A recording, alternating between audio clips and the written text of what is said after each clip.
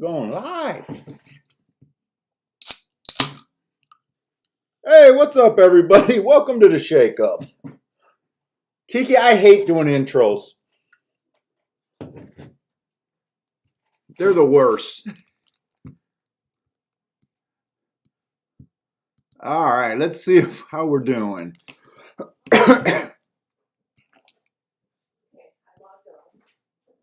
Bye. All right.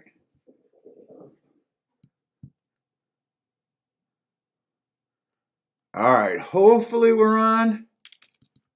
Let me just get this set up real quick. Where is it? Let's see, today I did Gulfstream and Tampa Bay. I'm looking at Gulfstream and Tampa Bay.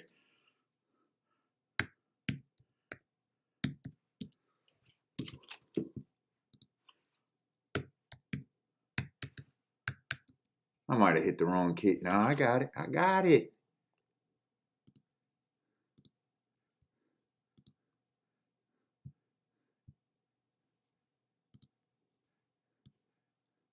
Hey, what's up, Boulder? I was getting worried for a minute if anyone was in there.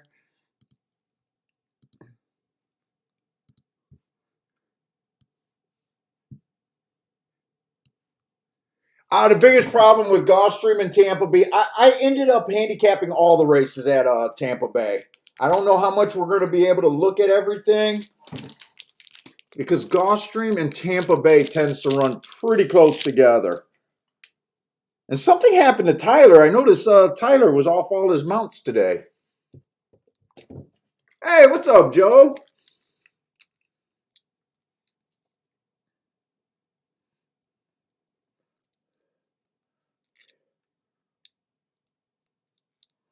Oh, man, what we got?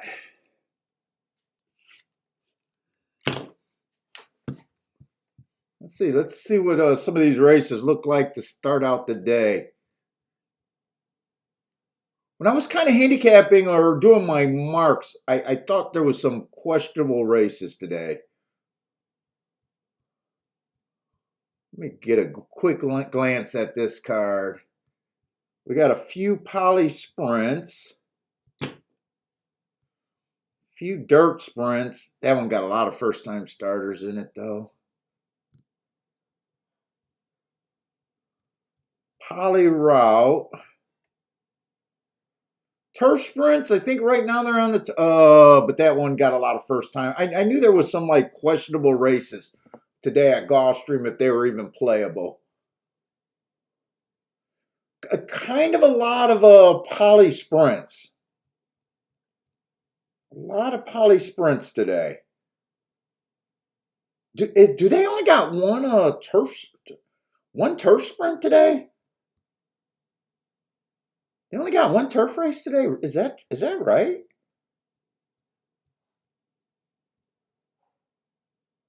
They got a turf route in the 10th race.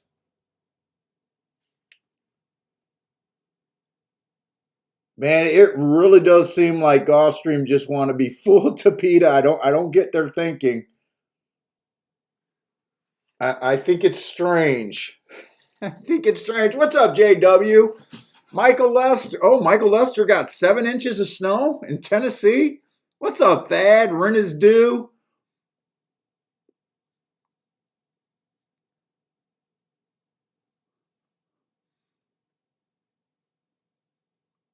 Man, you guys, we didn't get any snow here in Michigan.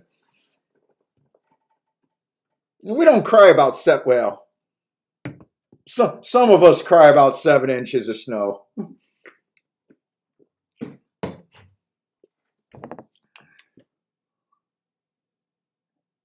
Let's see. JW says Tyler didn't look good riding yesterday. Maybe he has the flu or something.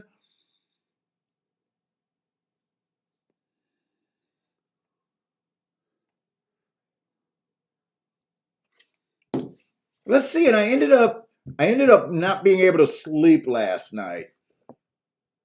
Or Bentley woke me up, and I should say I couldn't go back to sleep. So that's why I ended up handicapping all of or most of Tampa Bay. I didn't do the last race because it was a turf sprint. And the turf routes came late in the day, so I'll have to see. I think the turf routes are really late in the day, actually. Fifth race.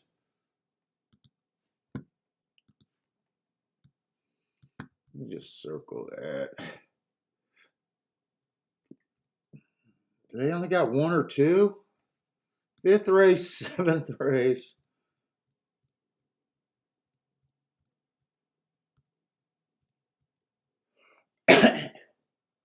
And the ninth's a turf sprint. All right.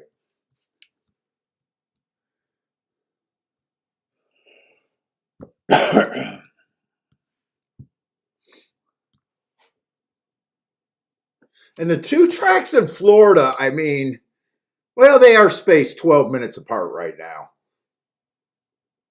But with Gulfstream's drag, they'll probably be going off at the same time.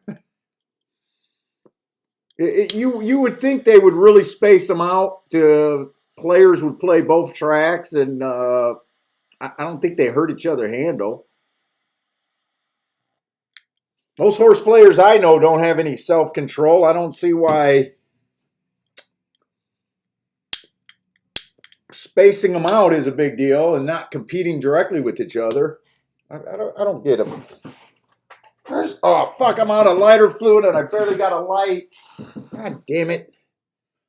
Hold up, I got a situation.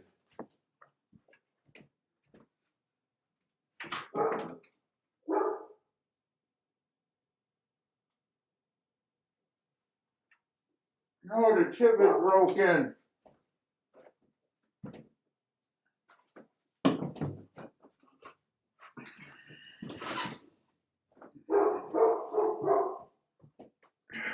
Oh, no. Tip's broken on that one. Hey, what's up, Peter?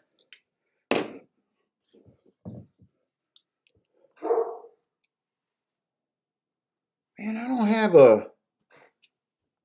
God, I don't have a knife or anything.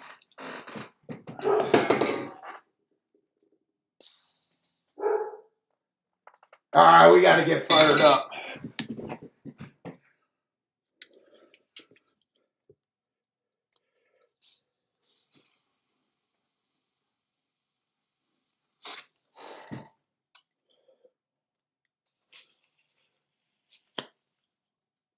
Does it feel like that's not going in?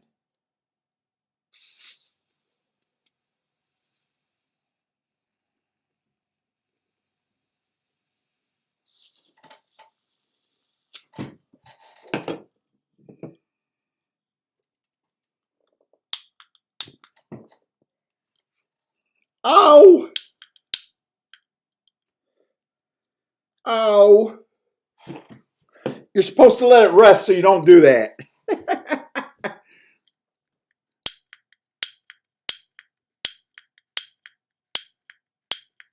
Motherfucker.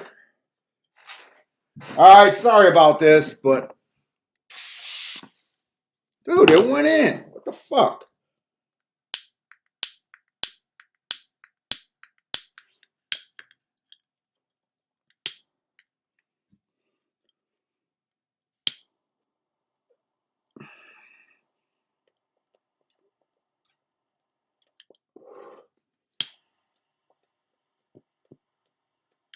Ah, that was a terrible line. Anyway, let's go. So yeah, let's see. Yesterday they ended up being a bad day.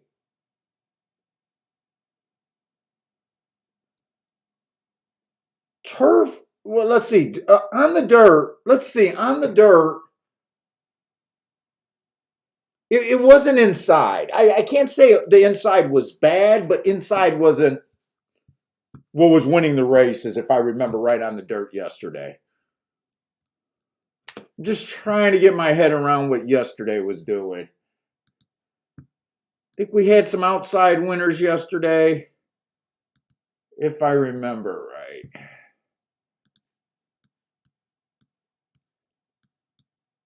Right now, I think I'm just going to do the tic-tac-toe board for the dirt and the poly.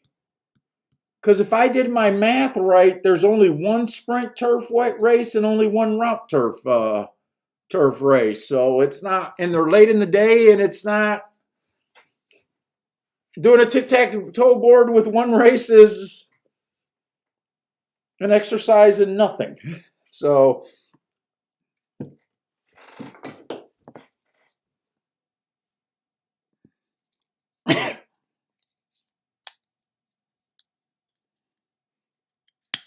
man, I tried to follow along with Sam Houston Racing last night.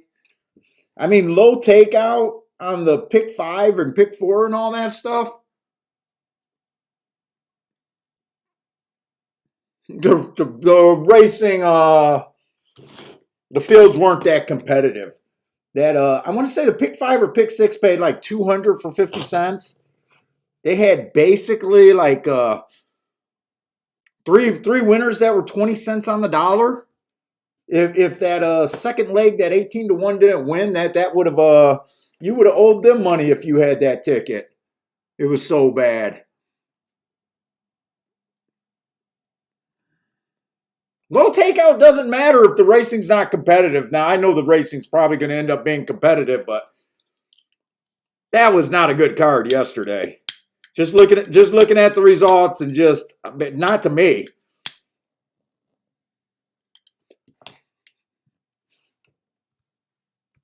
But at least they lowered takeout, so I wouldn't say it was all bad.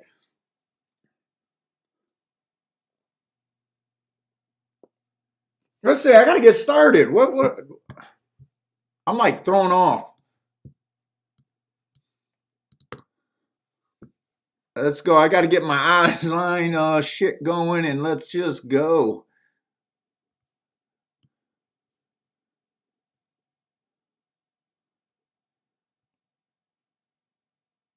JW says they need to upgrade their TV graphics.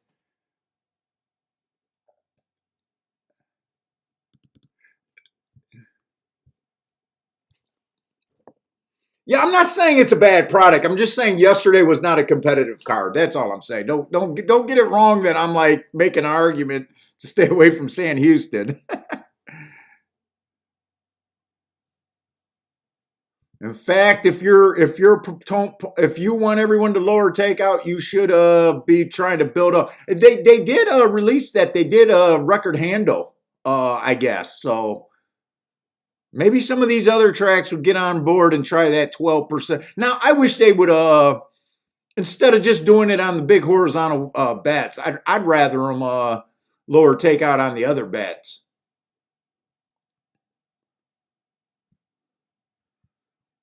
Doubles and exactas and maybe even win, place, and show. But I'm not going to complain if they lower takeout anywhere. Let's see. Where's my thing? Odds. There we go. I need my quick guide because I'm out of practice with I used to know these pretty good, but I don't know them anymore. Hey, what's up, Charles? Oh, Charles, JW, the pick 4 was good.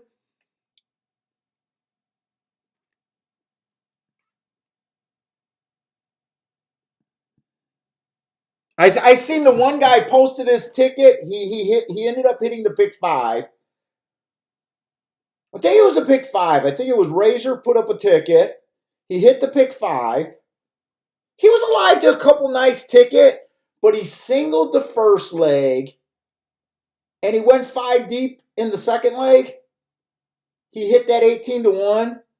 So he cashes a $200 pick 5. But if he would have just took his first single and did his maximum bankroll, which it cost him $50 to hit the pick 5 ticket, he would have won over double by hitting the double multiple times. So hitting the longer gimmicks, in fairness, he did have a horse or two that would have paid pretty decent. I think like in the $2,000 range, he might have been alive to one or two horses that would have been better. But I'm just pointing out a lot of times you can hit those doubles for, you know, a lot, you know, fucking double the pick five. Ed, I'm looking at Gulfstream and Tampa Bay, but I gotta get started.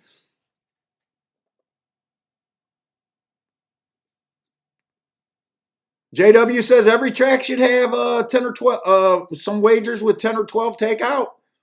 Yeah, I don't think anyone in betting would argue with you on that one.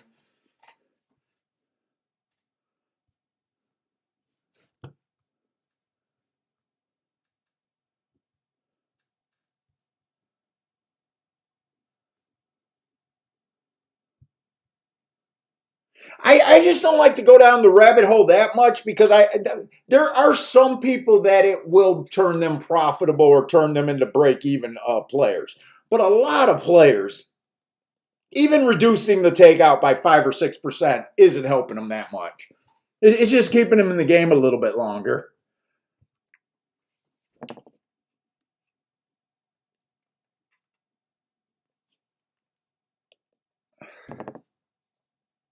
Hey, what's up, Parsons? Parsons here.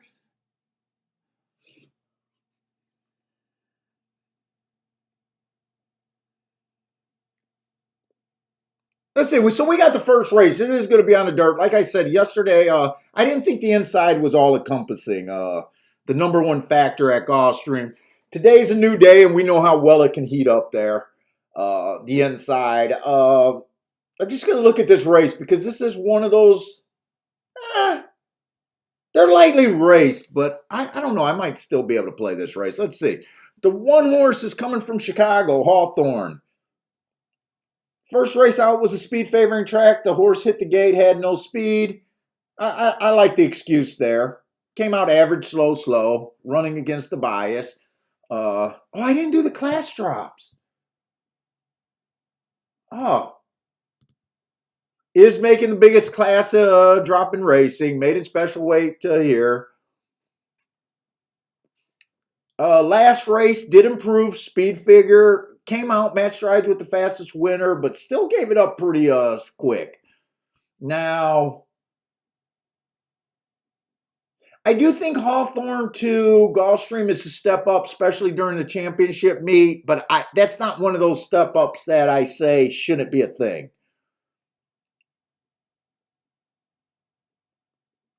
So he flashed speed against better. 11-1, that doesn't sound too bad. Let's see what else is in here. But definitely will have to run his best race to be competitive here.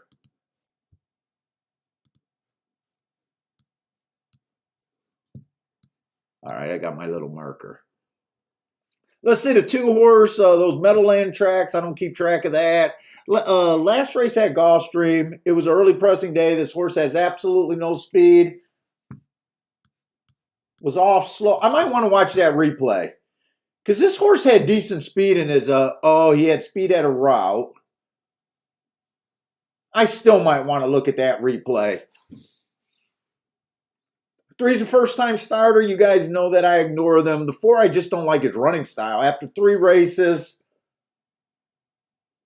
it's still dangerous for to guess a lightly raced horse's running style, but after 3 races of him basically being that far back,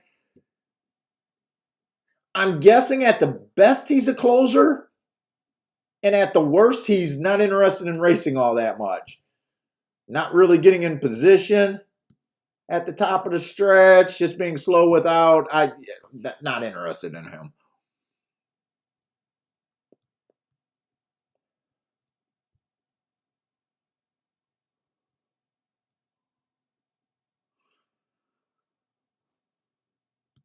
Let's see, the 5 horse route to sprint is my biggest issue. I don't like that. Let's see, 4 races ago out of 7 furlongs, inside of the track was good. He had the right running style.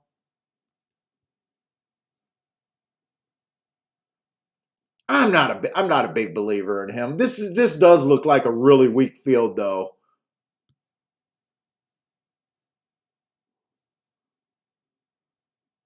6 might look like more of a sprinter. 7, we're getting on the part of the track that definitely is harder to win from. Let's see, the 7 went too fast to win 3 races ago, but that was at a route. There's not a lot in this race. 8's another first-time starter. Let's see, 9 horses, another horse that doesn't look all that interested in a racing career right now. And the 10 horse is just too far outside for me. So I don't think there was any scratches in this race. So everyone basically starts off with a 12% chance. Hey, what's up, Joshua? Gregory, what's up, Gregory? Lanier's in the house. In is here. Oh yeah, JW, there's nothing wrong with keeping them in the game longer. There's definitely nothing wrong with keeping them in the game. I honestly think tracks, if they're going to keep the takeout, that they should fucking fund some real information, real handicapping information. The problem is they have no clue. Do real handicapping shows at the beginning where they almost do the marking of the program, breaking things down, showing people. But you got to get someone that has some credibility. Fucking if you guys go to Keelan's website, they tried to do like a YouTube style handicapping video. They had this girl. I don't want to rip on her too bad, but she was wearing a fedora, so she's a legit handicapper. Because that's what horse racing thinks of you. If they give a guy if they give a chick a fedora, obviously she knows what she's talking about. She made 3 videos for introductory handicapping. First thing she said, if a horse has 50% chance to win, fair value. Wait, if a horse is 2 to 1, it had a 50% chance to win. So right away, instantly, she would have lost anyone that knew anything about racing. And right off the bat, no one on Keeland was able to catch that. And then the second video, she just kept having the tagline, "There's no such thing as a bad bet." Yes, there's such thing as a bad bet.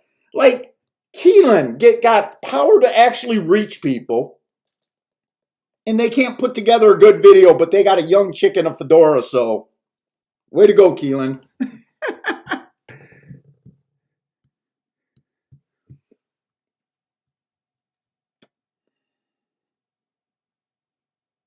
And you guys probably seen that video, but she's hot. She's hot and she's wearing a fedora. Well, you know what? I got credibility because I smoke a cigar on the show. So you know what? I use props too.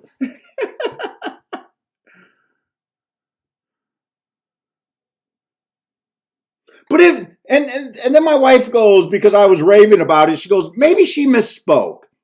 And I was like, it's a 5-minute video clip. Watch the fucking clip and redo it.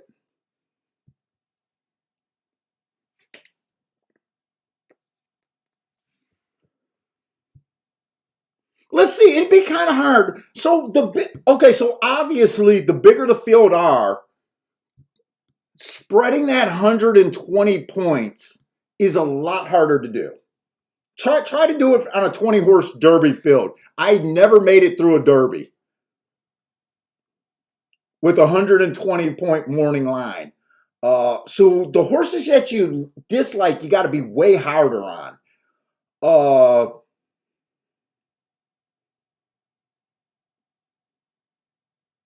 Just looking at this, I said I wanted to watch that video of the 2. I kind of went in all different directions, and I don't have enough time. Right now, it looks like, I'm just going to say right now, it looks like the 1 and the 2 are the horses that are mostly on my radar here. They're both decent prices right now. Let's see, who else could I even get to? I don't think I'm going to be able to really break down the odds line as quick as I think I need to right now. I mean, 7, I wouldn't be shocked except I don't want to take 3-1 in the 7 hole. That's my biggest problem with the 7. So 7 would be a horse that I would giving a lot of points to.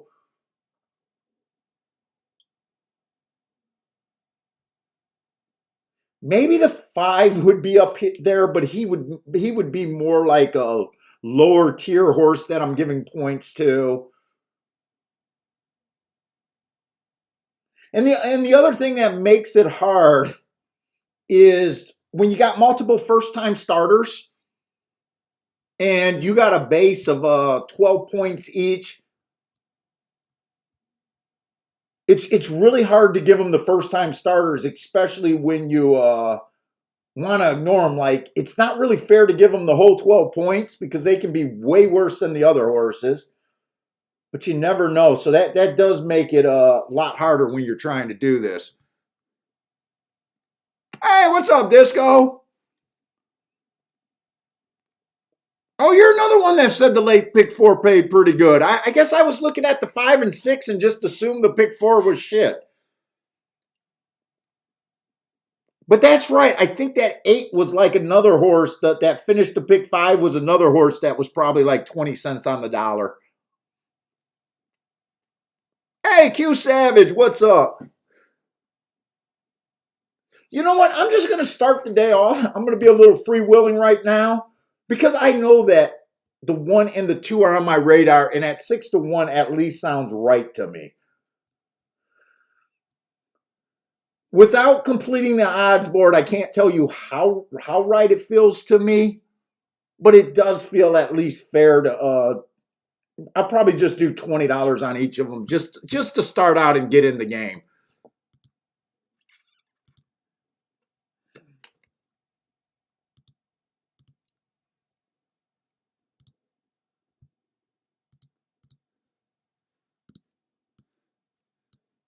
And then I watched Horse Racing Nation. Horse Racing Nation did. I think they're going to do Sam Houston in the evening.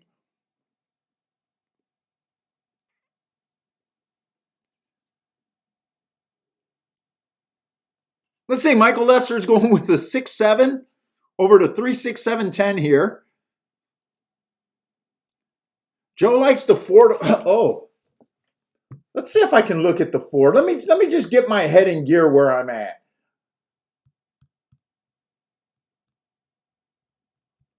So let me just write 1 or 2. 1 and 2 to win here, so I remember.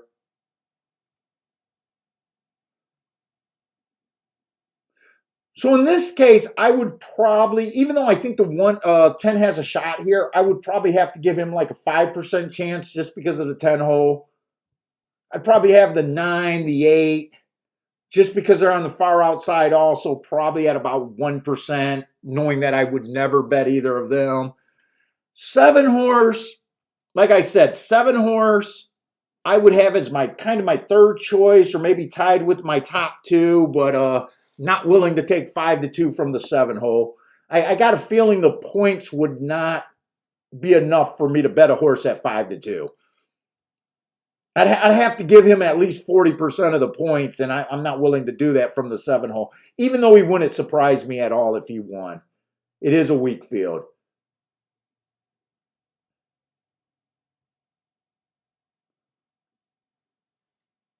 I'm kind of hoping the 1 or the 2. Really, I'm hoping the 1 would just run away with it, the 1 or the 2 from the inside. But instead of just keep banging that dead horse, I'm going to jump over to Tampa Bay and see if I'm willing to play. Tampa Bay, because I don't think I'm that crazy. I know there's a few spots where I'm not going to be playing all of Gulfstreams today. I think I'm going to try to play a few dirt races today. Mainly because I do think the inside's been good, but I'm going to give a warning. It seems like every day that I jump in and actually try to play Tampa Bay on the dirt, it never worked out for me. I mean, I hit tickets, but, you know, if I was relying on the dirt to beat Tampa Bay at the end of the year, I never beat Tampa Bay until I concentrate on the turf. Yeah, they got 42% from the sprints running on the inside. Speed and stalkers.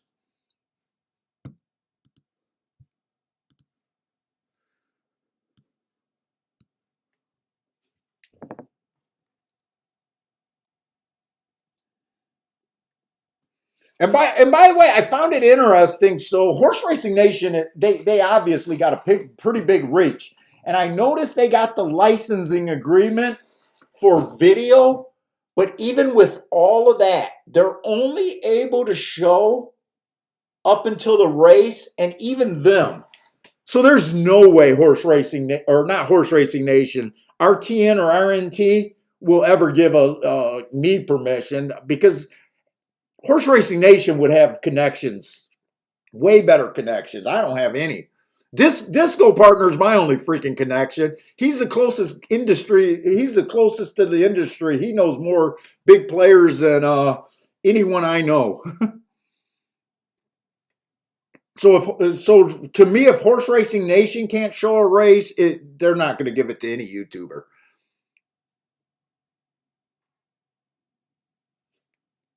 I kind of found that interesting.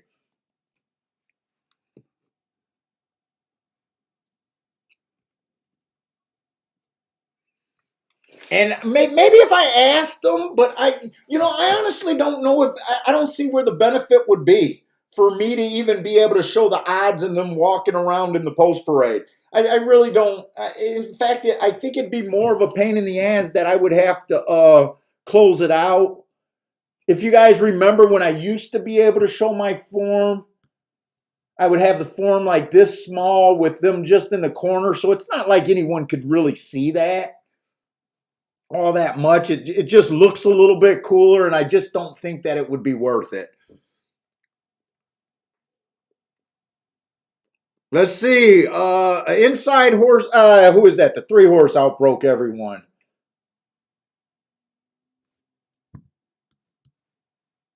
I was hoping the one or three's a first time starter. So if three wins, I'm okay with that. But I don't. Okay, come on, one. Let me go turn on my TV in the other room.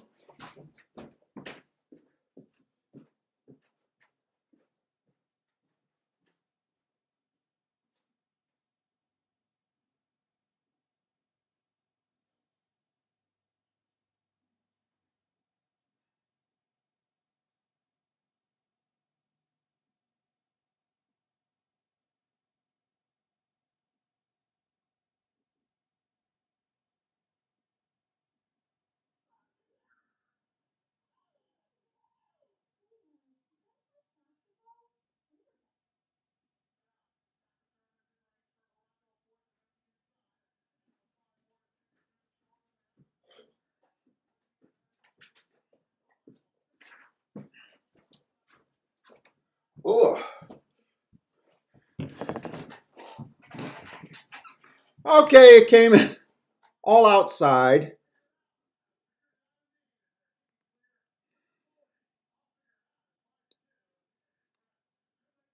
So 7 did win.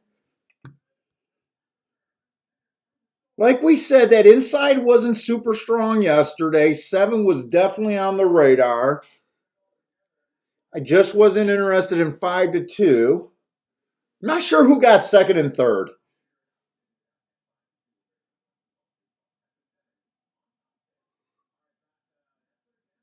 So Gulfstream, unless I really get a thing where I want to make an adjustment to the outside of the track, I might be a little leery right now for the dirt races.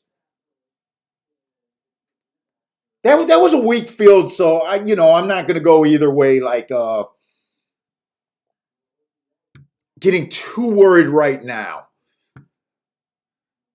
Let's see. Lanier had the 7-6-1-3. And I think Lanier puts his horses up in the order that he likes them. And if that's true, he did have. If that's true, Lanier, let us know that if they're in the order that you like them, because I'm giving you more credit for him being in the first spot. Eight was second. Okay, 8 was definitely second. I think 8 was a first time starter.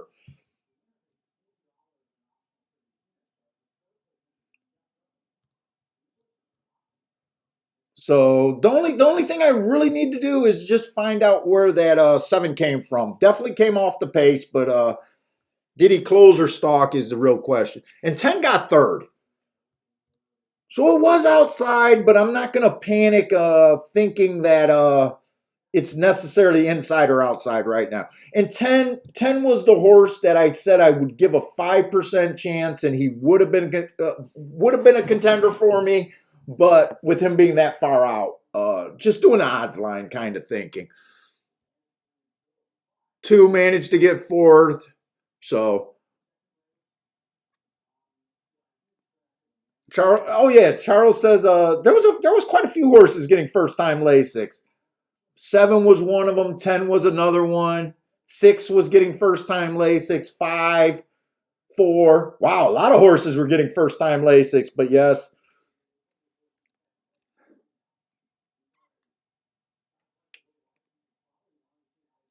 Dean, you're guessing the same thing I am, right? That Lanier puts them in the order that he likes them.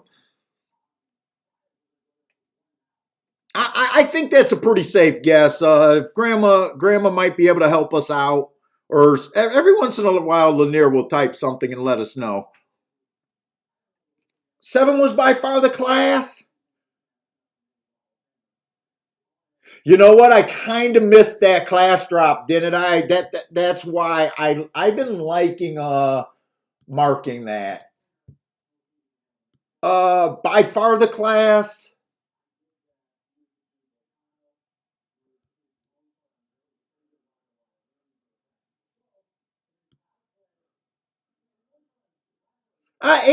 Eight, nine's dropping from the same level, but 7 definitely ran better at the level. Yeah, I'd say you're absolutely right about that. This horse ran a maiden special weight, but he ran some cheaper ones too. 2 ran some higher maiden special weight and higher maiden claiming.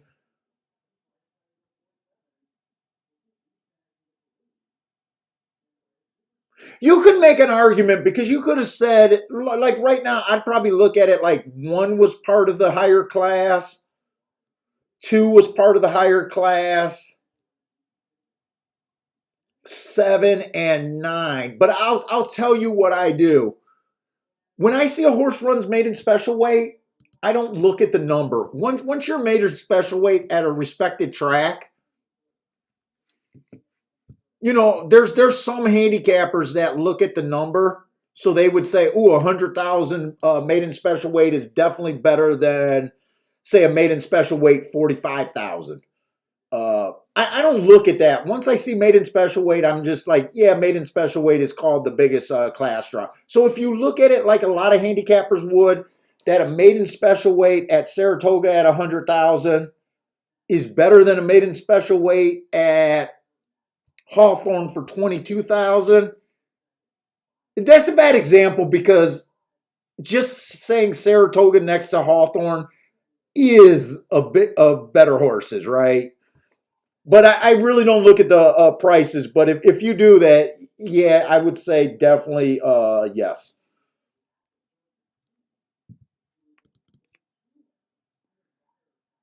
Why do I always gotta hold that comment when someone put a make sure you sub and subscribe? So Disco,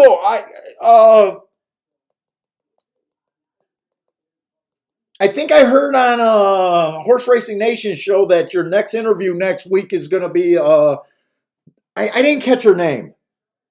The girl that was with Ed last night. I didn't really catch her name, but I think she's going to do. I think she's going to be Disco's guest next week. And if we got some new people here, make sure you guys check out Disco's podcast on Horse Racing Nation. I'm going to say the title. I think I'm going to say the title wrong, but I'm going to be close. Who's got the action? Who who's got the action?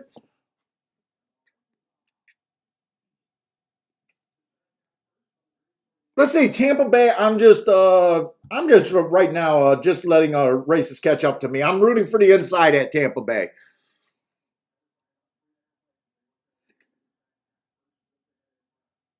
She's very good. Well, what was her name? I missed her name. I think she writes for Horse Racing Nation too. She was talking about writing some articles about some races and stuff.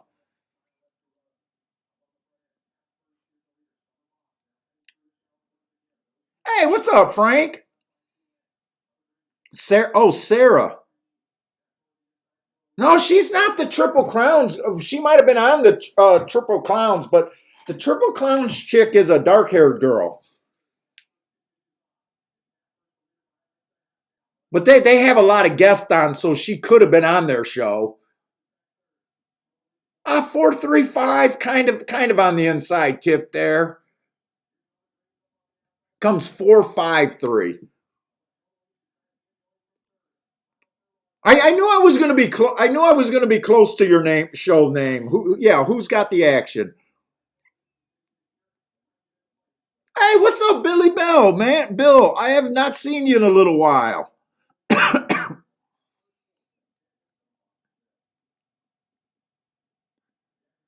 Oh, you've been busy working. You gotta get that guaranteed money, man.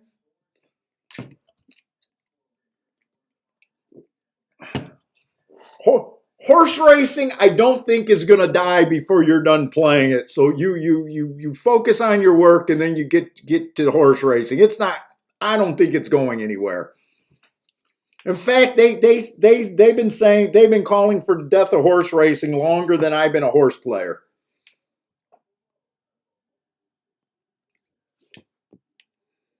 I'm not even gonna try her last name.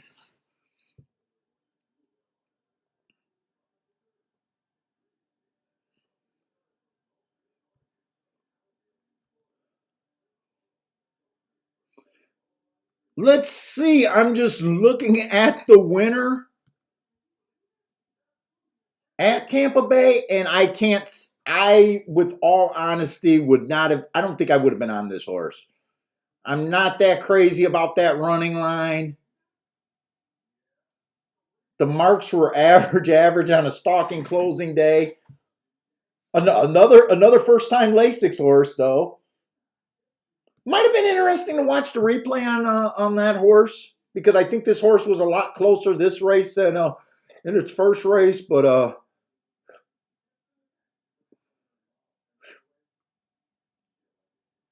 let's see. I wouldn't have got suckered in on the two. The two has good marks, but I don't like route to sprint.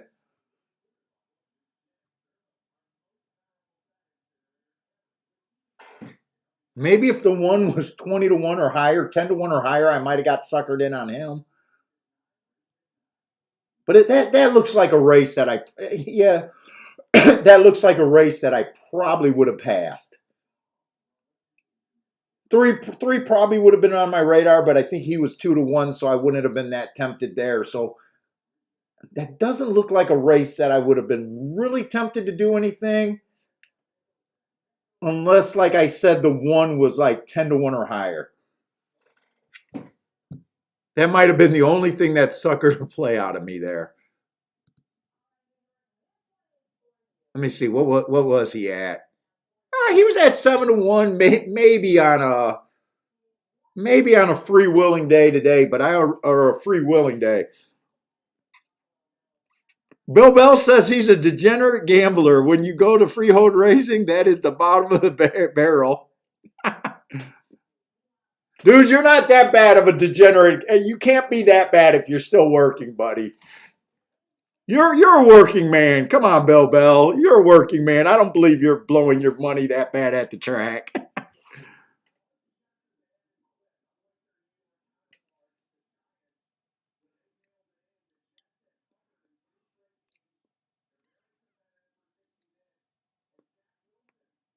Oh, outrun the odds is her Twitter handle. I don't think think I've ever seen her before. I don't know who she is.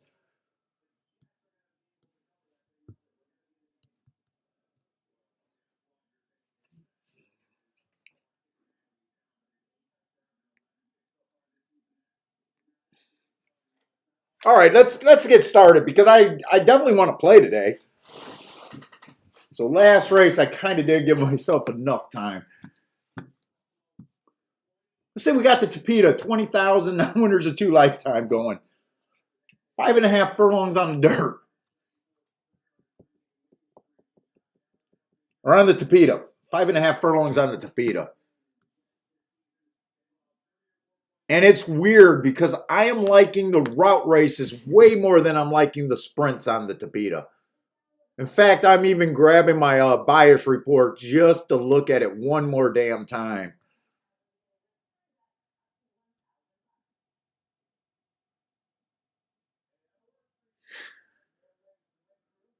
I think part of the reason why I'm not crazy about the Tapeta sprints is post positions are kind of dead even so far. It's speed and stalkers with a pretty big edge to the stalkers.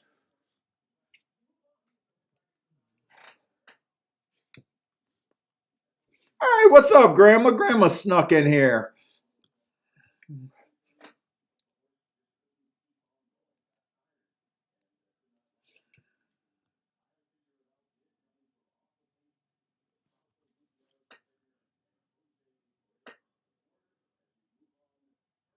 Let's see. So okay. So here's the tricky thing with the one horse. So I normally hate route to sprint. I normally hate route to sprint, but on this Tapeta track right now, I do think it's favoring speed and stalkers for the sprinting, right? And yesterday I pointed out an angle that's kind of been catching my eye. There was a horse that ran second that week that was caught off of that angle, and there was the last winner of the day at 11-1. He had the same angle, and that angle is horses that showed front speed. Well, it's not the true angle because the true angle was the horse is a sprinter. He tries a Tapeta route. He flashed front speed, earned hearts. Triangles, you can go with triangles too, but hearts was the real part of it. And now he's going back to a sprint. So he doesn't exactly fit, but I think horses that's been running and going fast on that Tapeta route surface might have a really big edge in fitness. It might be a really big indicator. So this horse is kind of tricky for me because this is normally a horse that I would hate. And he's 45-1, so it's not the true angle. The true angle is he was a sprinter. He tried one Tapeta. He showed speed. He lost badly, and now he's trying a sprint again. That was the angle that I think might be useful. We'll see how he does. I don't know if I'm going to have a bet.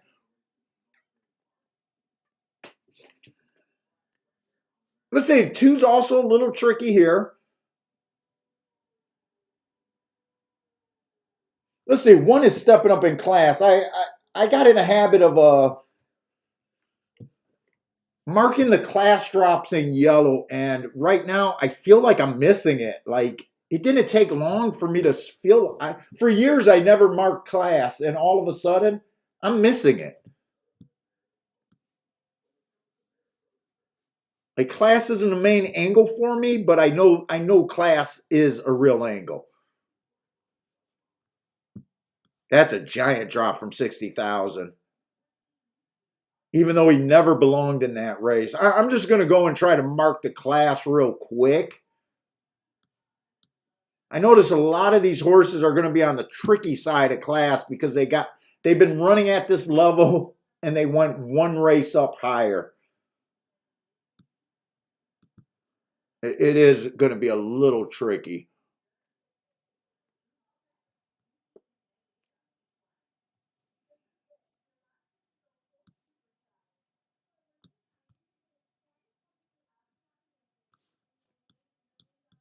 Whoop, whoop, whoop, whoop.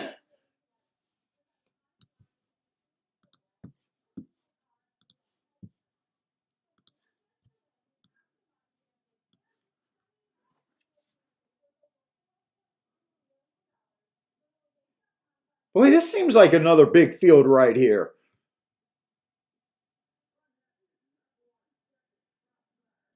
Nine horses in this race. Was there any scratches? I'm going to try to do the morning line, or I shouldn't say morning line. I should call it a betting line, my betting line.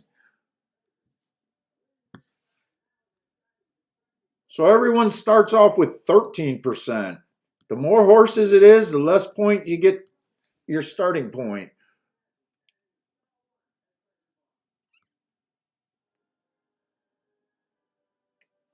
Let's see, so one might be a little interesting off of that little bit of an angle, but he is stepping up in class.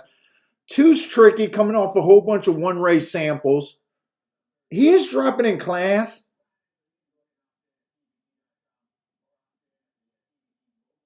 He looks like he only has speed at a sprint and not a route. Could he be a stalker here? I'm not sure one way or another. He's been at a higher level. I don't really have a good read on him. Let's see, the 3-horse was in a handicap 60,000, but he should have never been in that race. That race 3 back on a stalking track doesn't look bad, though. 1 tick slower than the fastest winner average for the first 2 calls. I want to get fooled by the thinking that this 4-horse was on a real class drop. He's been running at a lower level in really good form. But overall, I still think he's stepping up. I wouldn't worry about that $35,000 level. He was 12 and 12-6 before that.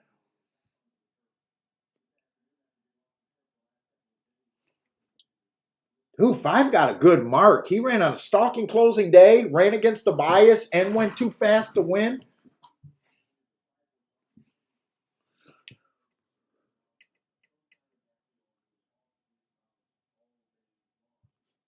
Six looks pretty solid. 2 races ago, ran against the inside bias. Came to Gulfstream, making an overall class drop. He does look appealing. I think this is going to be a tough race for me to do an odds line on.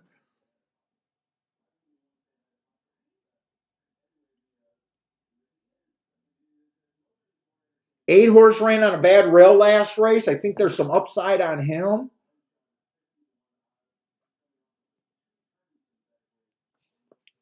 They're betting the 4-horse here. And the 9 is nothing but speed, but he's coming from Parks. He ran against the inside bias 3 races ago. It's just missed by a K-hair. I like that race. He ran against the inside bias 2 races ago. Was fast and ran a nice second. I like that race. I'm seeing a bunch of horses that I can make cases for. Let's see where I can go. So who do I hate here?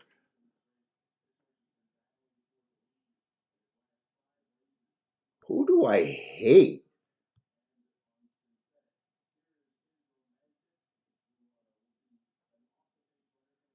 Man, I can't say there's anyone that I really hate.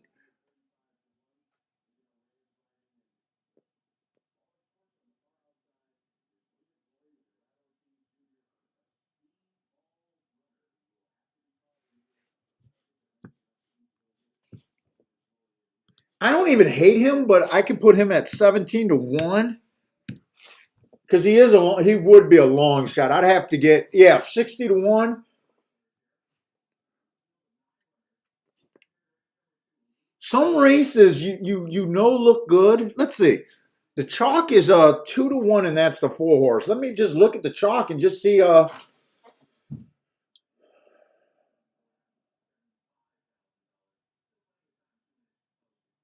me, the chalk is stepping up. He did run a decent race last race, but it was a 1 race sample. I think he's overbet at 2-1. It's just how much overbet he is.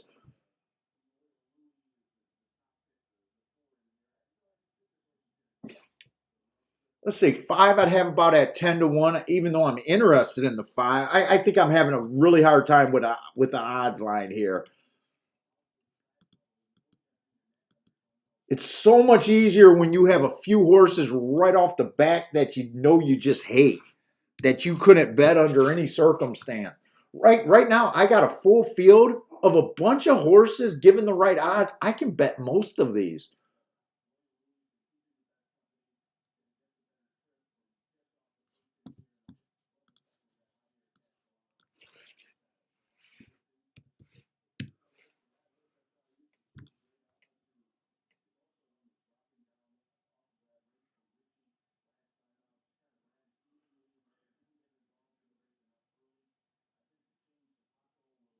Man, it's a tough race.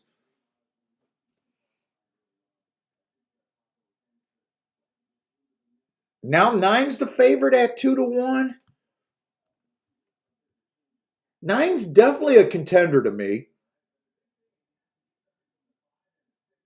But man, I'm not feeling 2-1.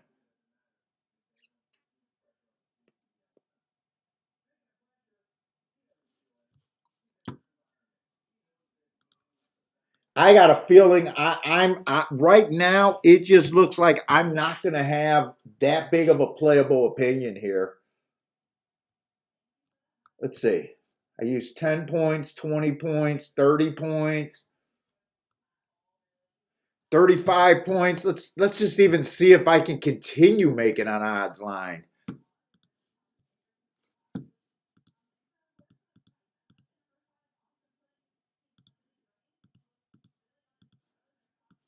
I still got 85 points, and I got, let's see, 1, 2, 3, 4,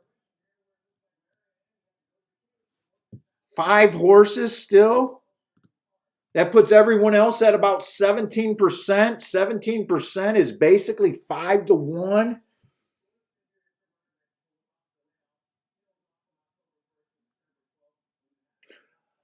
This race is too hard for it. This is a good race right here. I think the favorites, the 9 and the 4, are over bet. I can't take this opinion any farther than that. I even think the 2's a bit over bet. I think I'm stopping at all those 5 horses at about 5-1 morning lines is what I would need. So that only leaves me with like the 3's an overlay based on that. The 5 is no, the 5 is over bet. I thought the 5 is an interesting long shot to me, but I couldn't bet him. I need at least a little bit more than 9-1, and right now he's dead on. He's right at 9-1. 6 I could play at 5-1, but basically I'd just be grabbing the. Oh, and then one is playable at 60-1 for me, but I don't think I'm going to play this race. When you still got that opinion and you're just breaking it down like that, you're kind of just trying to bet the highest odds horses that are on your scale. Hey, what's up, Marco Lou? Hey, what up? Lloyd's here too.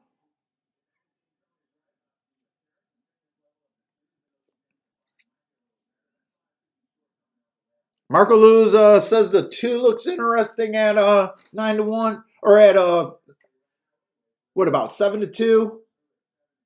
I agree with you. I kind of can't separate the 2, the 3.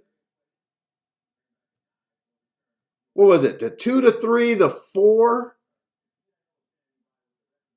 the 6, and the 9. I can't separate. Let me just write down the horses that I couldn't separate. 2, 3, 4. I think it was 6 and 9. You know, right there, you can see that I already got too many contenders.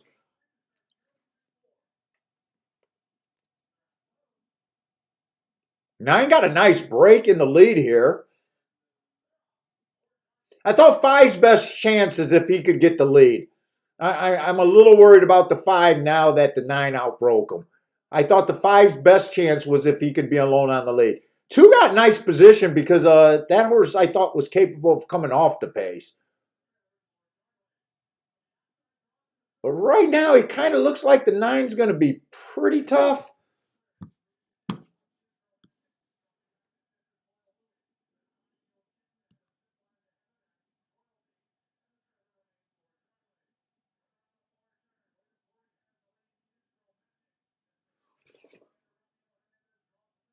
One's flying, but I think the best he could. No, he can't even do third. One made a move.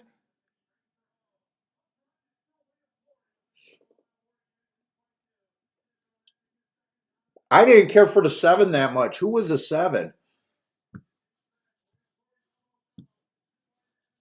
Nine held on, so nine did handle business. So I think he ended up being the post time favorite. He was the horse that we thought was the best speed. I thought only the five could deal with him. But I didn't have a tight enough opinion to bet that.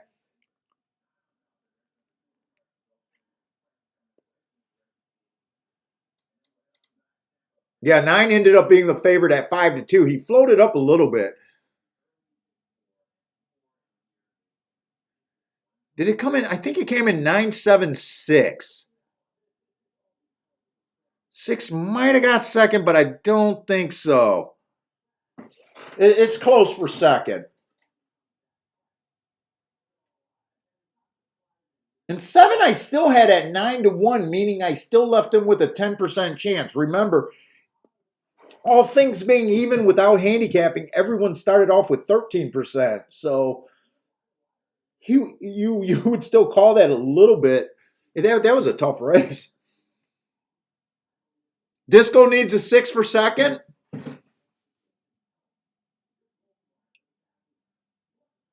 I need a 6 for second just to feel like out of my top 5, you could have hit the exacta. So I'm rooting for your 6 too, Disco. I think it's going to be 9-7. They got 9-7. 9-7, 6, 4, 3, or 4, 2. God, I can't even read numbers.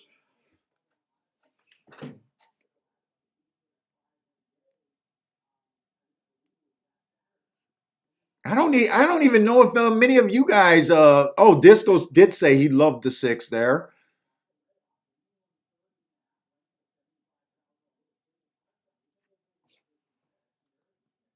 Yeah, but usually, I consider that okay. Being able to use your handicapping to stay out of a race for me.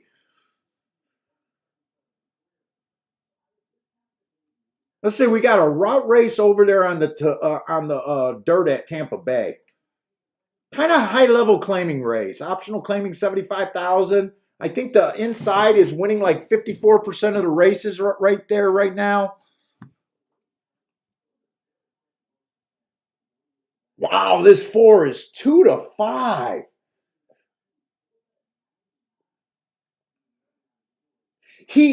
I don't have impressive marks on him. It was a stalking closing day.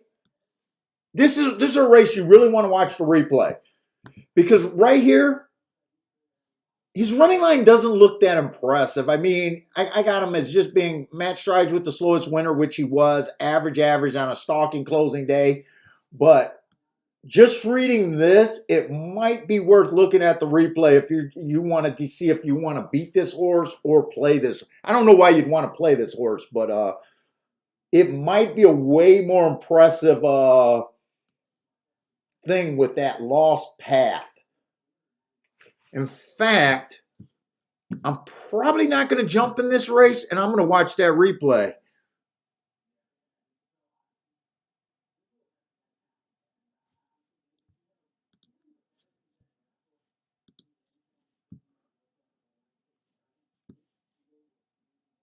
Let's see. He would have been the 5 horse that day. Let's see if I can watch this replay and see how impressive that looks.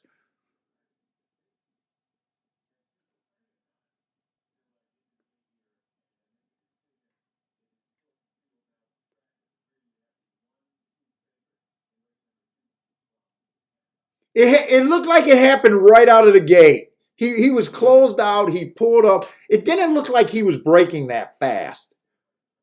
He's probably not a fast horse. That's dangerous to say. just watching one race, but I think all his trouble came in at the start. I'm gonna watch the race to see. With that replay, if that's the only trouble, I don't know. It was a stalking closing day. That's exactly what he was. He did overcome a little bit of adversity. It's kind of hard to tell how much better. He's got to be a little bit better than that race. Let's see if he has to make any adjustments coming, because now he's starting a rally. His rally is going to look impressive. It always looks impressive when you come from 100 lengths behind. It almost always looks impressive. I will say that I always say the worst bet in racing is a short price closer, and this qualifies. Win or lose, I think that's the worst bet in racing, short price closers.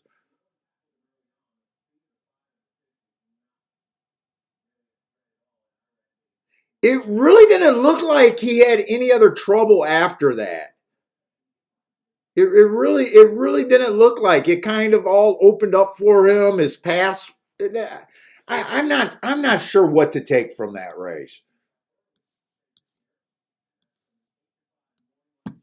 Let's see, are closers doing that good right now at Tampa Bay on the dirt?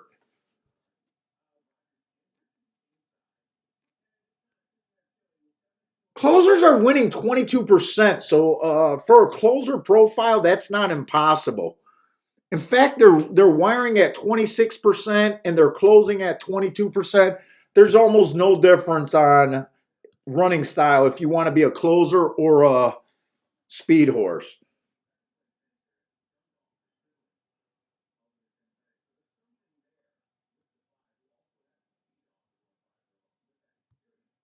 Wait a minute, am I talking about the right horse? Yeah, the four horse. That's the four horse. I keep saying the five because the five was his replay.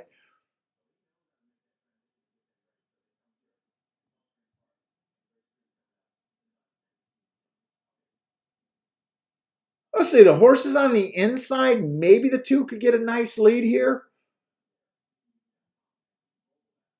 But he's not always going to the lead, but those were sprints. And then the five horse might be talented here. That's a nice first time out. But these are lightly raced horses. I don't want to deal with a 3 to 5, and I don't want to deal with this race here.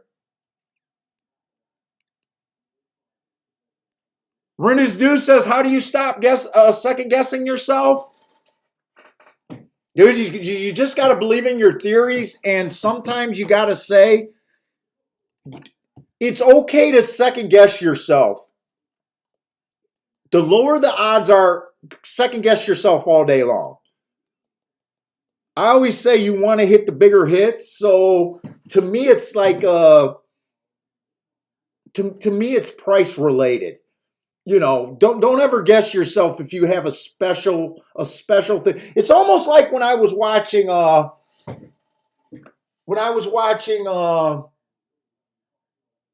the Horse Racing Nation. Ed gave out a breeding play, and I think the horse was like 20 to 1, 15 to 1, and he was all jazzed about it. And the horse didn't run a lick, and then later in the show, he apologized for that play. He's like, "Yeah, I gave out that horse. He didn't run a lick. I'm sorry." And I was like, "Dude, you don't apologize when you give a horse that has value off of an angle you like. Win or lose, you don't apologize off of that." And I was like, ugh. So to me, everything's price dependent. It's okay to be. We're all going to be wrong way more than we're right in this game. To me, it's way better to be okay making the right plays in the long run. So I guess that's my only advice to you.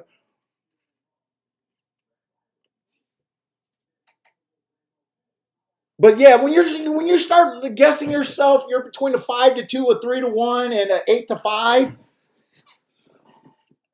You don't, either sit out if it's like that, or they're kind of forcing you to make the stand if you're insisting on playing that.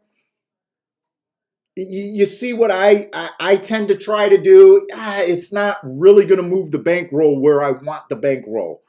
I can't make a paycheck. Yeah, I could hit the race, and the race is only going to give me enough money to bet the next bet or two. You want to try to win your cash. You want to try to hit paychecks. Whatever you consider a paycheck to be.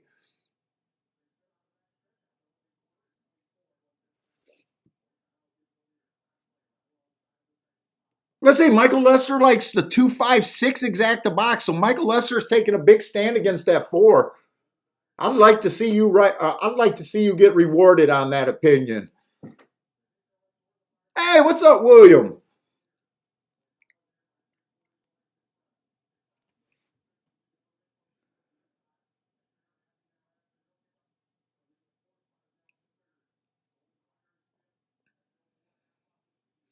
Right now, it looks like the 4 is pretty legit.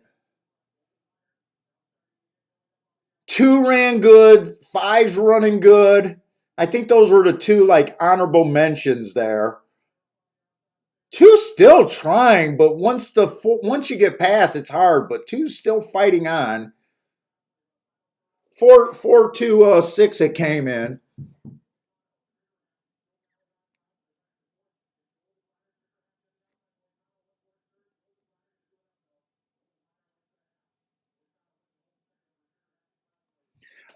You know what? I followed Sam Houston for a year or two. It all depends on if Parsons is going to be able to keep getting me my stuff in time, and if he wants to pull Sam Houston. I don't play it that much just because the 12% takeout doesn't do it for me because I don't play those bets.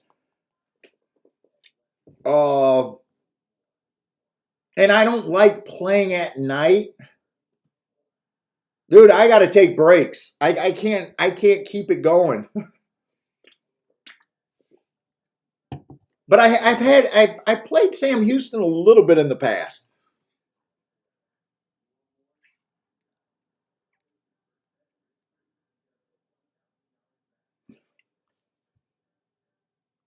So right now, I think of the 3 races that we seen, 3 or 4 races we seen, it seems like a 5-2 was the biggest price so far. Let's see, 4 won that race.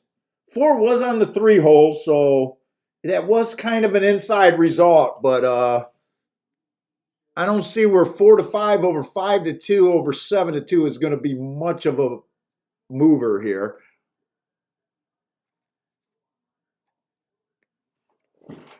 Kiki says last night it was a outside bias out there and he got crushed.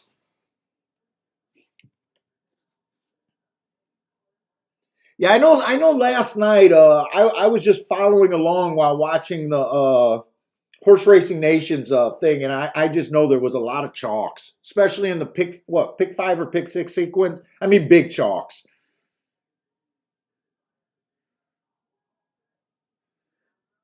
Yeah, I didn't hear the announcement. I seen that Tyler got taken off of his rides, but I don't know if something happened or someone said maybe he just got sick.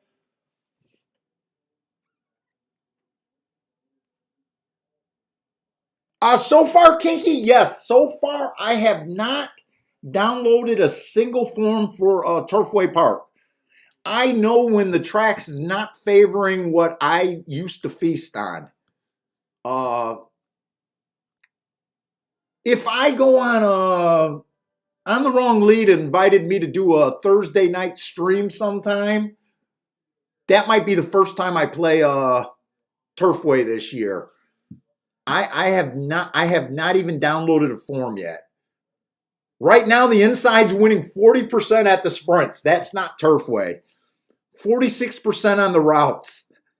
And you could make the argument that, hey, those look kind of inside favoring. Maybe you should make the adjustments and give it a try. But after 20 years of it being outside, it's just going to play with my head. I know it's going to play with my head.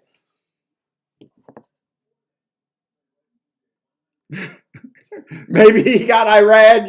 You think Irad smacked Tyler?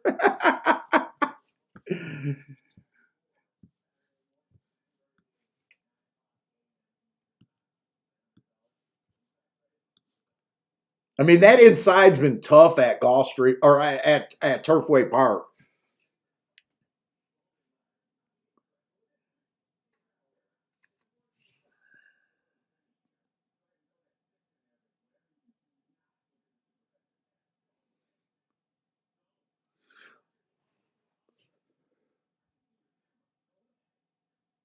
Let's see. Kinky's asking, what do you think are the three most important things in the PPs?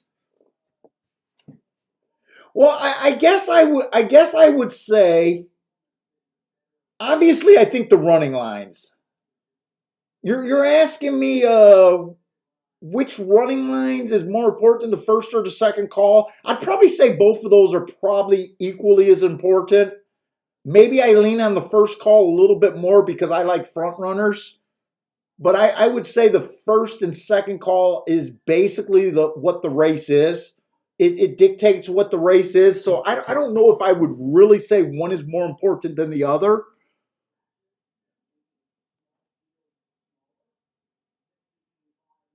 I don't think I could give you three of the most important things in the racing form. I think the most important thing to me is the running line. The next important thing, the most important thing after that is my notes, is trying to interpret the running line. And then I would say class, it's good to know how good your horse fits in a race. Speed figures, I could get rid of speed figures completely. Pace figures, I could get rid of the pace figures completely. Uh, you know, Everything else I could get rid of. Give me the date, give me the distance, give me the running line, and then I do think you need the class in there.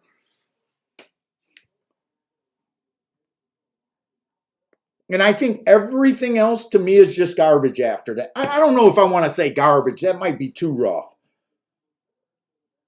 But workouts, I think if you think all the trainers are cheating with steroids and holding horses and that kind of thing, I don't know how you could believe in workouts if you think that. Because workouts to me, you could cheat so bad in workouts. And I've just heard the stories of what goes on in workouts. So I'm not a big believer in workout. If you're doing good with workouts, I wouldn't change your game because of what I said. I would never change my game if I'm doing good based on what anyone says. But I could get completely rid of workouts. I could even get rid of the horses' names.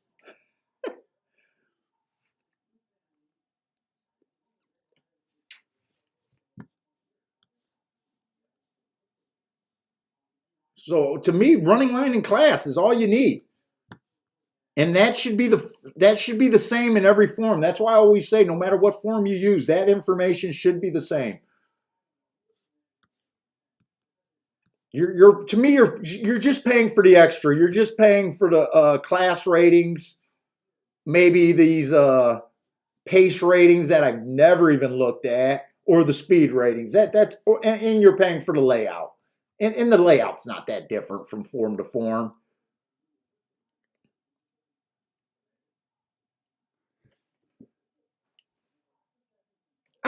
You know what? I know breeding probably plays a part, especially in first time starters and stuff, and knowing what surfaces horses could do. It's just so boring. I've never caught a winner on breeding. But that's because I've never looked at breeding.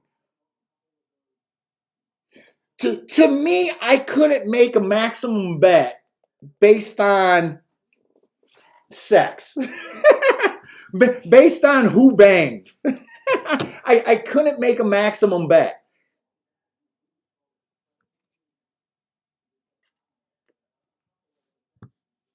The trip comments are useful. The trip comments are kind of useful for just spotting a race that you want to watch, but I believe that if you kept your own trip notes, your trip notes would be way better than these comments. Like if I bet if Brother Man was in here, who tends to say that he seems to be a trip handicapper and he's always pointing out trips on horses, I bet his trip notes blow these trip notes away.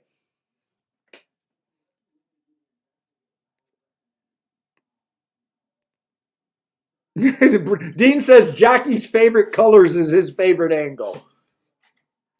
Like the story that I always say about jockeys. I'm not saying they're not important. I'm just saying if you took a guy first day in the track and you explain the racing form to him, within 5 minutes he'll go, "Who's the best jockey?" That's what 100% of first day handicappers say. Who's the best jockey? I got a system. I'm going to bet the best jockey. There's nothing you can do. I don't care. Back in the old days you could probably do it, but now it's so available. What trainers are good at, it's priced in the morning line. Like you got to do shit to be different. Drink Zima, it'll make you different.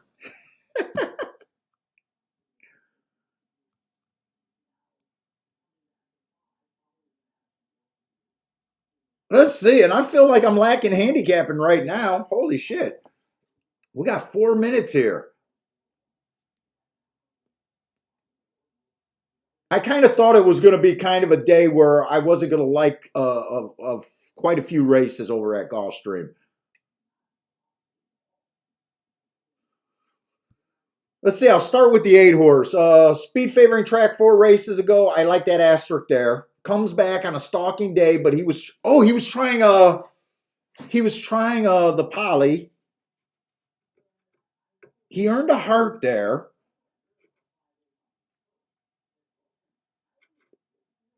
I might be a little interested in this 8. 8's 5-1.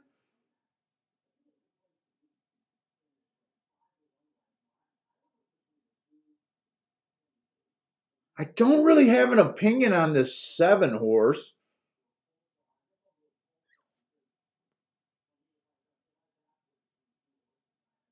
6 looks like a God, is he a raw? He looks like he'll be too far back no matter what he is.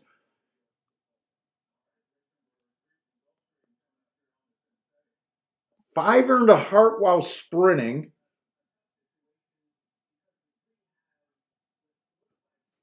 5's on my radar too. 5's 9-2.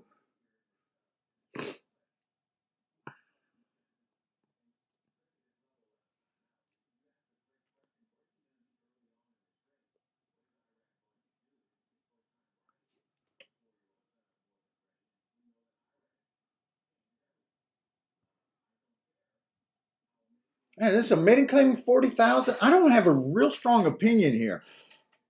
Let's see. I think the track's favoring stalkers a little bit more than speed.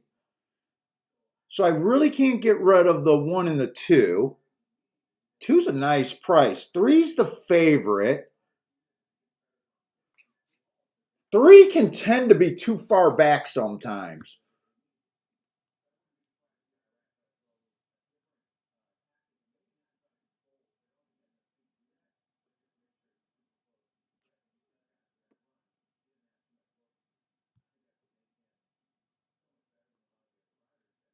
I think I'm mostly interested in the 5.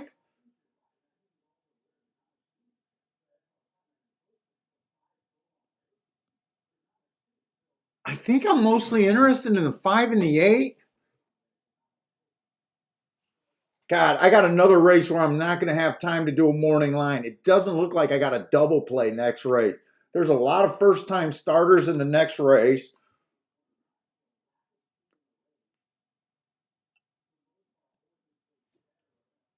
God, I don't think I'm going to be able to do a morning line. Let's see. I'm mostly interested in the 5 and the 8.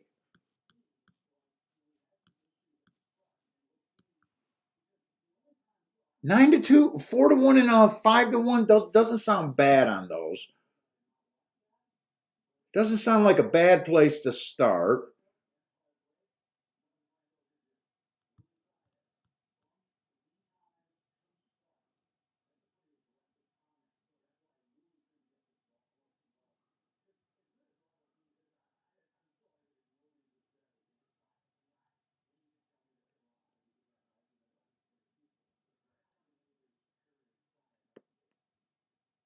Why are they talking so much about Irad over there? Is Irad in this race?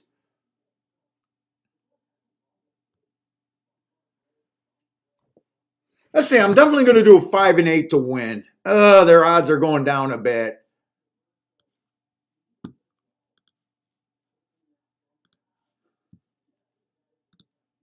5 and 8 to win. This is my second bet of the day. 5 and 8. I think I want to do a couple exactas too. On top of the 5 and 8. I don't know what to do with the 7. I'm going to take a stand against the 6.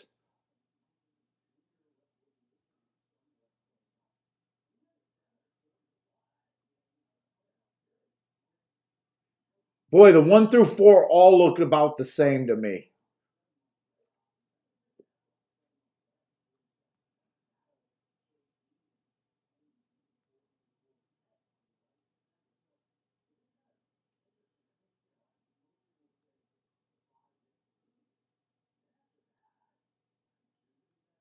Maybe I'll use the 4. Let's see. I don't want to go too much in this race. Use the 4, maybe the 2. I think I just used the 4 and the 2. I'm really having a hard time filling out this exacta. I definitely don't. Do I even got enough time to bet? Yeah, I got enough time to bet. I'm just going to play that straight. I'm not even going to box this one. I got the 5 and the 8 all ready to win.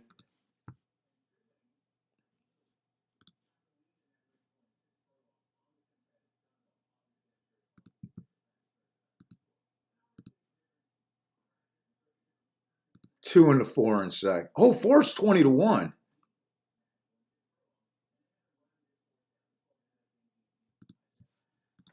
Do I want to use this 4 a little bit more? I might even want to use this 4 on top a little bit.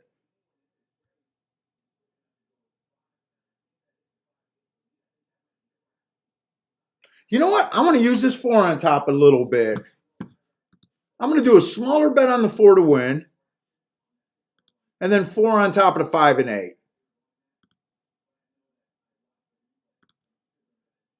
4 on top of the 5 and 8.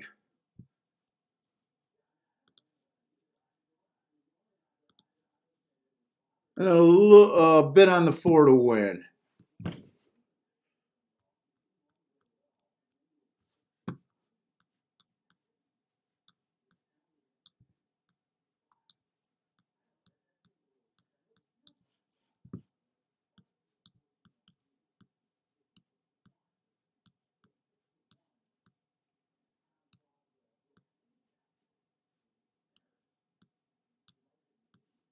Ah, shit.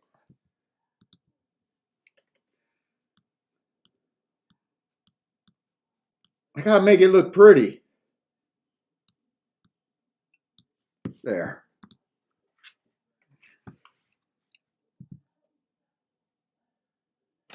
Oh, Grandma's back on her alcohol names. What did Grandma say she bet? I think she said she bet her parents' names, horses with alcohol in their names, and I think there was one more thing. Maybe a horse's name after cats. Is that right, Grandma? Do I remember you saying that? I definitely remember you talking about your alcohol angle.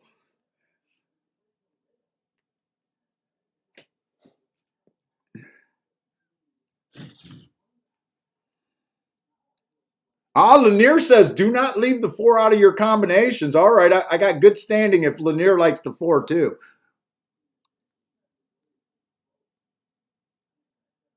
Except he likes 7-1-4 in his. Oh no, that's Tampa Bay. That's Tampa Bay.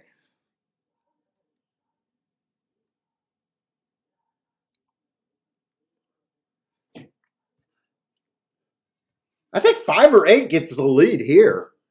I don't see a lot of speed here. The 3 is the horse that I don't really understand.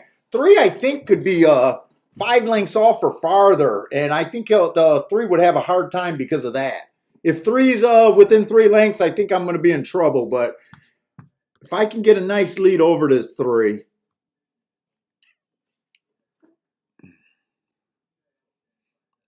Let's see, Marco Luz says the 4 has a chance on breeding here. Dude, I like those 2 hearts at a route. He does look like he can stalk. And when I seen him at 20 to 1, I was like, I got to play him. Ooh, 3's closer than I wanted him to be from the start. Oh, shit.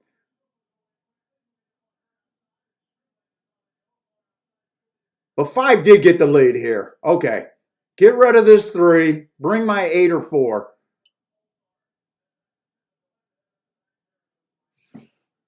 Well, I got 5 to 1 on this 5, so hopefully this horse can finish this.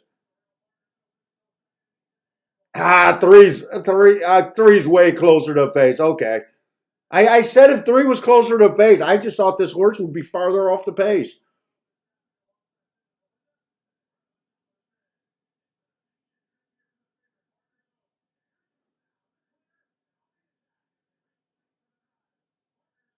All right.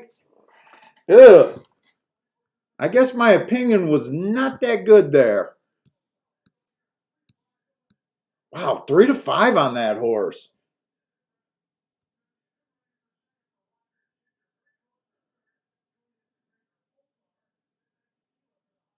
Man, 3 to 5 on him? Planter's Hope. Am I looking at the right horse?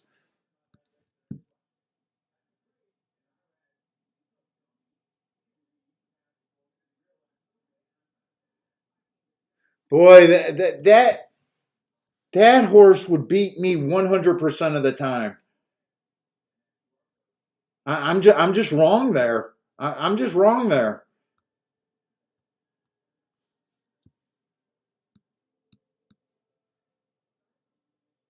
3 stalked.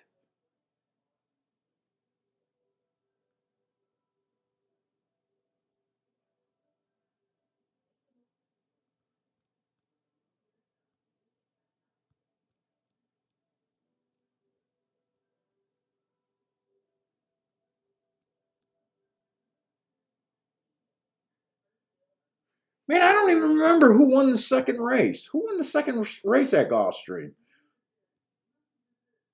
9 horse. 9 horse went wire to wire.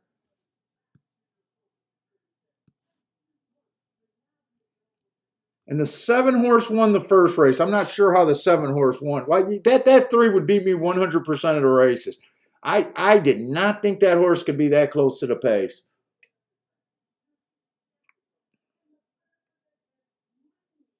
I don't even. There's some horses you go back and you say, oh, I made a mistake, or oh, I can see why this horse is 3 to 5. I honestly I can't see it.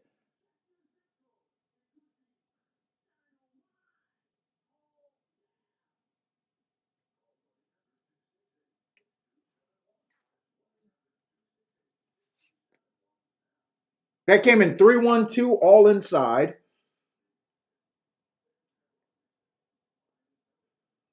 Yeah, my opinion just was not good. That it just wasn't good that race.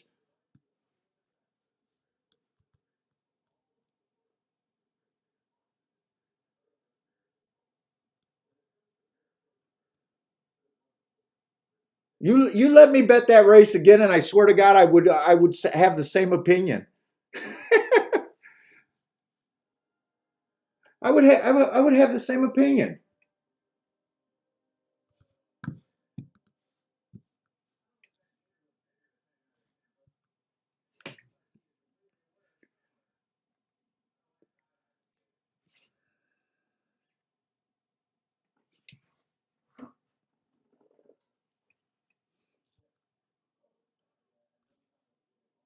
Let's see, I only made 2 bets today, so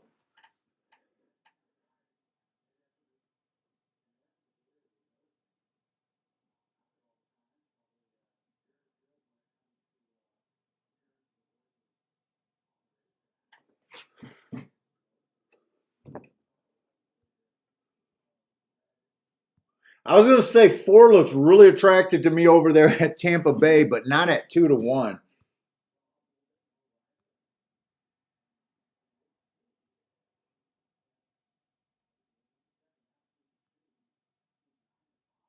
Not at 2-1.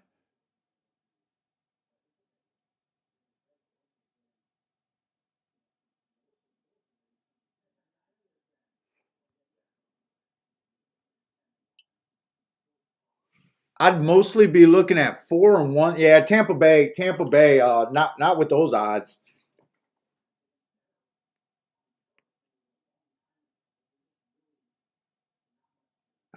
Dude, Marco Lou, you've been with me 3 years. I've harked on losses from day one.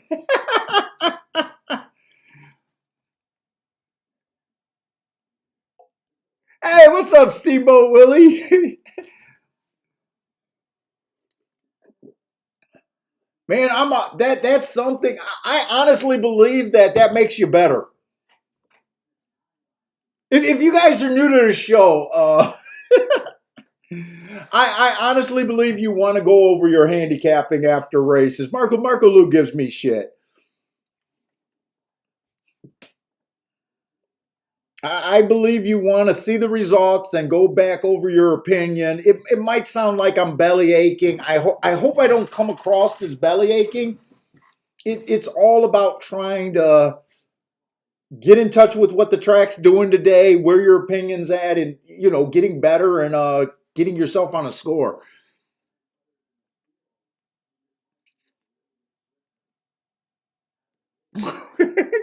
But Marco Lou's been here 3 years. He know, man. I can harp on a race, dude. I might come back to that race 5 races from now and be like, man, I still don't get that 3 winning that race.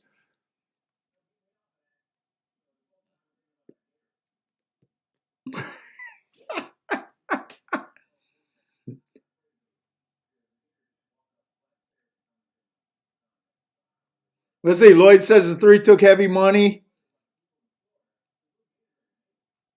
Let's see. Lanier had the 3 on his as his top choice. He had the 1 would have connected on his exacta.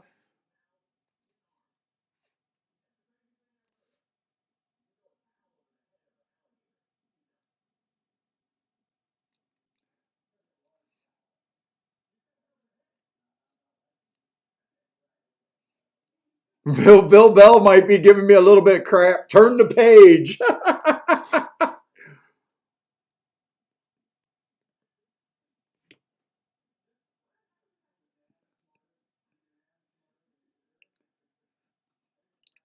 Dude, and Marco Lewis Marco Lewis gonna prove his breeding points. He's liking another horse off of breeding today.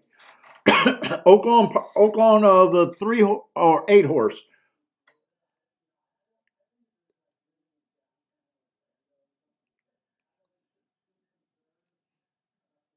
Hey, what's up, Case? Parsons here.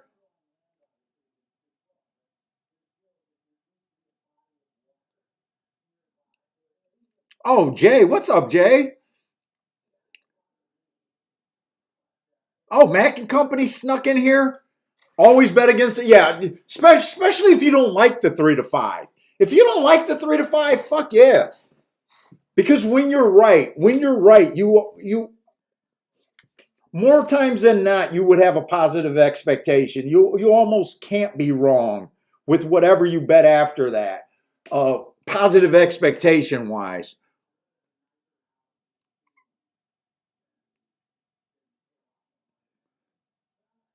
Boy, and 3 was close to the. I think that's the biggest shock to me is that 3 was dueling for the lead. And when the 5 wrestled it away from him, I'm like, okay, all's good now. I got the 5, I got the 8. I'm watching the replay now. But 3 was having none. 3 was just much the best.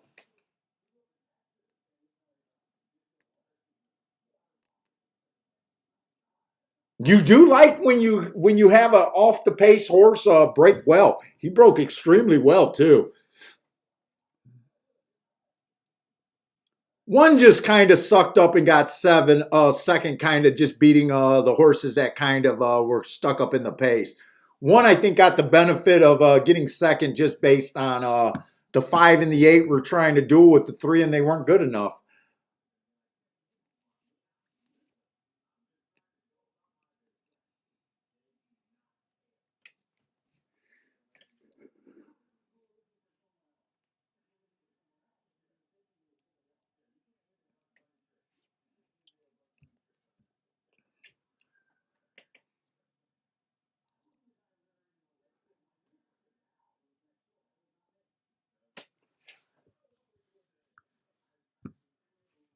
Let's say I guess at Tampa, I'm probably rooting for. Wait a minute, is that the Tampa race? Tampa third race. I was going to say that doesn't look right. Tampa, I'm rooting for the 4 and the 1. I think it was the 4 and the 1.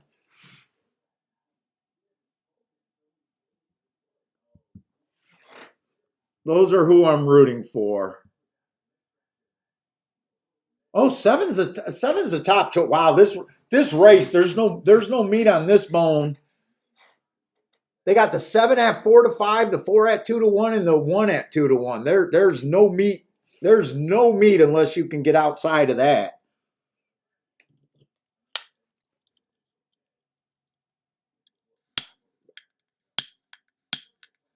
All right, let's try to do the lighter while I got some time. And I better not get a whole rush of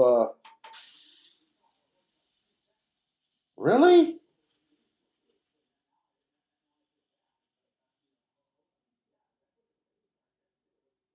Well, it seemed like there was a lot of fuel in there not to be working at all.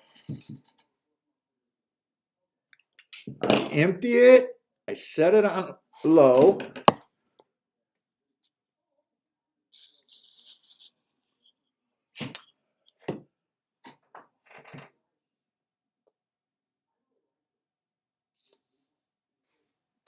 I think we're good now.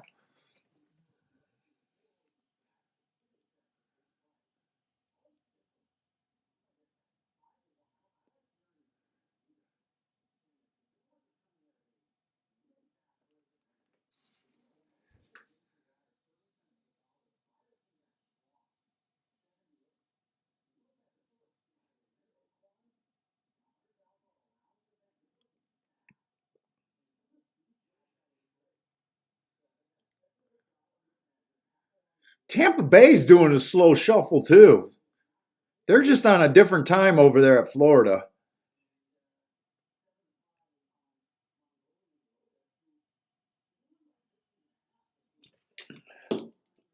I think I did it right that time. Oh yeah.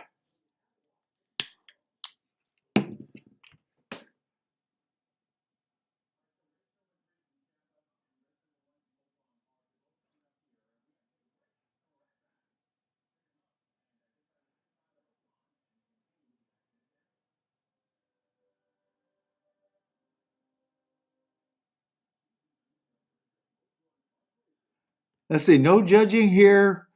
It helped get off. Oh, you guys must be talking about drinking there.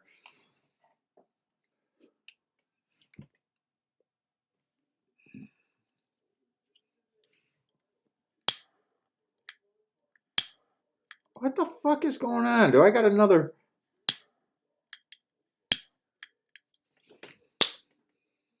Oh, they scratched the 6 horse over there at Tampa Bay. Thanks for.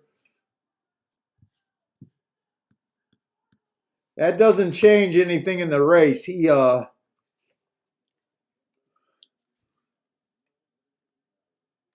no quitters in this chat.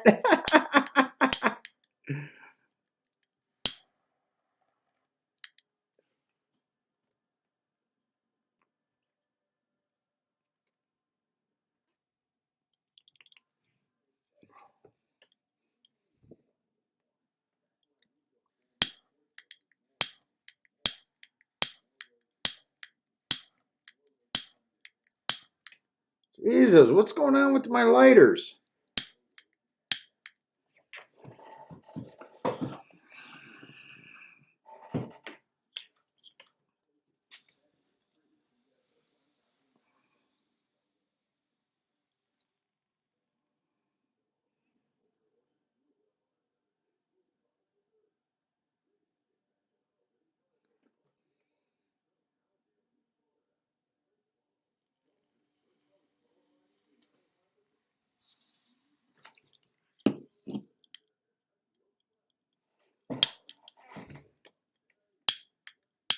Oh.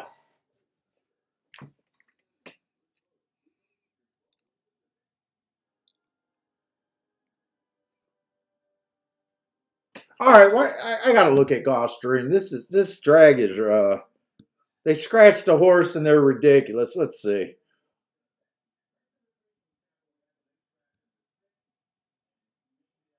We got another sprint on the dirt, but I already know there's an awful lot of first time starters in this race.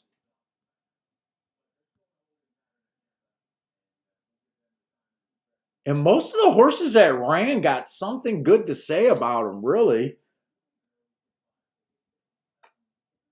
One does look like he fits. First race out, ran against the inside speed track, hit the gate. Proved his speed figure both times, just wasn't good enough. Been second every race. I don't know, Lasix been running today. I don't know why all of a sudden I'm spotting Lasix. That horse definitely would not shock me.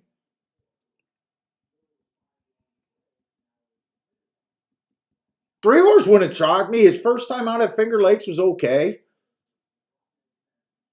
He's going to be on the inside. I'm not sure how good the inside is today. Another first-time Lasix horse. Wow, there's been a lot of first-time Lasix today. Someone pointed that out on the first winner, and now all of a sudden I'm seeing it. I haven't looked at that column forever. Last race wasn't terrible. Came out average, slow while trying to be on the pace. 7 got a few good marks. First race out, speed favoring day. Stalked the whole way around, asterisk.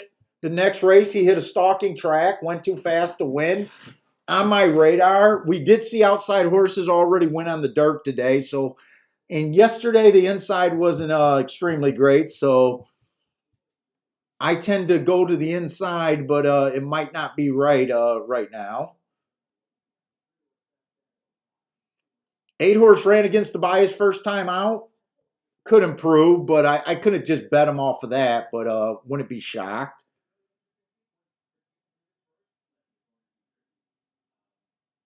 And the 9. 9's been running against a bunch of biases.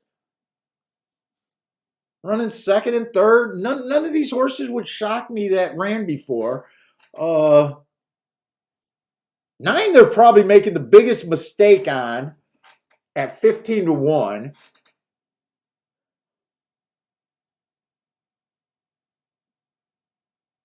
He's the only one that's paying insane. He did have to run a few races at a lower level, but he was running good enough at maiden special weight to make me think that he could still compete at maiden special weight.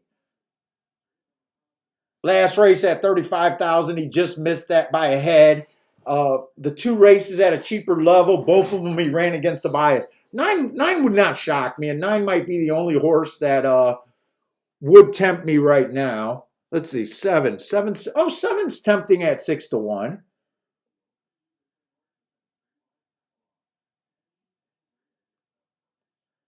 3 would not shock me at a big number.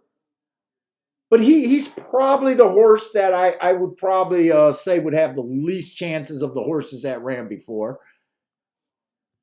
And wow, one's 5 to 1. One would not. Well, who are they betting that they're over? They got to be over betting someone.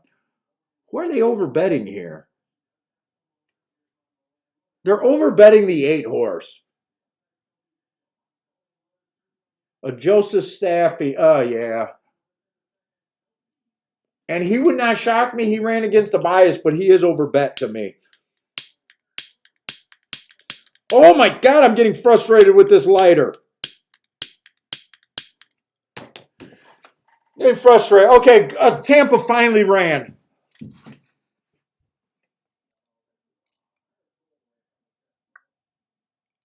Let's see. I think at Tampa I was rooting for the 1 and the 4, but I didn't bet anyone there.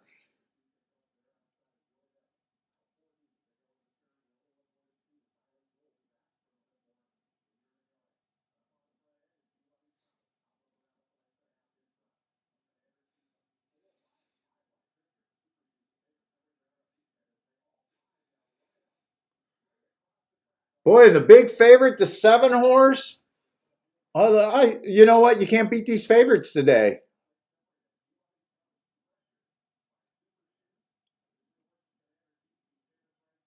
Oh, nope. Is the one coming back or is the one dead? The one might have the 7.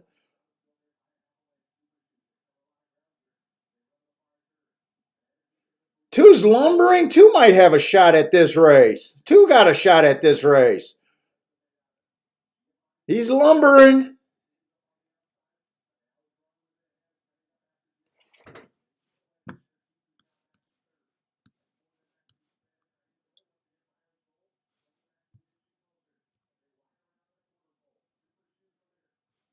Two had to be a pretty nice price there, right? They bet 3 horses pretty heavy there. Two had to be a nice price. Two was on the inside.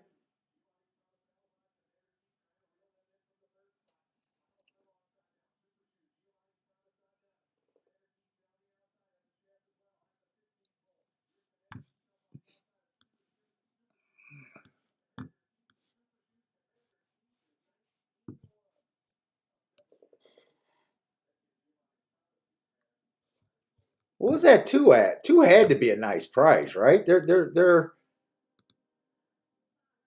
oh, 19 to 1, yeah. Nice price.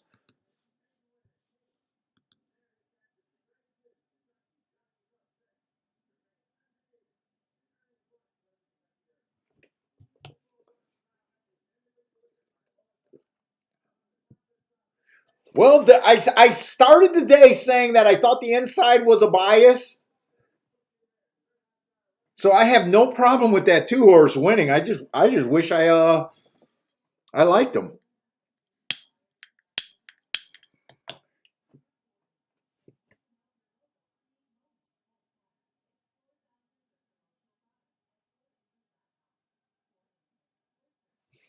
Well, I don't know what to do at this Gulfstream race. Part of me just want to take off on the dude, I didn't want to touch this race, but the odds, man. I think the 8. So let me see this replay on this 8.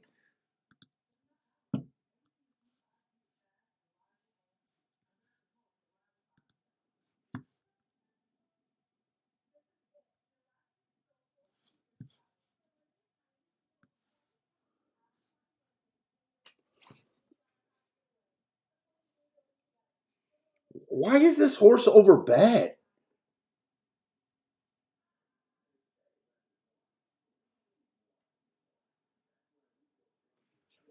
Did something happen to him at the start? Is that why they're betting him?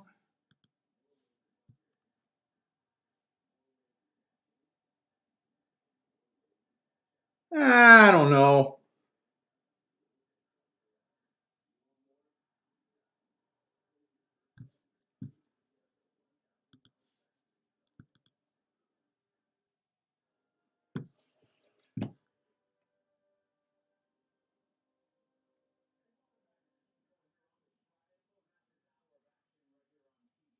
He was off a little bit slow, but man, I'm not. He could just be a slow horse.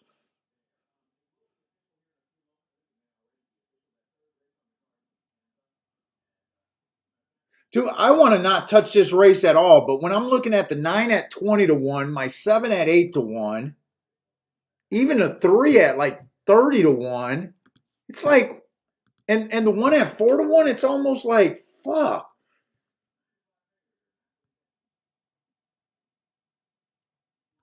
This is on the dirt too. You know what? This is on the dirt. You know what? I'm gonna play this race. I'm gonna bet the 1 to oh.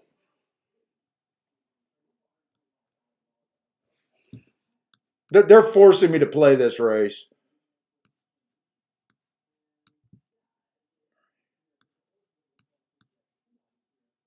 One on top of the 379.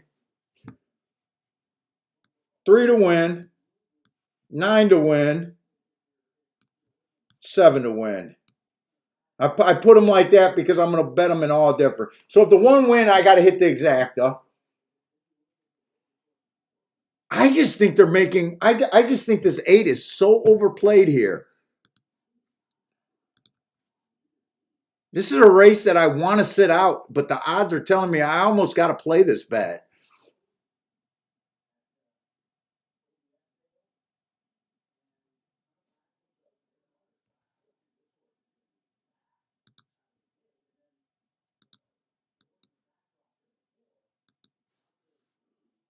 One on top of the 379. Those got to be paying.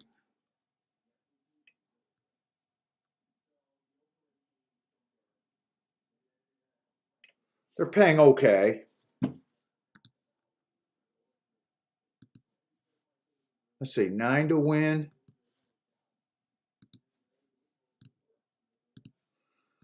3 to win. And I want more on the 7 for sure.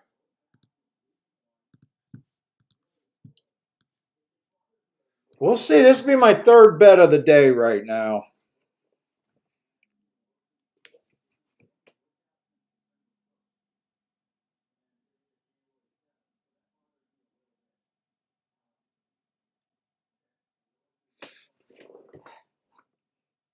Let's see. This is what I'm kind of thinking. I'm thinking they're overbetting the Staffy, and someone just said Irad's on them too.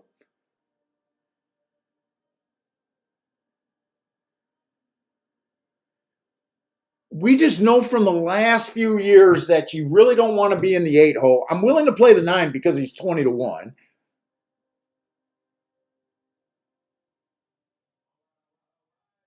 I'm willing to play the 7 on the outside because he's 7 to 1 in speed and might be able to cut over.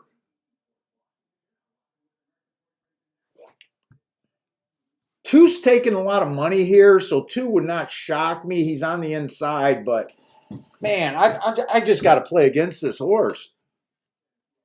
I don't love this bet, but man, I got. They're forcing me to play it.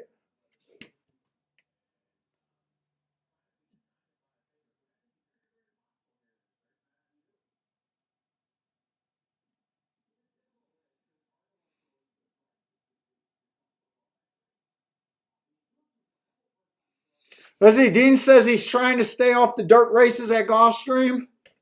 They've been treating me like a baby treats a diaper lately.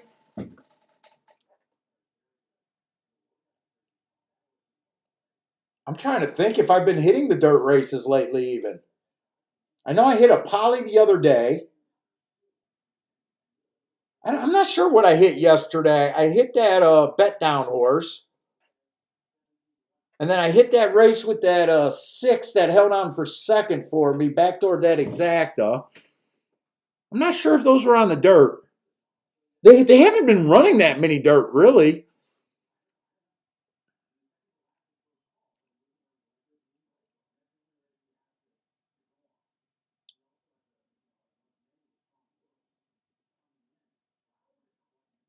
Put it this way, if I get beat this race, I'd rather it be than the 2, the first time starter, than the 8. I'll still feel like I made a right play. I couldn't have took the first time starter at 3 to 1, but I'd rather get beat by the 2 than the 8 here. If the 8 wins, I'd probably say that I shouldn't have been in the race. I should have stuck to my guns and sat out this race.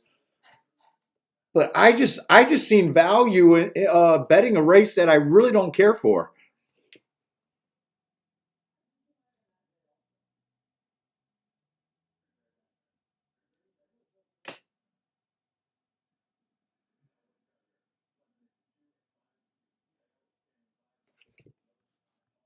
You know what? And I'm actually okay with getting beat by any first time starter near the inside, really.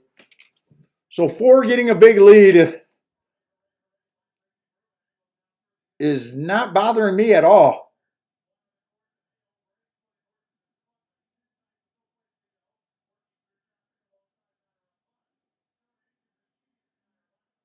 Boy, where was the 1 speed? The 1 showed speed every race and he's nowhere today. Wow.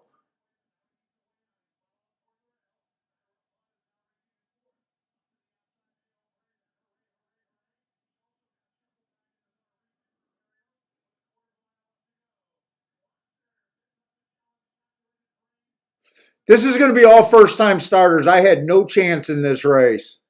But you know what? I like that. To me, that result is better in my head than watching the 8-horse win.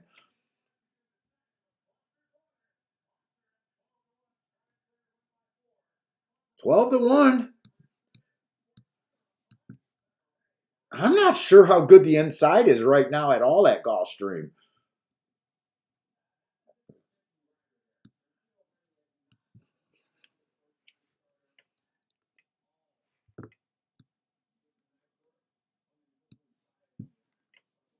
Hey, what's up, Mr. Hobby?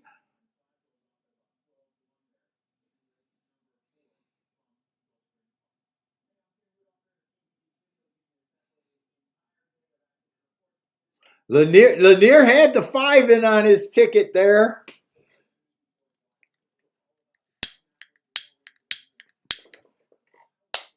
All right, that's my third bet today. We'll see how we got a little bit of a.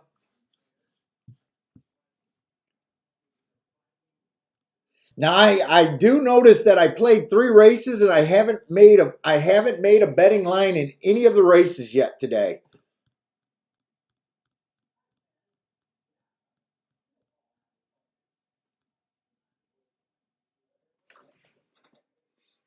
Mr. Harvey comes in with a ugh.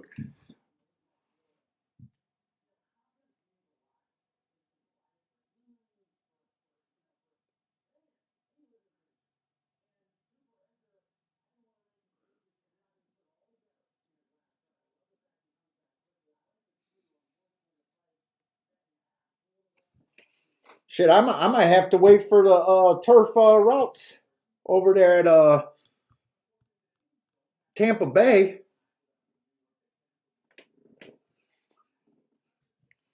All right, I'm gonna go.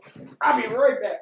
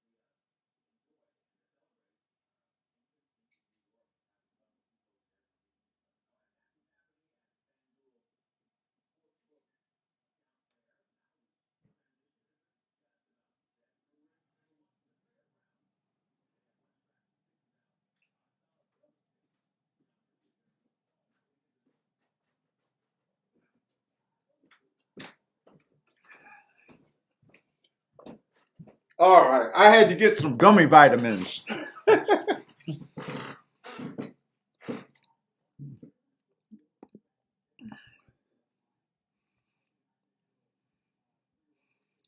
Hey, what's up, Frank?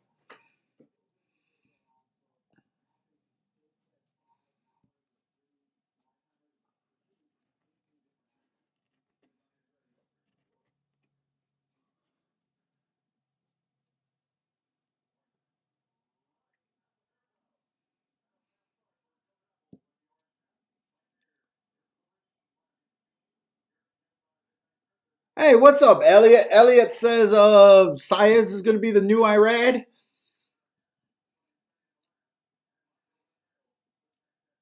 Yeah, that fourth race was a really good betting opportunity there. If you were able to hit that.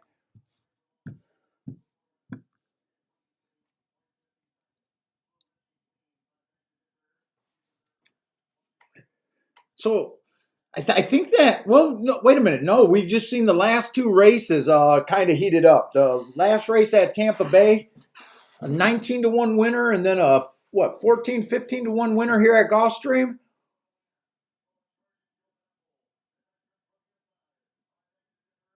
Gulfstream, I just hope there's a race that I like.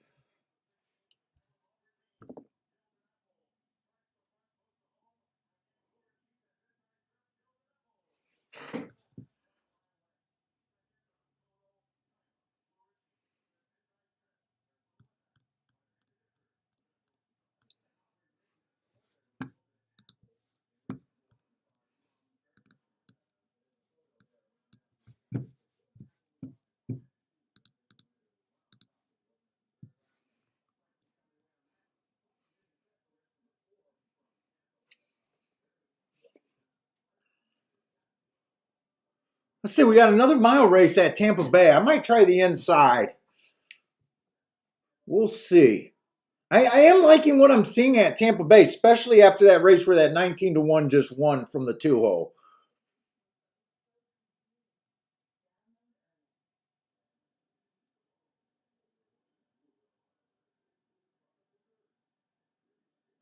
Man, I'm not sure what to make of this one horse. Does have the inside. 2 looks like he could have a little tricky. Couple races he's going to the lead, and a couple races he not doing anything.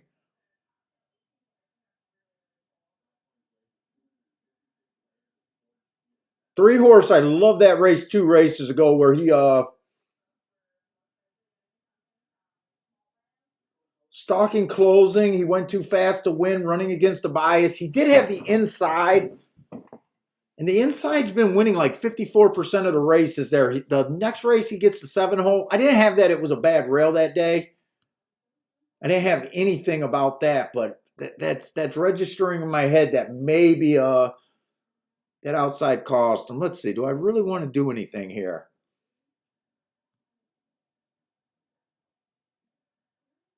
5 got some really good marks.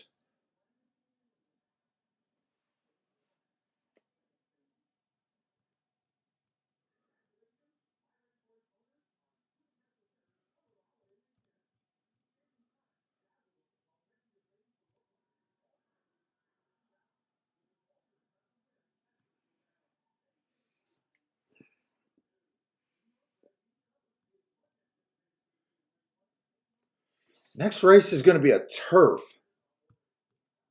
God, that's going to be a tricky race. But I think I might want to play this sequence.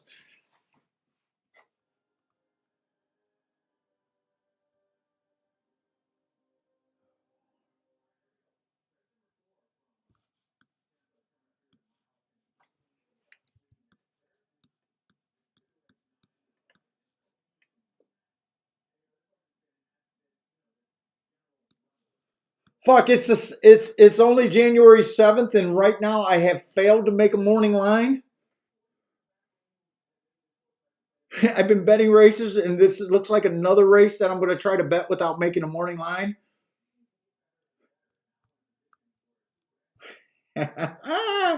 New Year's resolutions don't last long. It's not hard to get back to the same old you.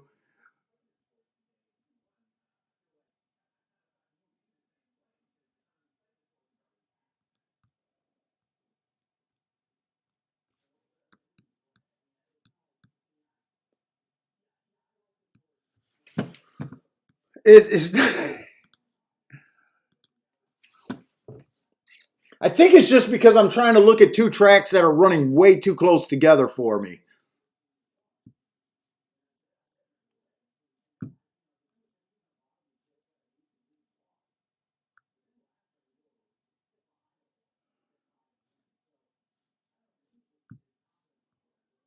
You got to beat the 3 next race. I don't even like the.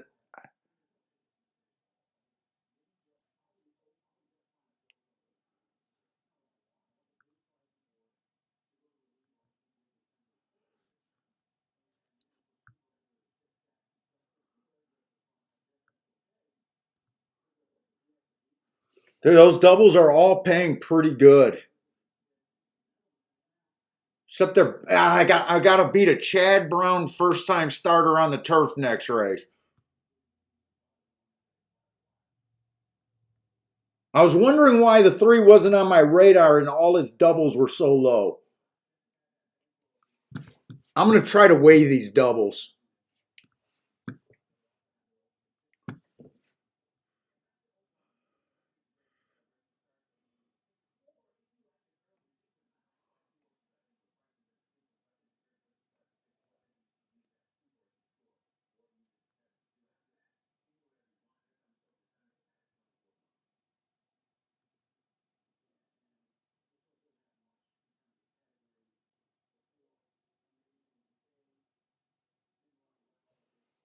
I'm going to try to weigh these doubles.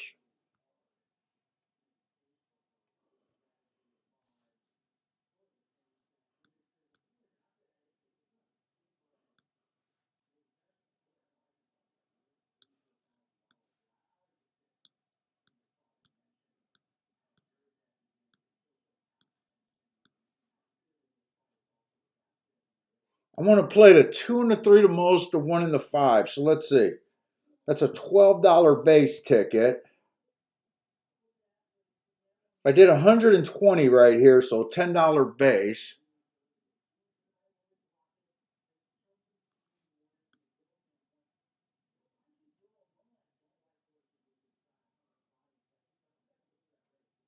That'd be 40. That'd be 120. I think I do want to put 120 in this race.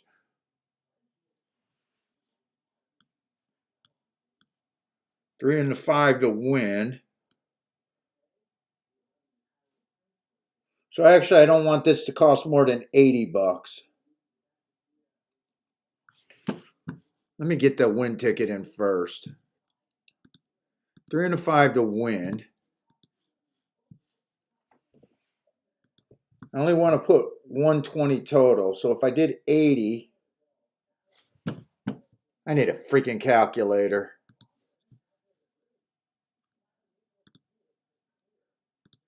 80 divided by 12. If I did them all for the same amount, almost $7 a piece.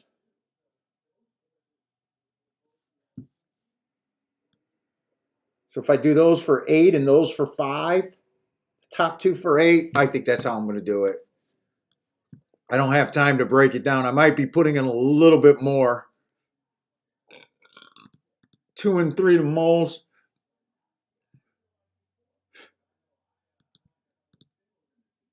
This is my biggest bet so far today.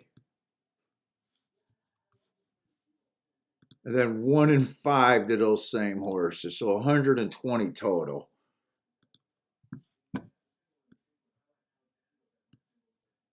So if the 5 wins, I get a free ride. The 3 wins, I'm guaranteed to make money. If the 1 or the 2 wins, I have to hit the double. Okay.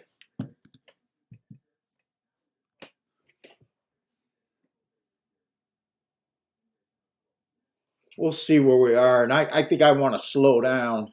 Next race, I'm probably not going to play alone unless the odds that I'm getting are crazy. It looks like they're going to bet that first-time starter. We're already in the 5th race at Gulfstream. Man. Okay, finally a Tapeta route race. Okay.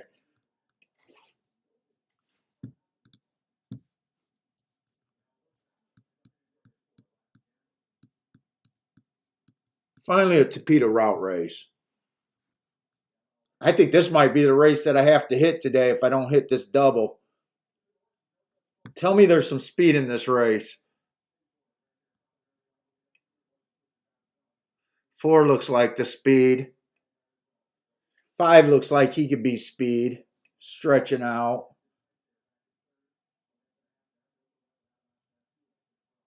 Oh, this isn't a really good race for me, I don't think.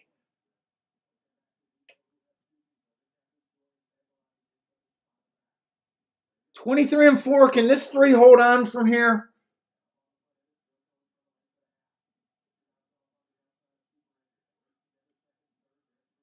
I don't like where the 4 is. Come on, 3. Have some horse for me. Have some horse for me on this 3.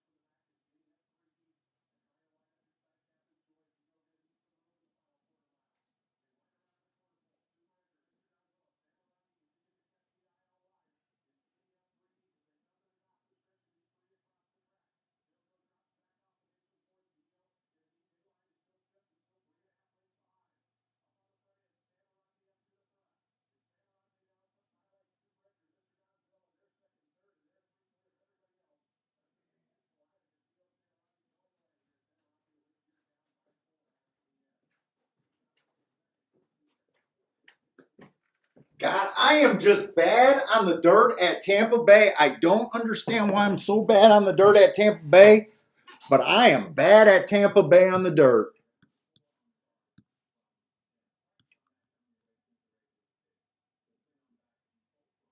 I am just bad there.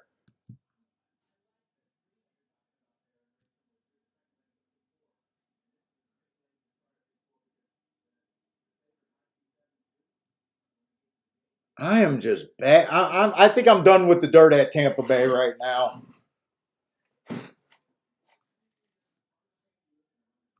I think I'm just done at Tampa Bay on the dirt. I am bad. I am just bad.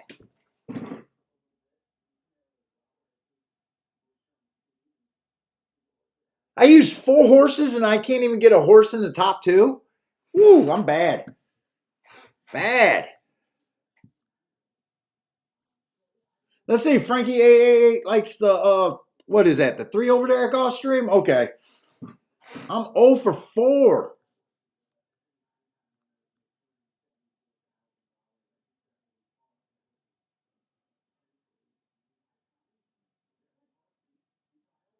This allowance 1X race right here.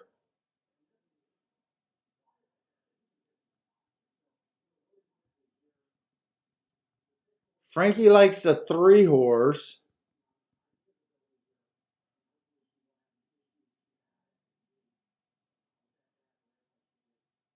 Boy, this is a tough race. Shit, who am I kidding? Right now, the way I'm handicapping, I'm making races tough.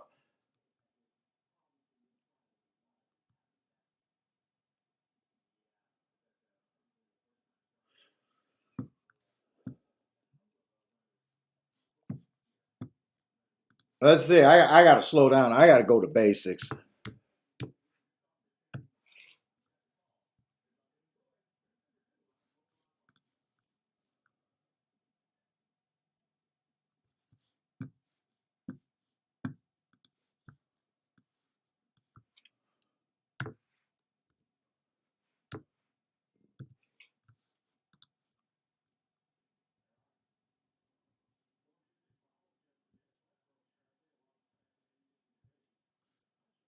I think those are the 2 horses that I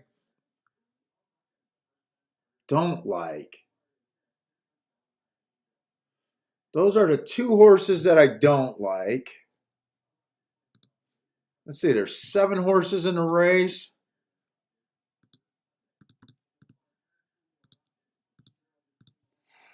So that leaves everyone else at 22%. Can I break it down any farther than that? That leaves everyone at 7-2.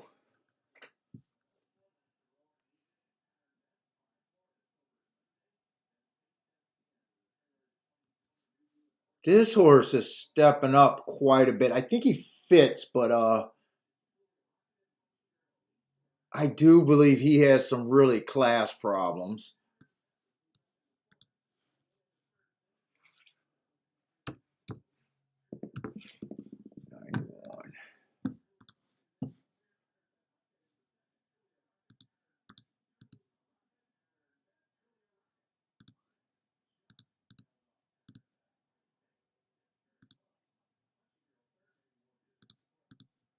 That leaves everyone else with 25%, so basically at about 3-1.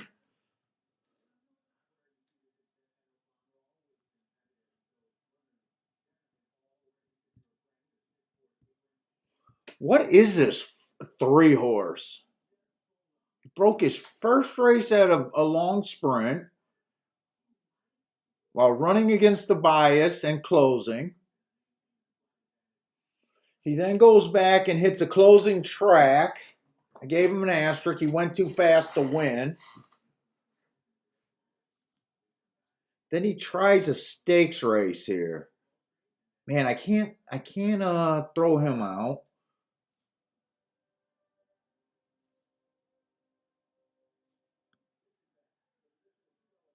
One's been kind of having a problem getting in a position at the top of the stretch.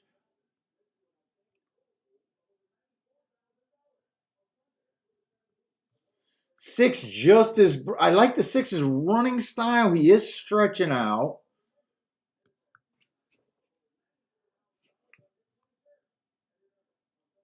But he's never ran against these types.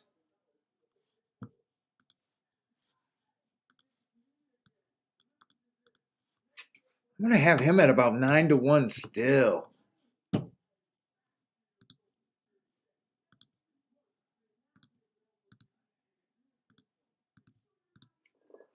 30%. So everyone else is about 2-1.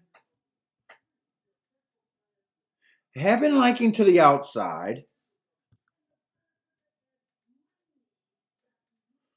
7-horse. Let's see. 7-horse never ran a race that could beat these, but I do think he fits.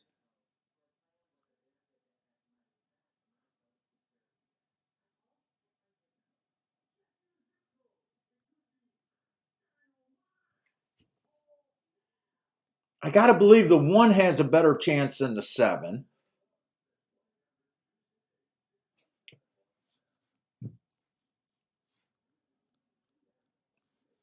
And the 3 has a better chance than both of them. It looks like I'm going to give most of the points to the 3.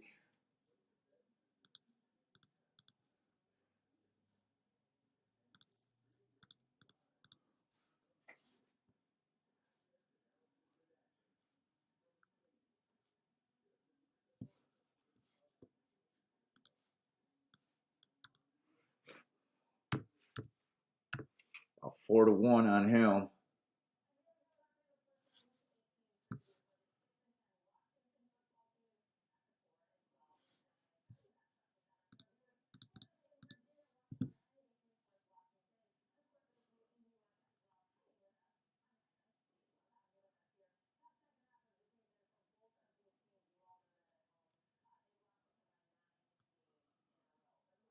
I don't really think the 4 is a 50%. Or I'm sorry, the 3. I'm going to have him at 9-5.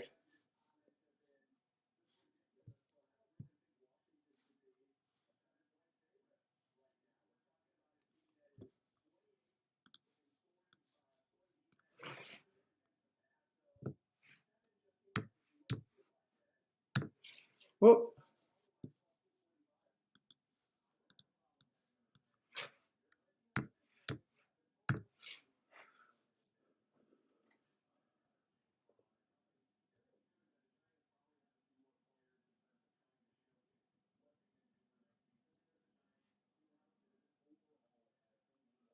So let's see. I guess my top choice is the 3. Second choice would be the 1. I got some value on the 1.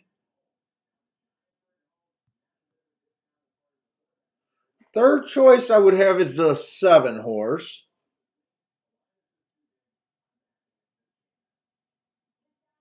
Then my fourth choice would be like the 2 and the 6. I think I like that morning line. I think I like where I'm at there. That's still saying that the 3 is probably the horse to beat. I'm getting a pretty good overlay on my 7-horse. And I'm getting a pretty good overlay on the 1-horse.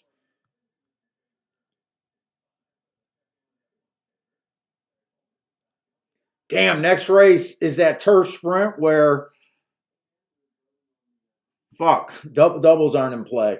Doubles aren't going to be in play.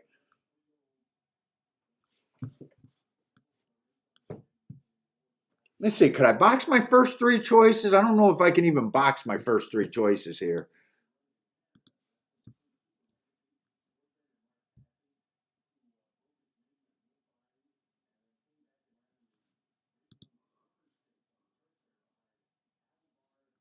$3-1 is paying $20. That's still not bad. 3-7 is paying $16. That's a little bit worse.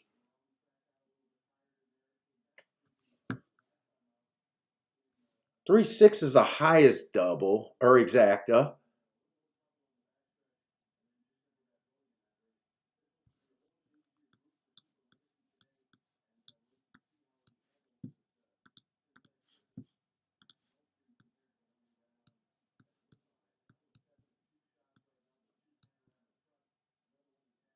Three on top of the 1-6-7 I like.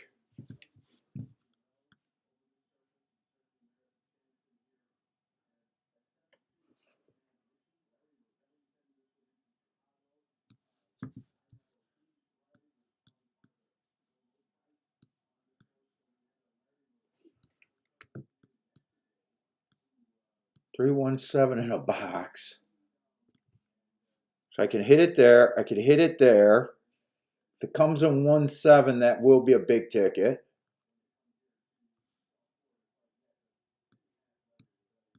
And then 1 and 7 to win.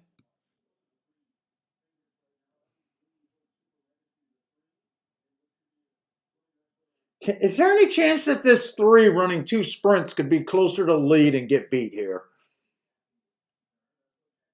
If it wasn't for seeing this grade 1 race, I don't know if I would even have him as the favorite. I think I would have the 1 as the favorite.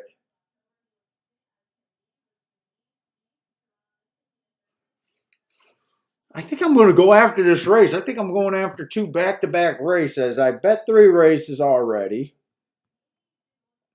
I only made 1 decent-sized bet today, so it wasn't bad yet. But I think I'm gonna play this one pretty good. I think I'm gonna play this race pretty good. If the 3 wins, I still think I could get the exacta here. And there was value in the exactas as long as they didn't bet them down. Let me just make sure they're not betting that down. No, 3-1 is still holding. 3-6 is a good exacta. 3-7 is the lowest one at $15. 30, probably 60. Then another 40. Not too bad. I think I can do that.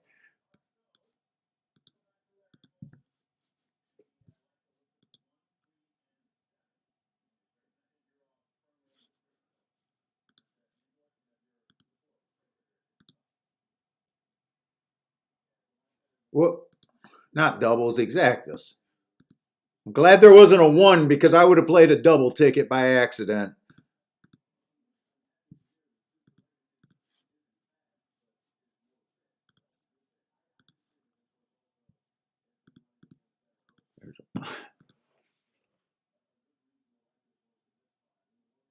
You know what? I'm going to give myself a chance. 1 more ticket here, but this one's going to be smaller.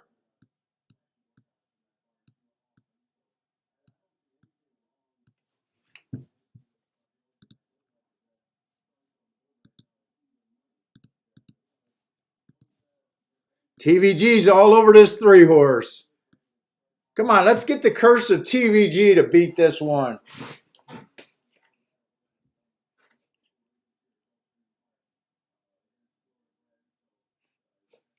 Three seems to tower over the field.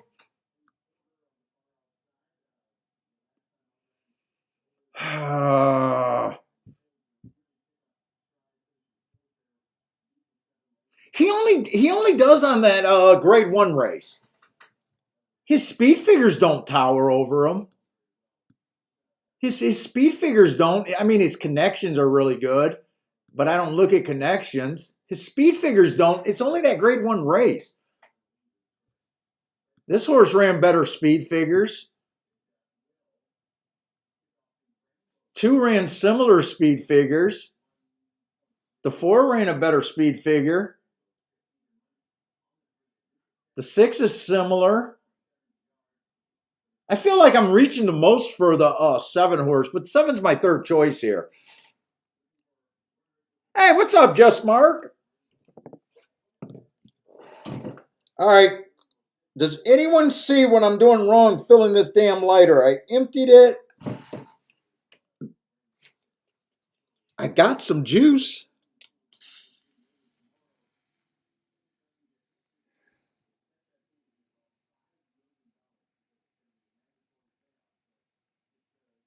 Take it easy, Bill.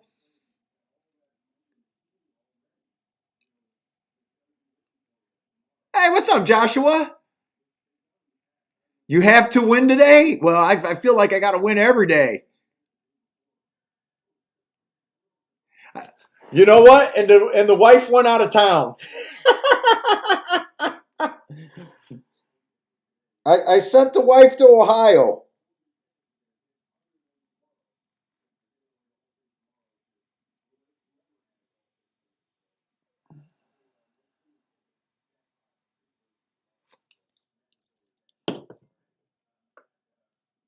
You can't even see if this is taking anything.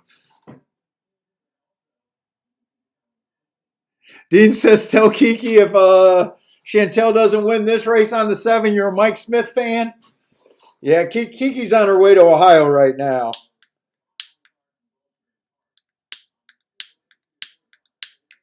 I don't know why this thing is not taking the charge. And I broke this tip. No, that tip is broke.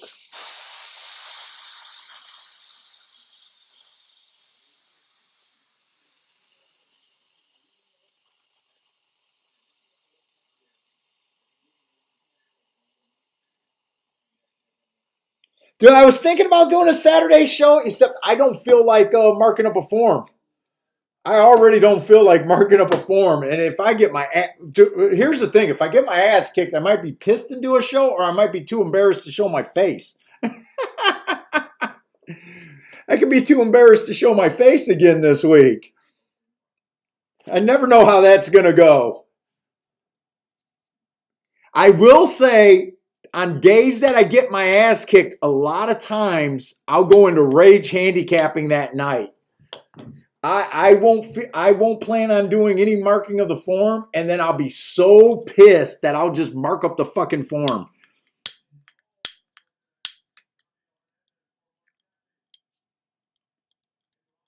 Elliot Blatt's on the 3 here. Oh no, he's saying that the 4 wins by 3 lengths, I guess. Or 3 wins by 4. I don't know what Elliot's saying.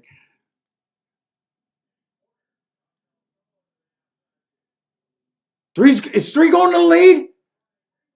Please be a fast fraction here. Please be fast. I'm a little excited now. This horse, I think, either has to be the best to go wire to wire by far.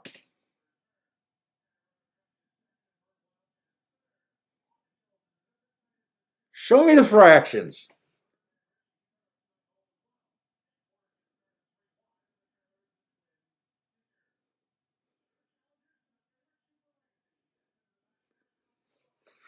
Ah, 24-2 is about average. It's not fast, but they have not been wiring there. Come on, track.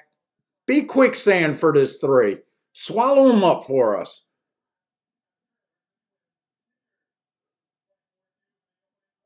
Problem is, none of my horses are really coming. Come on, 7. 7 doesn't look like he has it. 1 doesn't look like he has it. And fucking 6 doesn't even know there's a race today. Come on, this 3 gets beat. No one's coming that I have, but this 3 gets beat. 3 gets beat. Does he get beat?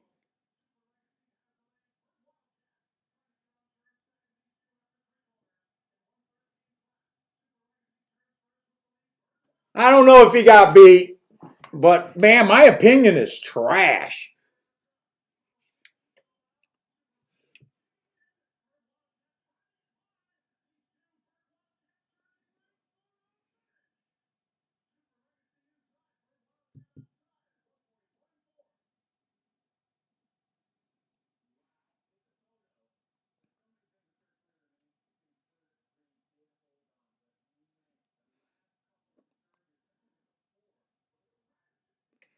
Frankie 888 got a boom. Just Mark says he'll take it. I'm not sure this 4 ever got by this 3. I'm not sure. If he did, it's because of a head bop, but he was never in front of the 3.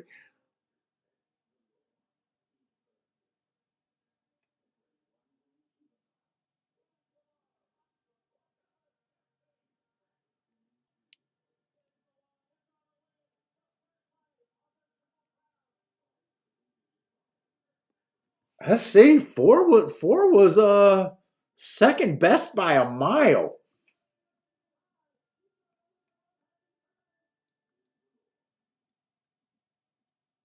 Man, I got to rethink my life choices. I'm handicapping so bad today.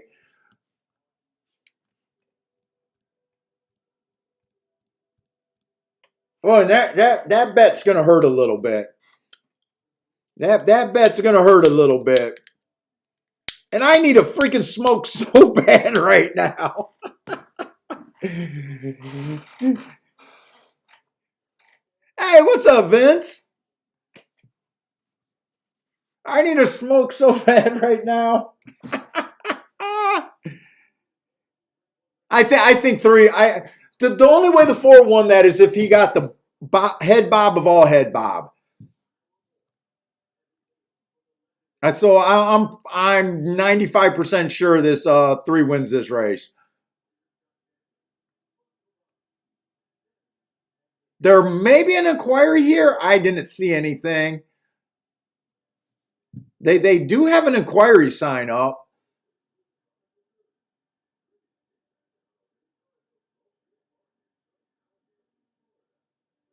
Boy, I tell you what, other than making the three the favorite, man, my other choices weren't even in the ballpark. They were not even in the ballpark. Ugh. Am I really that bad? Let's see. Tampa, I was trying to beat this three. It's going to be a Mark or Chad Brown first time starter. And I was trying to get alive to the 2, the 4, and the 6. The 2 and the 4 right now aren't really tempting me at those prices. Do I really want to bet this race? The 2 and the 6. Only the 4 odds are really like. I'm sitting out this race. I've been bad so far today. I'm going to just try to.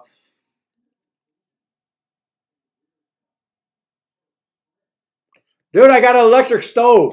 I don't even got a grill top. Usually I have houses with grill tops. This one I got just an electric one.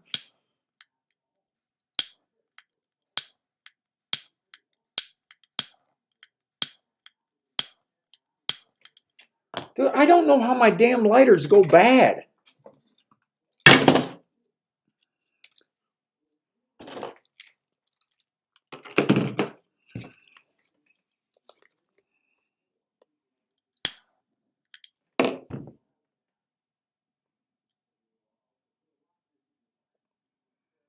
Come on, crackhead, you can do it.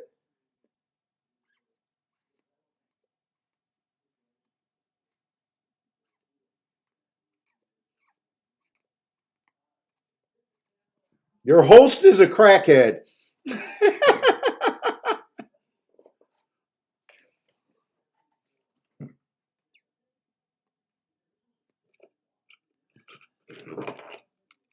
Vince, I don't. If you're asking me, man, I don't even have an Oaklawn form. I'm just doing a Gulfstream and Tampa Bay. And full disclosure, I have been terrible today.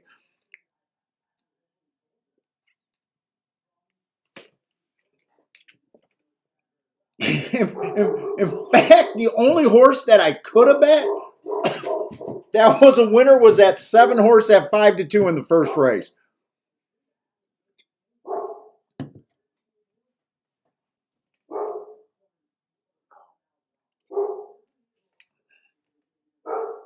Grandma likes your horse, though.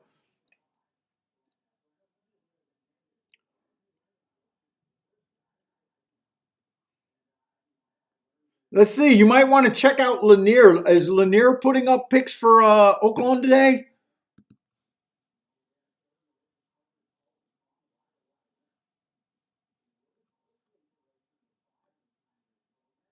Lanier's really good at narrowing down the contenders.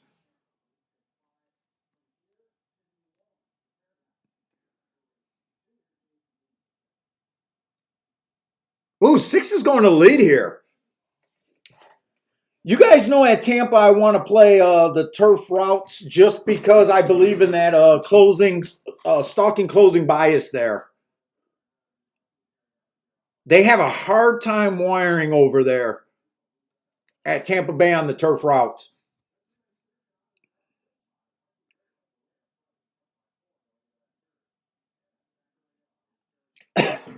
Oh, let me open up this window.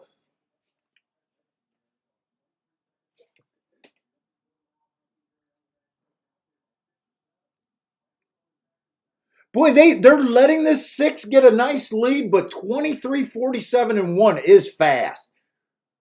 My heart is saying that this is going to break down, but I would be nervous about the closers right now because they really aren't coming. But man, he's not shortening either. Let's see if soon as they get to the break in the oh, they got him. Do they got him?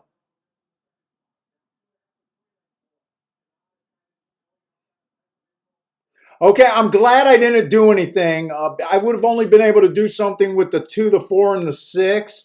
I was trying to beat the first time start. Just 6 ran a really nice race, especially when you consider he was a front end on fast fractions. Would have been the best horse if it wasn't for the Chad Brown first timer. I would have closed out that double, but I couldn't get alive. And I used 4 horses to get alive, and I couldn't get alive. Jesus Christ.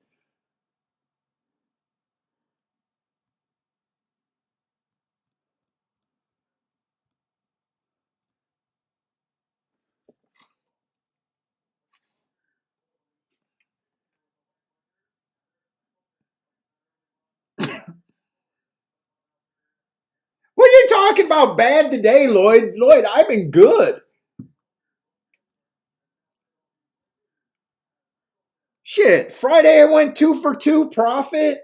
Thursday I went 1 for 4, but I hit that 13-1 profit. Yesterday I went 2 for 7, but 3 of those were play bets. Profit. I only got to hit 1 or 2 races when I hit. And yesterday the handicapping was good. It was just a lot of races that I still couldn't play, but the opinion was good. Today the opinion has been trash all the way around. I'll call myself out when I'm super bad. I'm super bad today.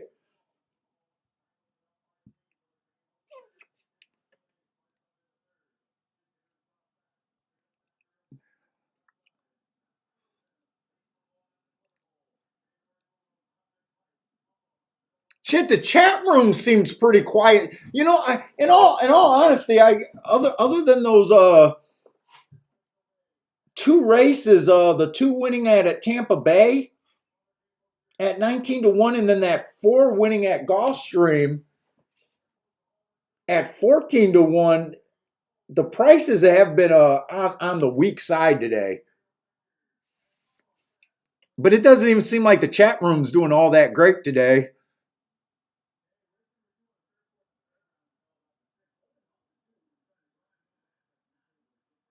How about you go there to make that? I don't get what you're saying, Vince.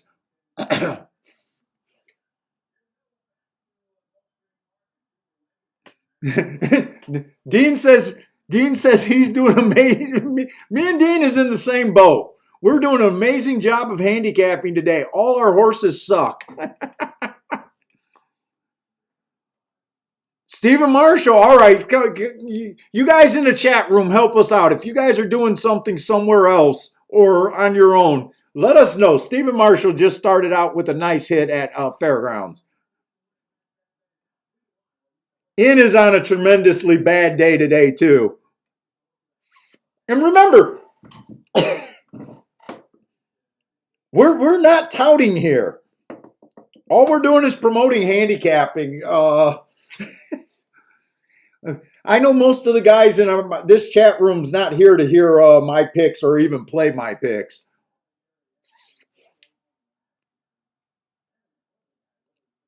I want to play the 9th race. What tracks do I have the best chance to make win big money at?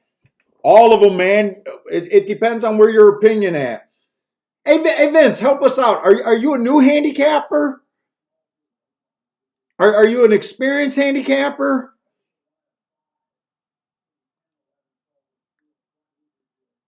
It sounds like you're new to the show. I'm guessing you're new to. Oh, you've been shoveling snow since 3 this morning.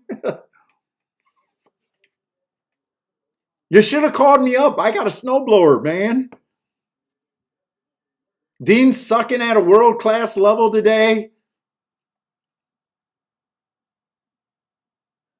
What night? You just want to play the ninth race today?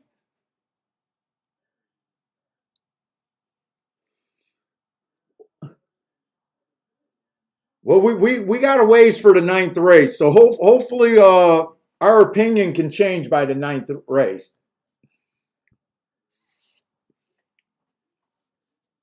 I already know the sixth race is not playable to me at Gulfstream.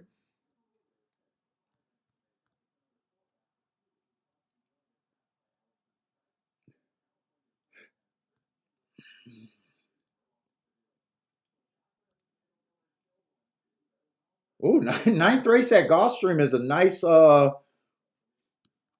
to be a dirt sprint.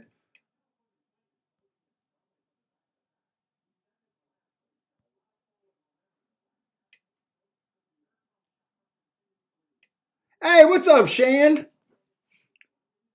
Yeah, Shan. No boom today for me. That's for sure.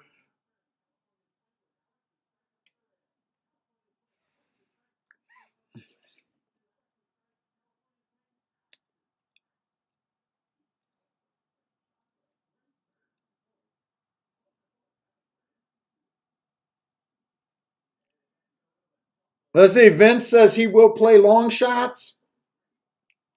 Well, Vince, you picked the right show because most of my plays are long shot oriented. I do believe in value.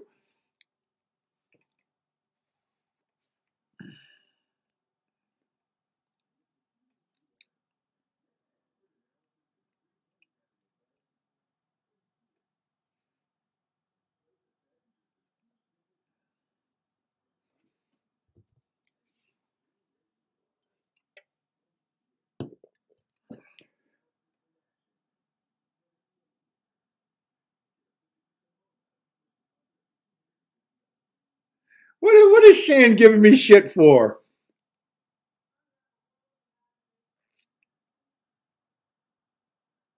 I think he's saying best for me to. Oh, you don't want me to do a cold cooking show. I can cook a mean breakfast, but it'll send you right to the bathroom afterwards.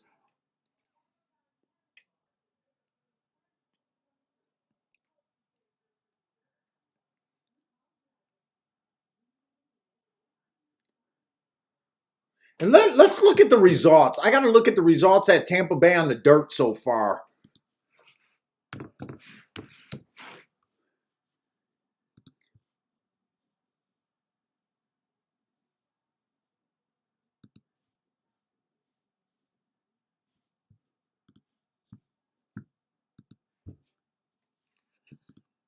Let me look at the charts. See, first race it came in 4-5.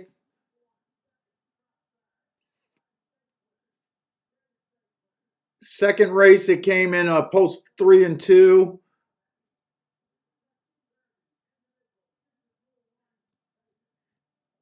You know, Tampa has been all inside except for that last race at Tampa Bay on the dirt. Maybe I shouldn't give up on Tampa Bay so quick. Maybe I shouldn't. We did get a 19-1 winner on the inside. I said I was expecting the inside to be good today.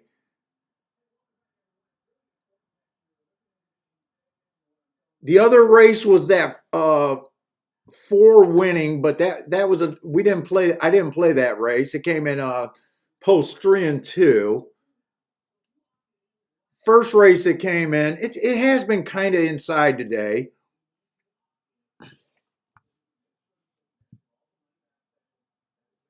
But if I play a Tampa dirt race, I am gonna have to really like something. I'm gonna look at the Tampa race because I know this Gulfstream race is not for me. Too many first time starters in the race.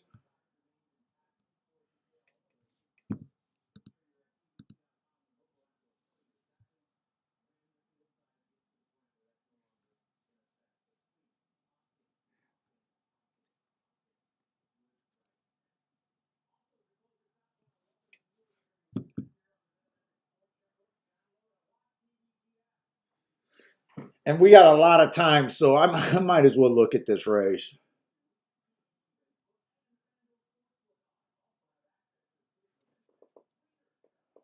Yeah, Gulfstream was really nice yesterday. The pick six paid, I think, 45,000.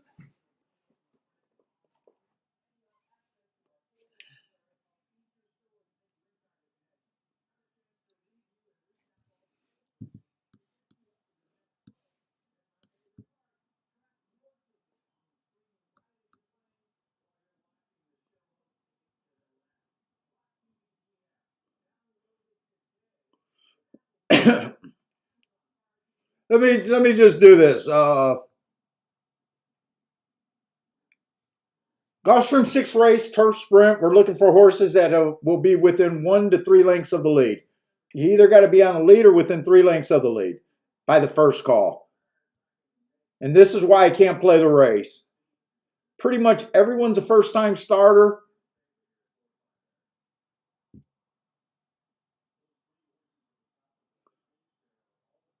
Eight is the only one that I can say looks like he wants the lead. But yeah, that race is not for me. He's a nice price, but with so much danger and not handicapping well today, I'm not willing to take it.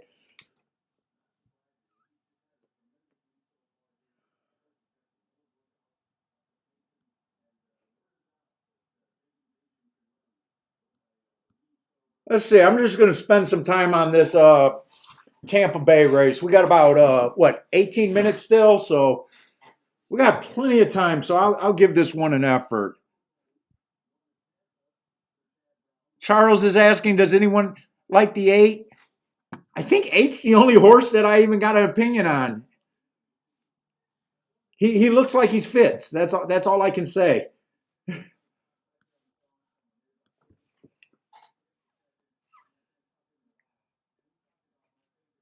Let's see. We got 7 furlongs, 5,000 claimers. The one horse, 3 races ago was just average, average, average, average. 3 races ago, it was early pressing day. He was just average, average, slow. 2 races ago, average, average, average. And then last race, he finally found a field where he wasn't going to fade. He was just average, average while winning that. Wow, he's even money. He does have the inside, and I am believing in the inside there. But even money is not what I'm looking for. Let's see, the 3 horse. 3 races ago, the track was favoring inside. He was stuck in the, or she was stuck in the 8 hole. I gave her an asterisk for running against the bias. Very next race, hit a stalking closing day, so ran against the bias there. But that was at a route, and I don't like route to sprint. There's some things to like about her, but I'm looking for something I really want to play. 4 shipping from Delaware. I don't keep track of the Delaware circuit, so I'd be ignoring her.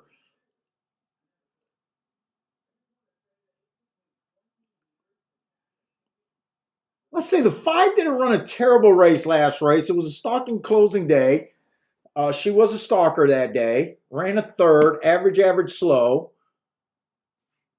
But I tell you what, these Penn National races, that's where horses go to finish their career, not to ship out of. I'm prejudiced against Penn National. 7's another route to sprint. I hate route to sprint. And 8 looks okay, but 8's going to be in the 7 hole. 8's going to be in the 6 hole. We did see an outside winner one last race or two ago. But I guess now I understand why they're betting the 2 horse.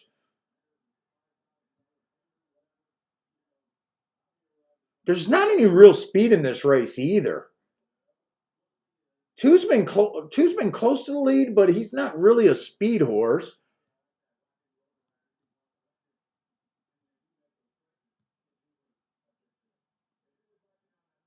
Same with the 5. There's not a true speed horse in this race. 8 might be able to outbreak these.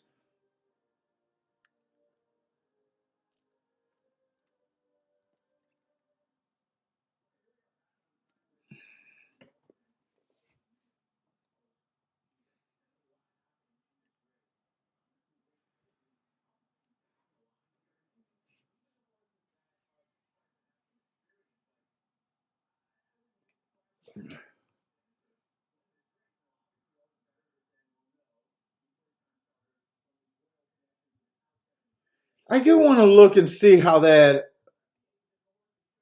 4th race, this 7 horse won.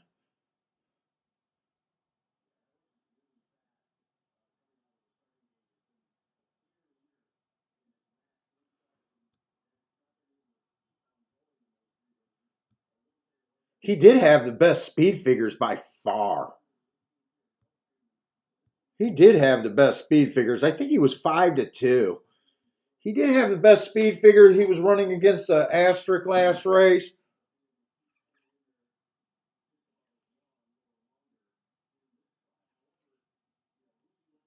I didn't really spot that. Stephen Marshall's taking a shot with the 8 over there at Gulfstream. Anyone else got some plays? I know it's slow for the show right now.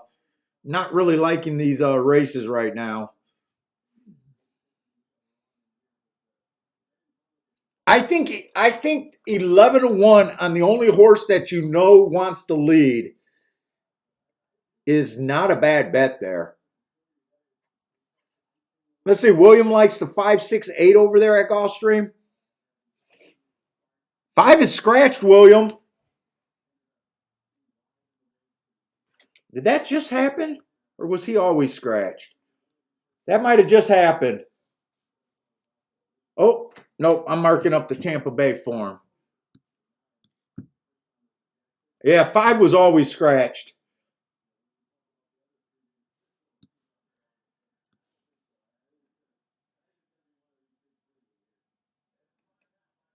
Ah, 6, 8. 2, 6, 8 is what he likes.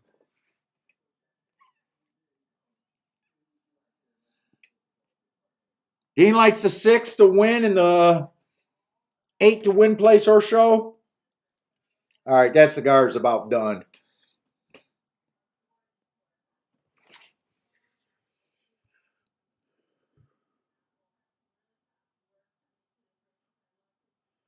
And Tampa's 6 race, man, I really don't have a real opinion on this race, I don't think. There's 6 horses.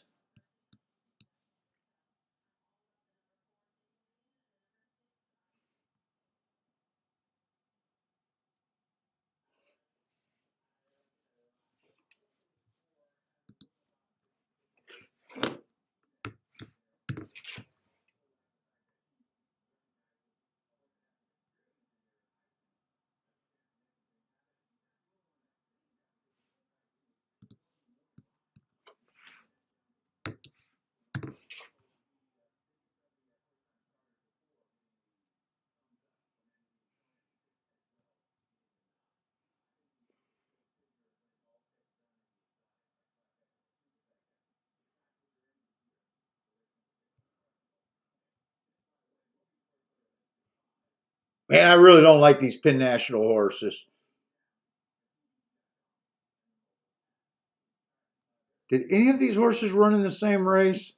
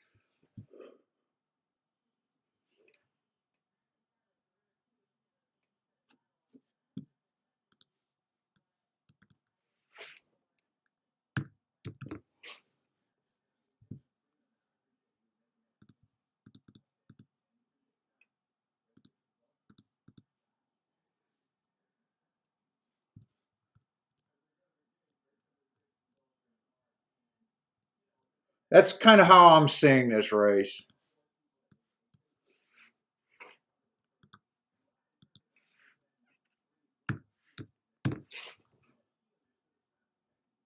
I don't love anything here.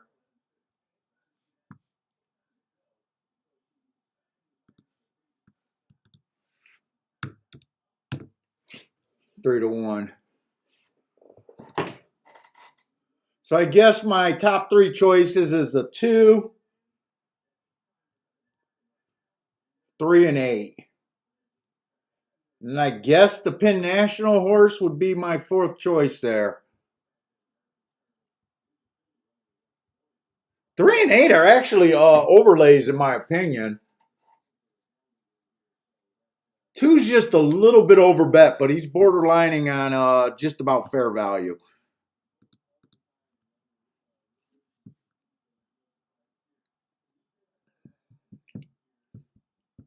Come on, can these races just go off a little bit quicker? Come on, Gulfstream, you've been milking this. Let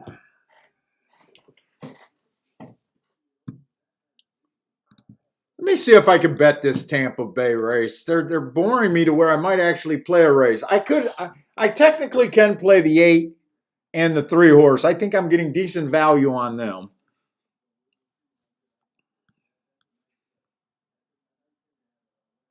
Actually, 2-3 is paying 36 to 1.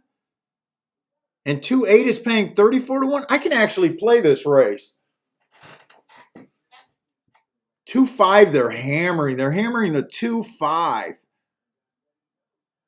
That's paying 6 to 1. Ugh.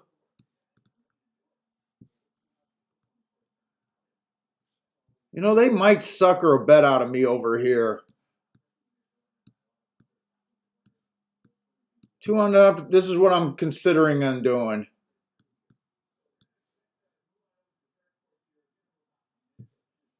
Shit, I can even do this. Those are paying pretty good. 2-3-8. Oh, Kiki made it to Ohio. She's safe.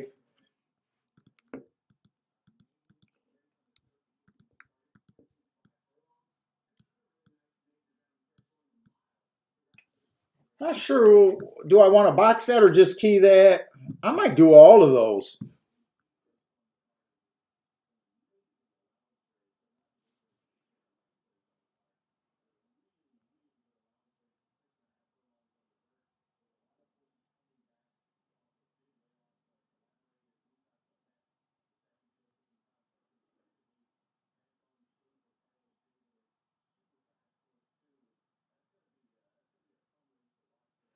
Stephen Marshall says Fairground had a 7-minute clock when Gulfstream went to 0 and Fairground still went off first. That's bad.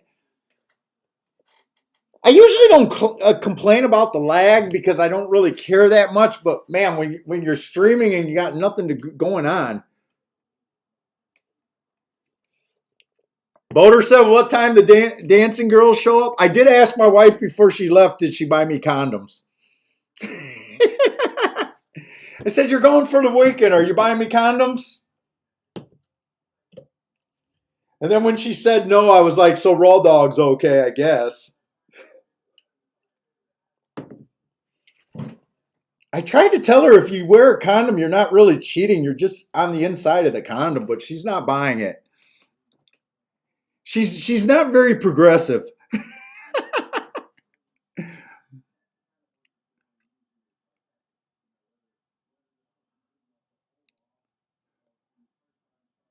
Let's say Gulfstream's finally heading in the race.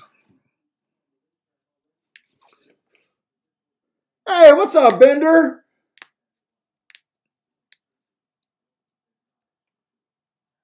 Bender had a nice day yesterday. He had a half a Rolex day. And then I think he quit for the rest of the day. It's terrible today, Bender. Grandma misses the girl talk.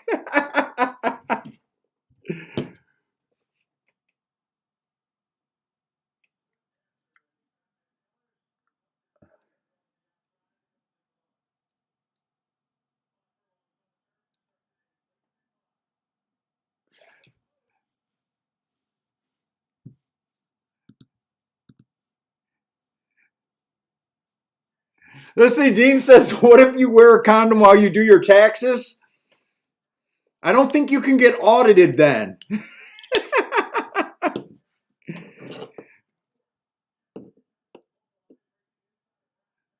Let's see, the three showed speed.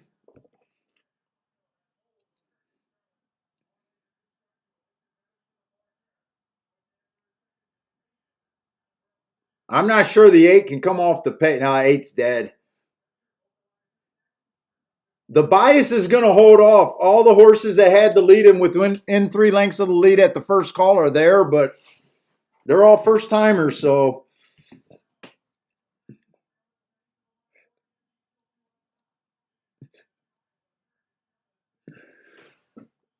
Dude, how the hell am I seeing this race so different than the public?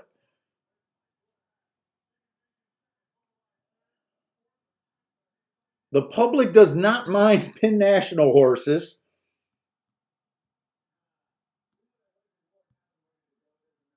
And they don't mind route to sprint. I hate route to sprint.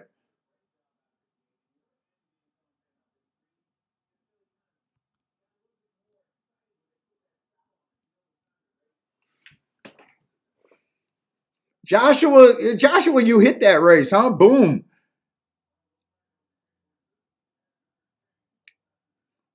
Dean's thinking about giving up. They're going to force this bet out of me.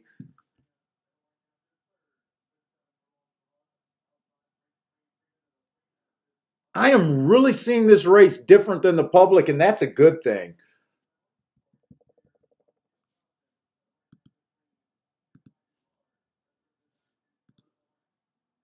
Three and 8 to win.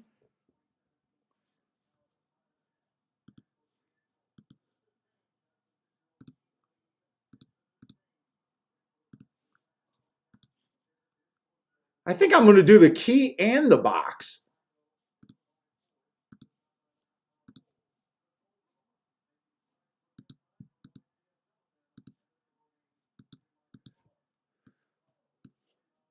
Oh.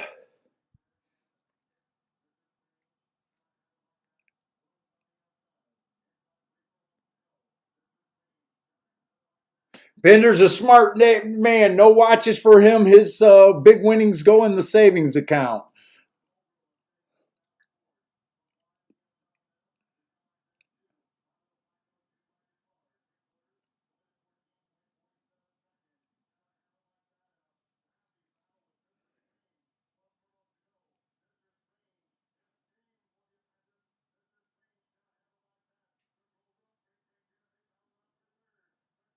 You know, I wish the 3 and the 8 wasn't such a high odds here because I would have sat out this race. This is like the second or third race that they forced me to bet on a race that I don't have a super strong opinion on, but the odds on the horses that I like, they're just forcing me to bet here. Stephen Marshall's on another boom at Fairgrounds. Is Fairgrounds favoring speed and let's see, what is Fairgrounds doing today? Now I'm wishing I looked at Fairgrounds.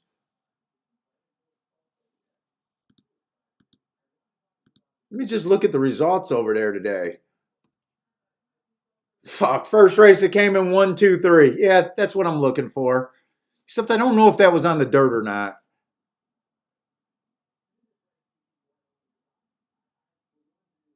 Was that on the dirt? Yeah, that was on the dirt. Shit.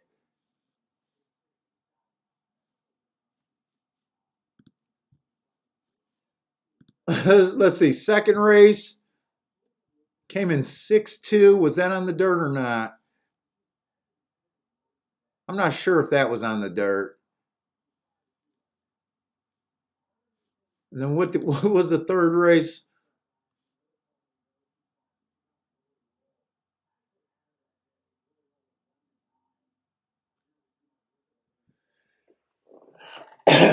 Yeah, the inside does look like it's kicking over there at Fairgrounds. Ah, fuck.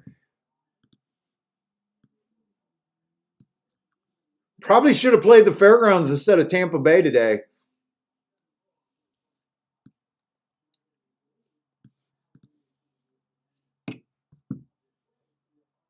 One wired the third. Steven, what was that second race where the 6 won?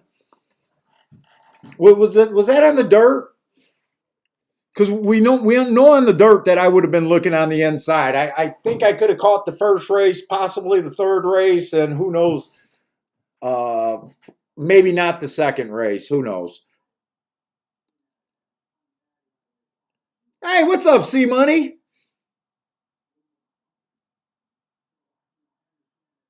Oh, you know what? I did not mess around with it. I does that work in the exactas too?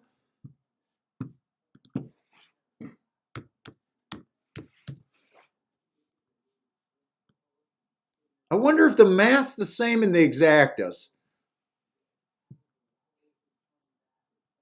Let me see. I still got it.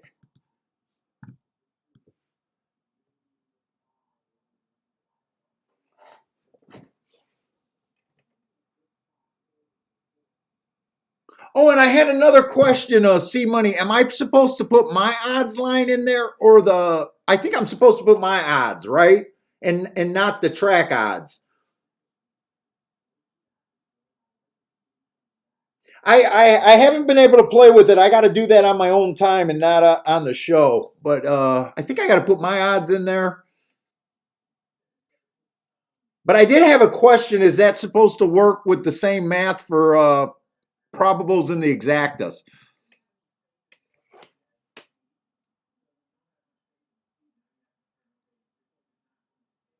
Okay, so the math is different for the exactas. Okay.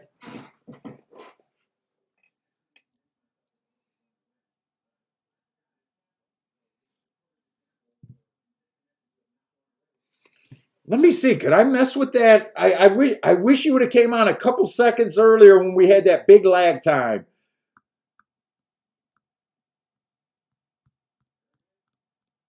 Because I could have put one of my I was not good with making odds lines today.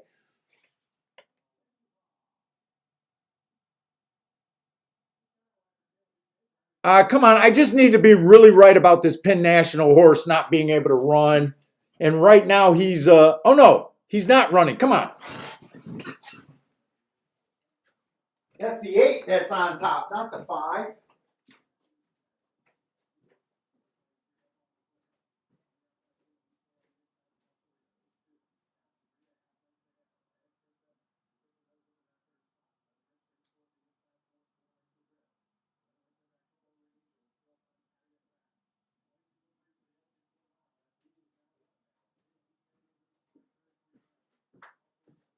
Come on, 8. I need this 8 to keep going.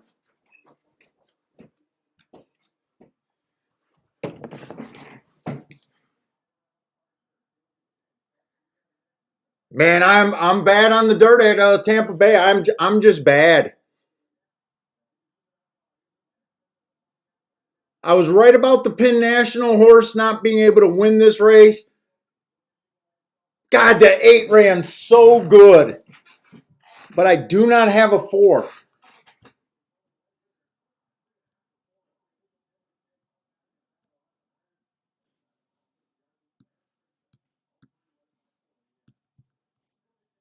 I did not have the 4.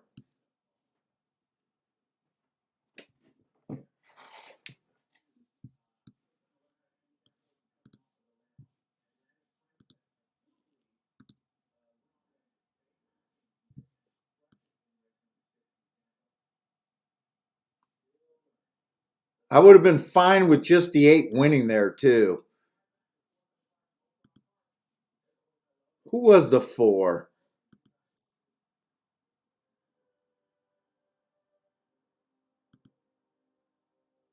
4 went off at 7-2.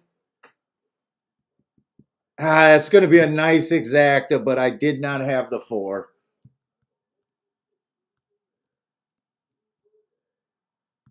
That's not even the right race. I think the 4 was route to sprint, if I remember right.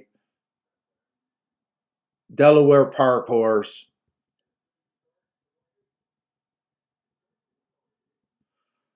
Oh, boy. Dropping in class. Dropping in class. He was dropping in class.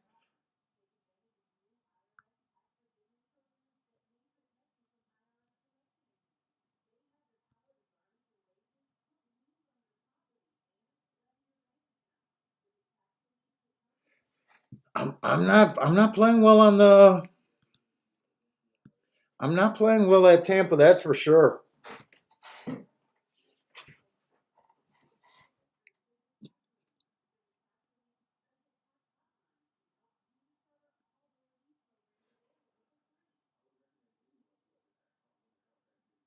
What did that exacta pay? That exacta probably paid like 70 to 1, probably something like that.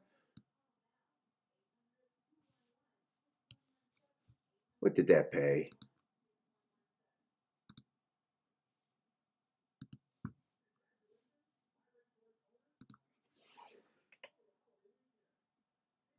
Results aren't up yet.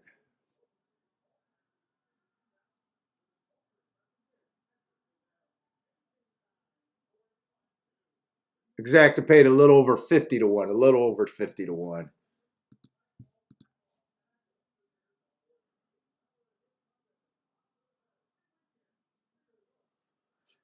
Oh, the 2 was trash. I knew I was reaching for the 3, but the 2 was trash.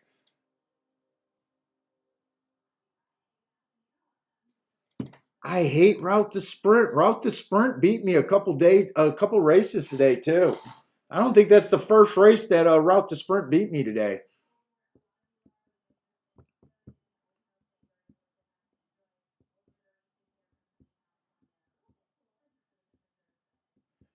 Hey, what's up, Gregory?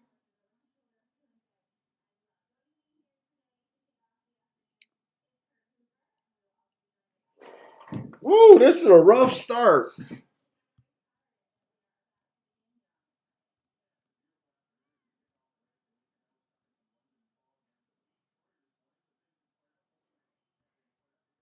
And I got another Tapeta sprint race.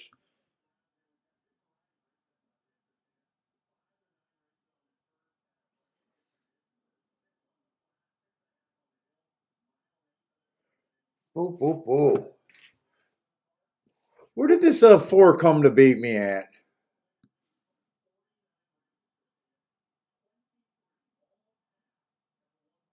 Oh, 4 was always close within range. He stalked, huh? 2 had the lead. 8 put him away. 4 and 3 was sitting in the gravy spot.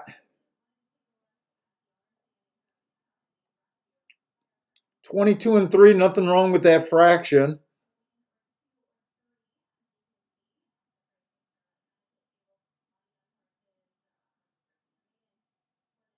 Boy, right here, I thought the 8 was just going to be gone. I thought the 8 was just going to be gone.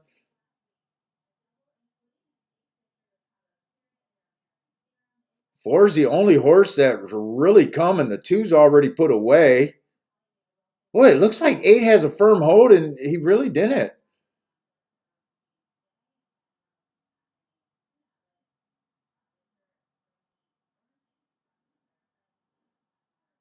Right at the top of the stretch. Well, he did a good job not folding, though. He did not fold. He fought on well. Because it looked like the 5 and the 7, especially the 5, looked like he had him the entire way. And 8 did a pretty good job holding on, but yeah, that's a loser. I can't be mad at that ride. I can't be mad at that ride there.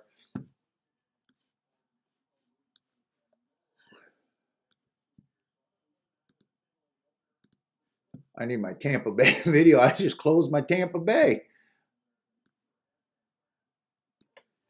All right. We got a nice 12-5 claiming on the Tapeta here.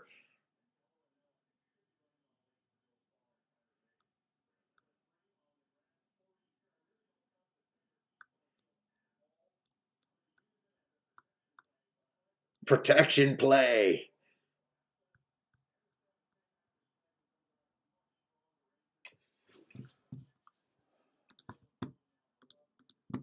All right, let's go.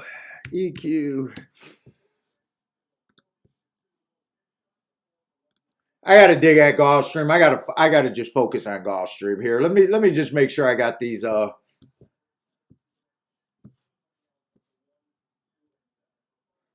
7 stalked. 9 went wire to wire. That was on the Tapeta.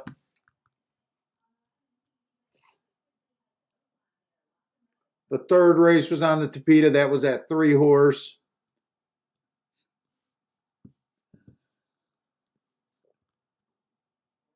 Five stalk there. Oh, that was that first time starter. Okay, I do remember that race.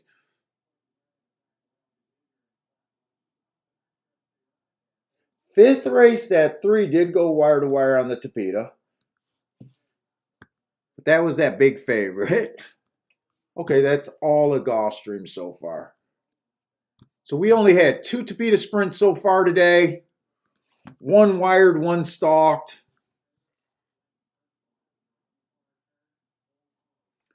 All right, let's see where the hell we are. I gotta get my head together here.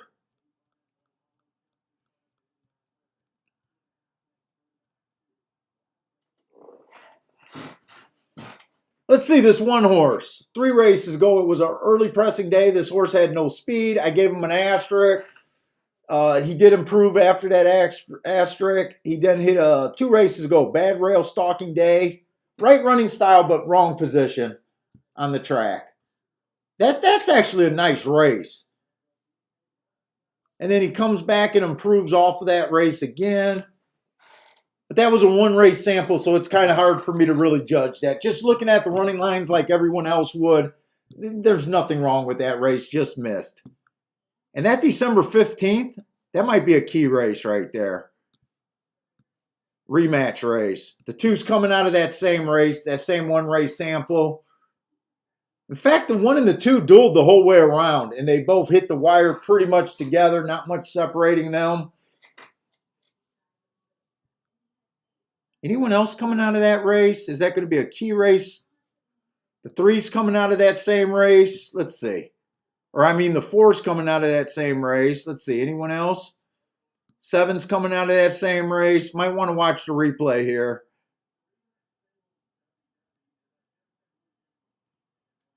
So about 4 horses are coming out of that same race. It's a little annoying that that was a 1 race sample, so it's really hard to judge. But I think I'll have enough time to look at that replay. Let's see. The 2 horse, 2 races ago, the rail was bad. I gave him an asterisk there. Why do I think that's this race? November 4th? No, it's not the same race. I think that's a good finish running against a bad rail right there. So I really don't, there's not much separating the 1 and the 2 from their last 2 races. I think they both ran some nice races, their last 2 races. Let's see, 3 shipping from Pressed Isle. So 4 races ago at a route, stalking closing day, which he went too fast to win. Comes back, runs a nice second off of that. Hits a bad rail 2 races ago and hits a bad rail last race. Wow, there's a lot of excuses here. And so far, every horse that I looked at.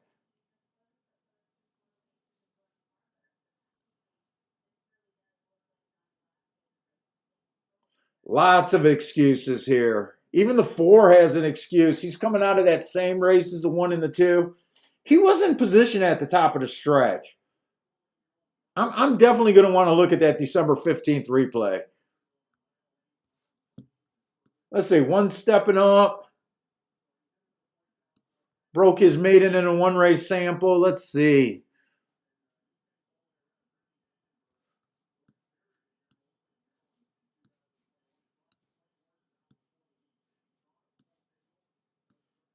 Six horses stepping up, coming from Pressed Isle. The Pressed Isle horses don't seem to be running well their first trip over the track. He ran on a bad rail 4 races ago. I like the asterisk. Comes back, goes too fast to win, running against a... Wow, there's a lot of excuses on a lot of horses here. A lot of excuses.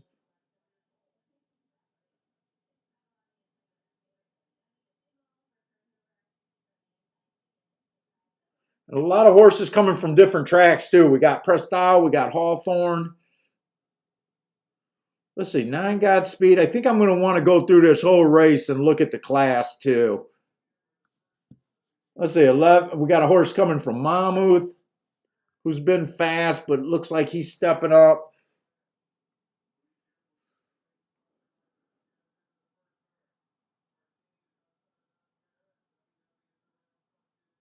Yeah, Bender, I'm agreeing with you. Gulfstream on the dirt right now is not looking like the Gulfstream we love. That's for sure. See, what is this? This is a 12.5 claiming. Let's just make sure because I got to get back to some basics here.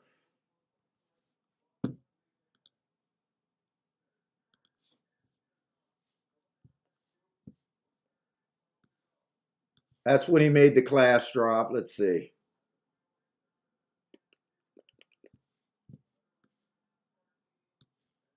Kind of made his class.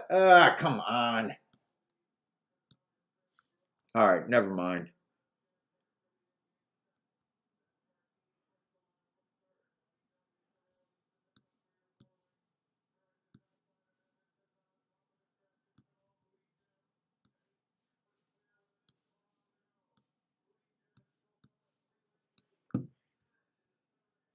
Stepping up, stepping up.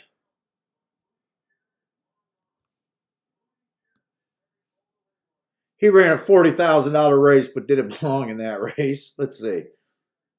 Same level.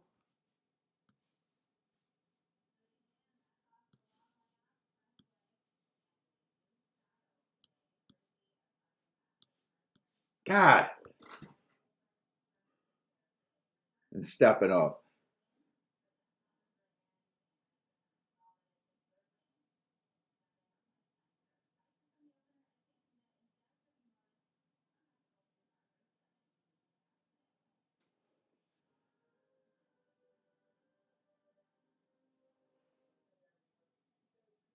Let's see. 9's the favorite here, huh? That is a horse. Man, right? 9's going to be a little tricky. He does have tons of front speed. He's coming from Hawthorne. Those are straight state bred allowance races. I think your opinion based on him is what you think of those straight state bred allowance races. Is that really a drop here? I'm not sure if it is. Man, I'm not sure if that's a big drop there.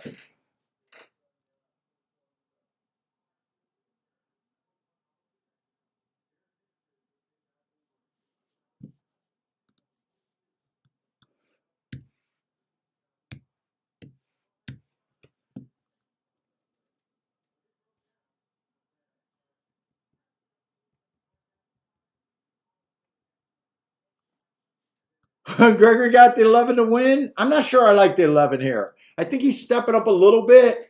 It's kind of hard because I don't know the Monmouth class structure. This might actually be a lateral move.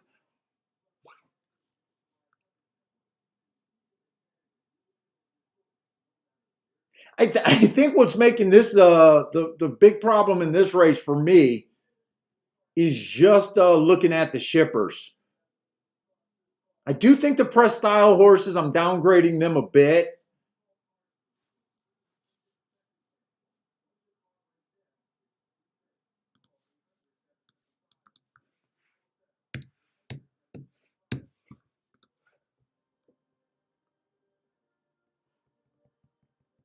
I think this one has a better chance than that one.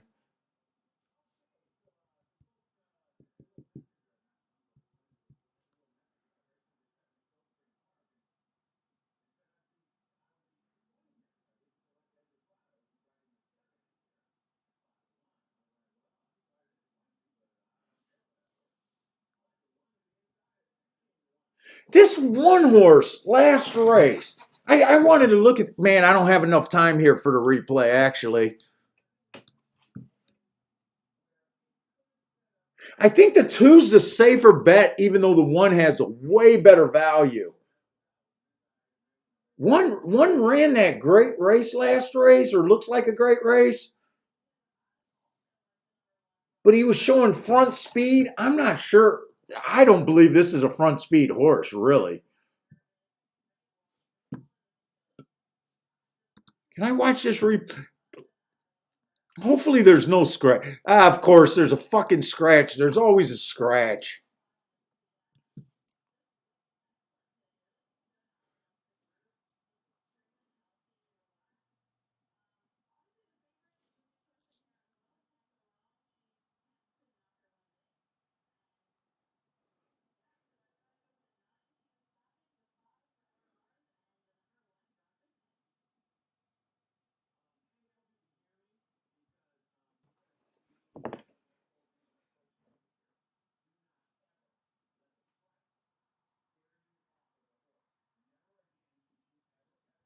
Who's that Clydesdale Lane? Is that horse in this race?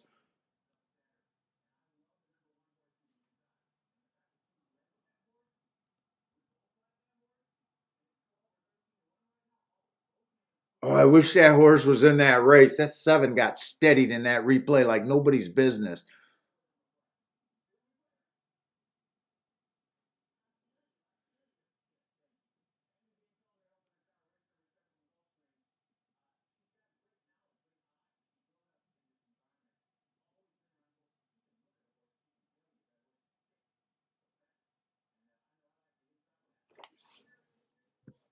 Who was the 8 horse in that race? Queen Calypso, Queen something like Queen something.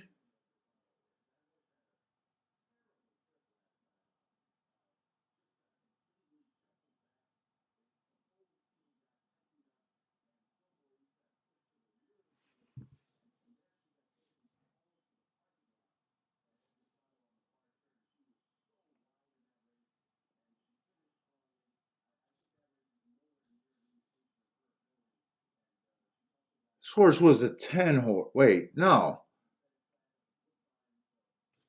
God damn it, I'm getting lost in my going down the rabbit hole on a horse.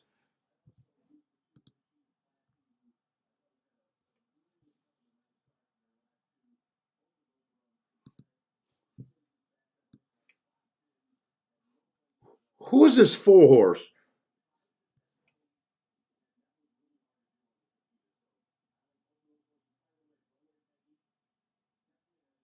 Come on, get out the gate. Let me see this 4 horse.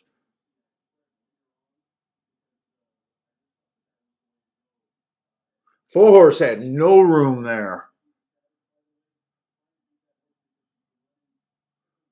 Four horse in that December 15th race. That horse was steadied about 70% of the race. Oh, I might do something here.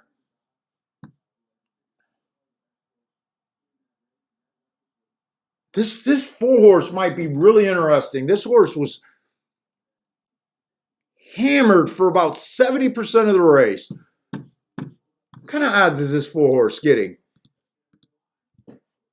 Ah, shit. They're going in the gate. I'm just doing a win and place on the 4. I think I seen something here. I wanted to do some more, but I was watching this replay and really got caught up in this replay. Win and place on the 4. I can't get any more creative than that here.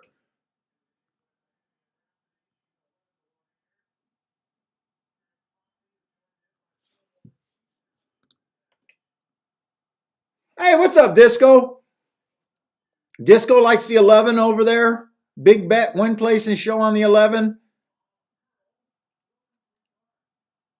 Dude, I'm not even sure if the 4 is my first choice. I was watching this December 15th race, and the horse caught my eye, and I realized that the horse was in this race. The horse literally was steadied for about, say, 50% of the race. So I'm not so sure how good of a bet this is just because I couldn't look at everything.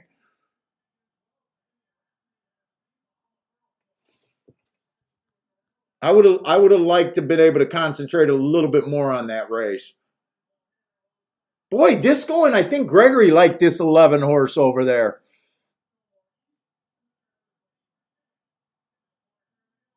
Four looks like he's gonna steady this race too. Ah, he got nothing.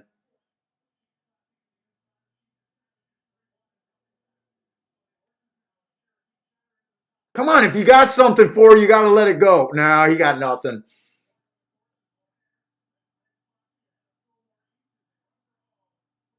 I knew this was going to be a nice paying race.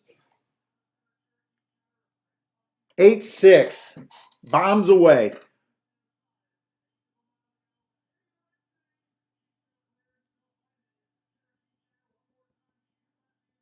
I knew I needed more time. I wish I didn't look down that rabbit hole. 8 ran on a bad rail last race, and Matt Strides with the fastest winner of the day before slowing down. This would have been a tough race. I wasn't going to play any of the shippers. I do know that, but I can't tell you where else I would have been.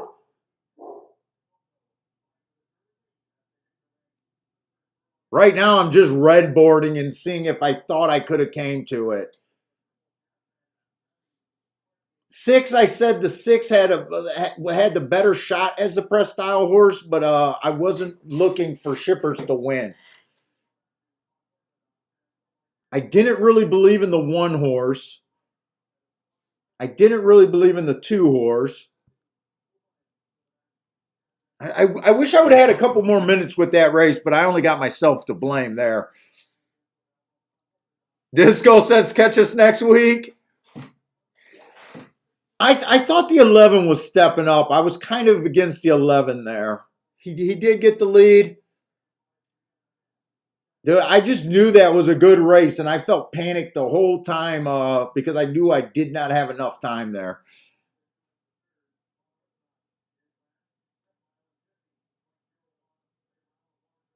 Eight's at 11-1, 6 is at 24-1. Oh, that's such a good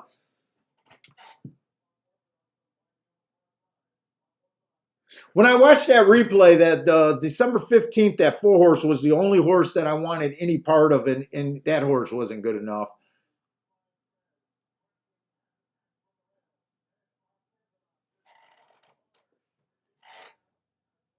Dude, I got no one to blame but myself for not giving me myself enough time there because I did not like the race before that, and I went to Tampa Bay. I wish I would have had time because there was something to like on the winner, but I can't, with all honesty, say that. Oh yeah, I would have had him. I'm not trying to say that. You guys know that I don't try to bullshit. Whoop, whoop, whoop, whoop, whoop, whoop. But he is kind of what I was looking for. I didn't want to do that. I didn't want to do that. I just want to mark the winner.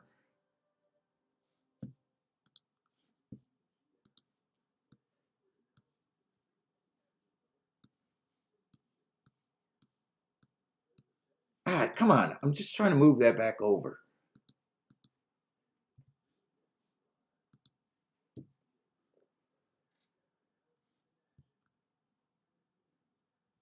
Let's say Stephen Alive in a double and a pick 3 and a pick 4 at Fairgrounds.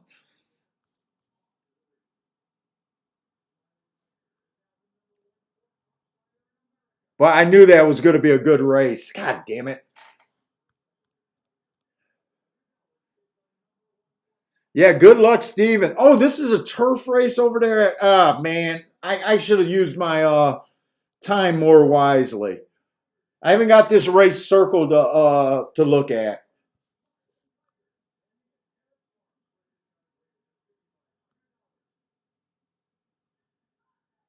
I think the 4 horse gets chewed up here.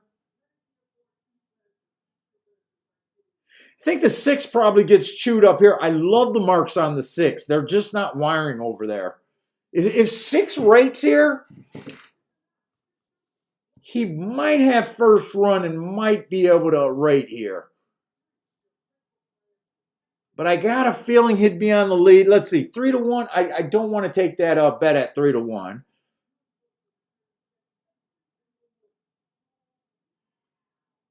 The 8 horse is an interesting closer to me whenever they go too fast to win while closing. 2 races ago, that's a big move. That's usually an indicator that they're going to run well.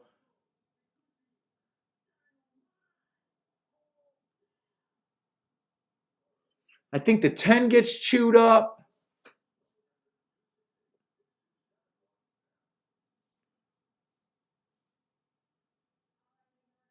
Ten ran a really nice race last race. Went too fast running against the bias, but I think that's going to be the same thing today.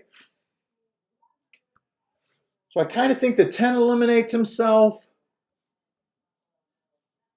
I think the 7 eliminates himself. 6 possibly could eliminate himself.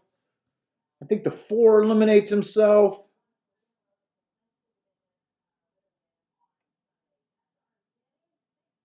The 1, the 2 fits.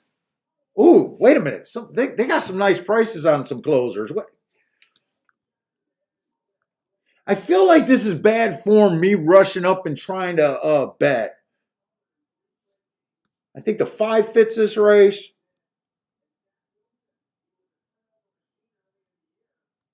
And who was it? The 8.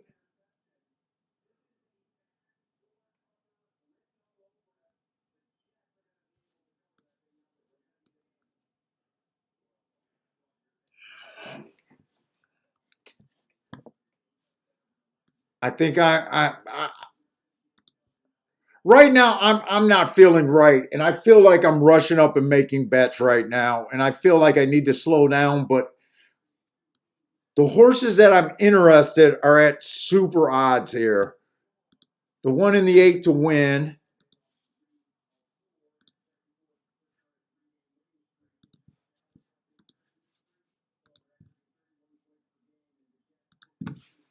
I want to use the 6 in the exacta. I don't have a lot of time. 1 and 8 with the 1, 2, 5. And I'll throw the 6 in there. And I'm going to key box that one. Oh, I got a little bit more time than I thought.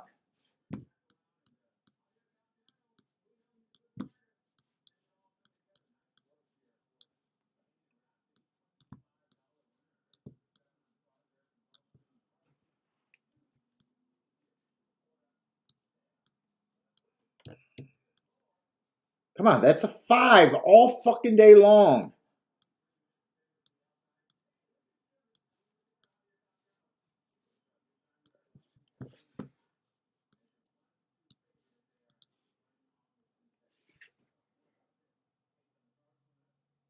Let's see, that 8 at Gulfstream pretty much went wire to wire. I think only the 11 was in front of him for a little bit, but I'm not sure if he ever gained the lead there.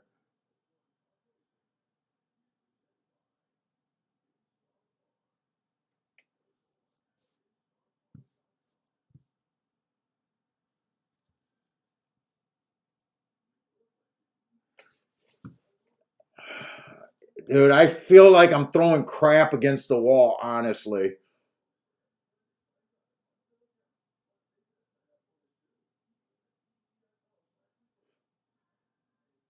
Let's see, Bender's telling me that both Tapeta routes came from the outside today. But it doesn't matter because they're done. Other than that 3 horse, that 3 was a surprise to me. I hated that 3 horse, and he was able to win. Well, that was on the Tapeta, right?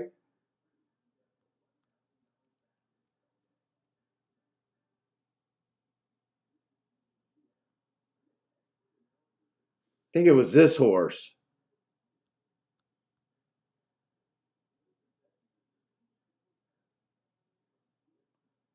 All right, Tampa Bay's off. Hey, what's up, Frankie Tubbs? Oh, Frankie, you like my 8 horse also over there at Tampa Bay. I hope we're right about this 8. They won 23-2 again. Last time we seen that happen, they did get run down. I'm pretty convinced they're going to get run down here.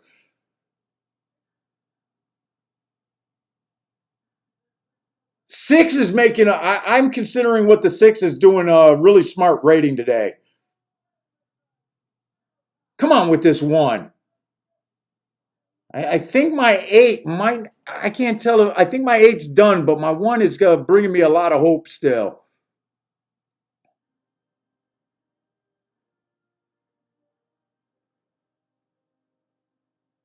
One was 12-1. Now he's 7-1. Come on, 1.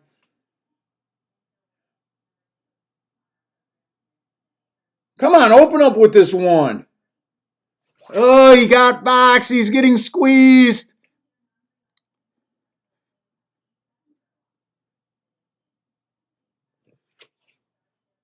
Come on with this 8. Show me some turn of foot. We got this exacta no matter what. I'm not sure if I want the 1 or the 8 to win, but I finally got off ticket. I finally got a damn ticket. I gave up on the 8 big time. I thought the 1 had a better chance.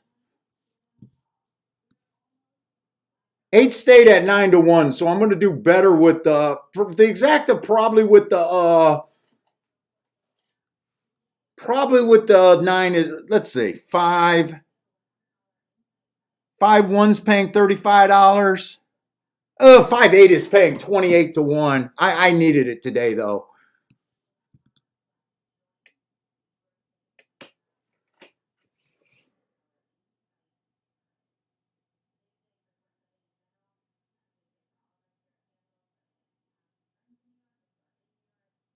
Looks like they might be gearing up for an objection or inquiry here. Let's blow this up. Hopefully it doesn't affect anything.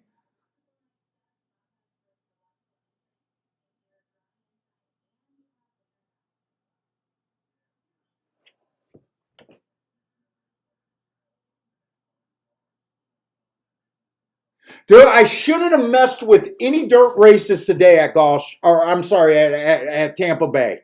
You guys know that I only play the turf routes and been doing really good with them. The first race was unplayable. I could have saved myself a lot of aggravation by not playing races that I don't want to play.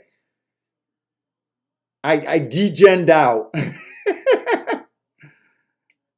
I degened out a bit.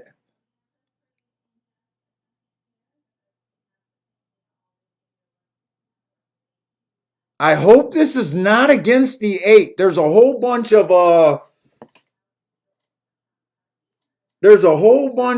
steadying going on down this stretch. I hope it has nothing to do with this 8 horse. I'm having a hard time even making out of what's going on. Everyone's so close together. The 4 steadying, but the 4 is already beaten, so the 4 steadying I don't care about. But the 2 was definitely steadying also.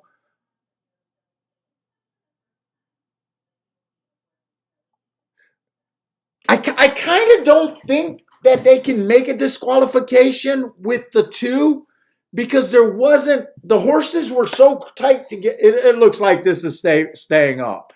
The horses were so tightly packed that there wasn't an expectation for a hole there. So I think this stays up. This isn't going to turn me into a winner today, but it is going to erase a bit of stuff.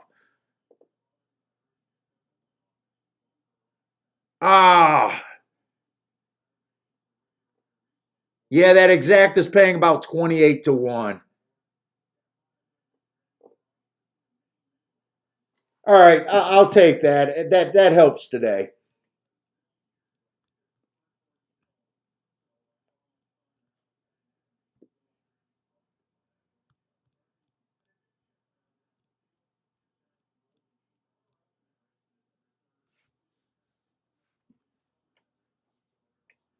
Let's see, Marco Lou got the 238 over.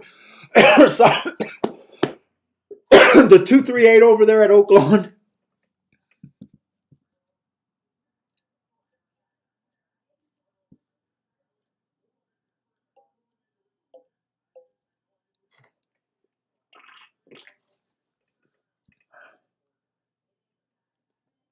5 fitted that race perfectly, and I always get I angle my bets towards the bigger prices. So,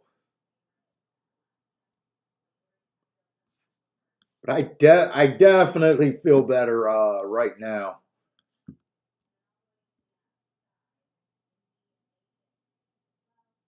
Probably shouldn't have included that 6 horse. I'm just looking at what I did and seeing how I could have did that a little bit better, but that's all right. I got a backdoor ticket. I'll backdoor ticket today.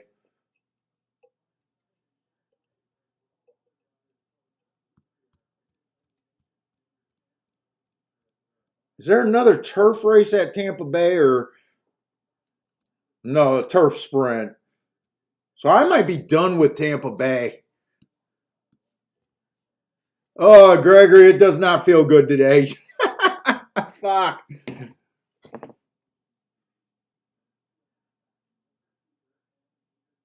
Although I do feel a little bit better because even though I can't say that I would have played the 8 for sure last race, he does feel like a horse that I possibly would have had if I gave myself a chance. So I do feel a little bit better with the last 2 races.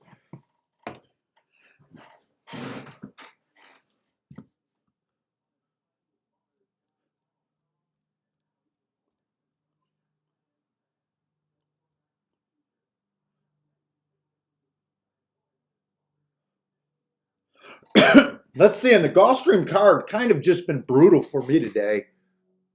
We're in the 8th race.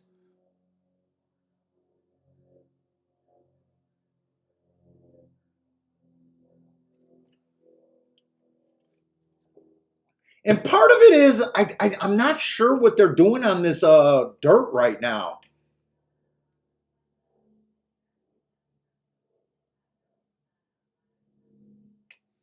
Do I got enough time to go in my rabbit hole? I just want to see something. I want to see how the day got so far in front of me or so far away from me today. First race, I made a token bet on the 1 and the 2 horse. The 7 won, and I said the 7 was a big contender. But that race is not what killed me.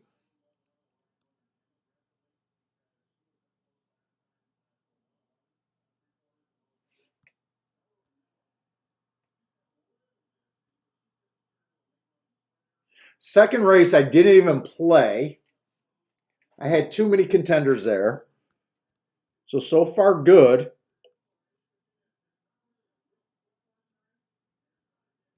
Third race, I took a real stand against that 3 horse. I took a real stand against that 3 horse. The 3 horse won.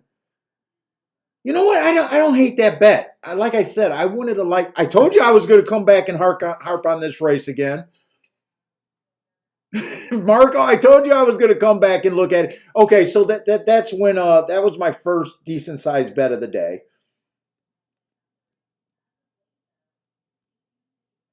I did not play that race. Why does it feel so bad? Just because my opinion hasn't been there? Oh no, I forced myself to play this race. I was going to sit out this race, and then I played this race, the first time starters. I was right about the favorite being the wrong choice. I think he ran 4th or 5th at best. Okay, so I think I took a few stabs on some races today that I really didn't like, but the odds were too tempting.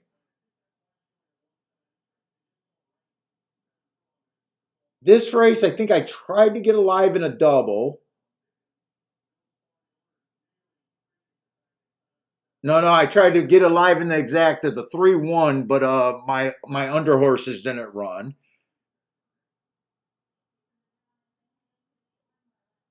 Boy, I don't know why. I think I feel so bad just because I was, and then this race was no play. I think I just feel so bad is because I wasted money on the dirt sprints or the dirt races over there at Tampa Bay. Actually, Gulfstream should not be setting me in a tizzy. I feel like I'm in a tizzy right now. And if I just did not play Tampa Bay dirt races, I could have possibly been winning today even.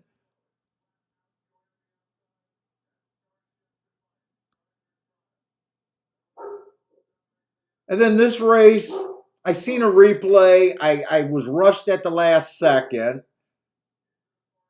But that race only cost me $20. I only did 10 to win in place on that 40 to 1 shot. So dude, I think I'm irritated and feeling negative right now just because I've been playing too many dirt races at Tampa Bay. And that's not the plan. I think I'm an idiot. Because I should not be down and I could stomach the stands that I took at Gulfstream today. They turned out to be losers, but I I did not mind that play. So I'm not playing like I should at the level that I need to be playing to play this game every day. I'm not following my own advice of sitting out races that I feel like I have no edge in.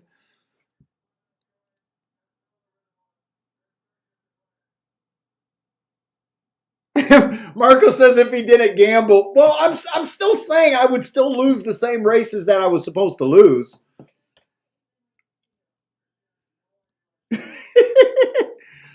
Marco Lou, I'm gonna have to ban you, man. I can't take you picking on me right now. You took a few weeks off and you come right back and picking on me, man.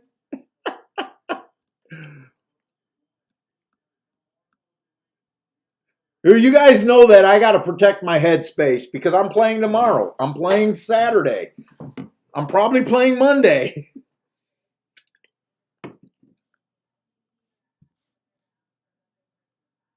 Your harping is just noise to you.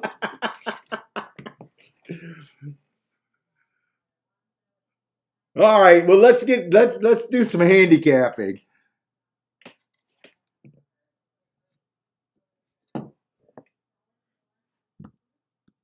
This is a dirt mile race. They're chalking the 9 horse, which is usually a freaking huge negative and give me a betting boner, but I'm not so sure right now if I think the inside is all that great. I think Bender mentioned it, and a few other people even mentioned it today that the inside does not seem that great. Let's say the 9 did nothing wrong. Won his first time out easily.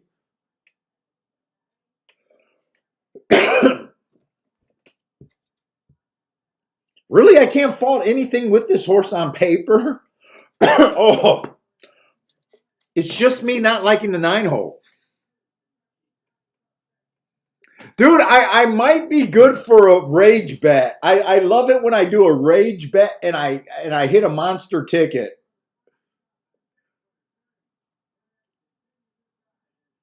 I wouldn't mind a rage situation. I don't think this is going to be the situation here because I'm not a big believer in the rail right now. So mark that down, Marco, that I'm not a big believer in the rail at Gulfstream right now. Let's see. So the 9 did nothing wrong.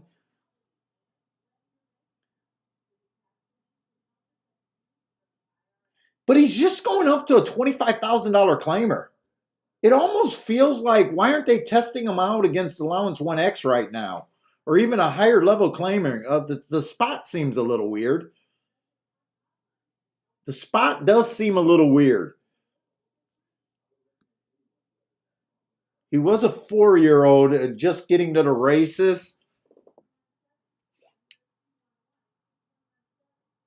I don't know what to think of this. But put it this way, I'm not interested in the 9 horse at 3 to 5 no matter what. So I'm not in it. Well, I need Gulfstream's betting screen, not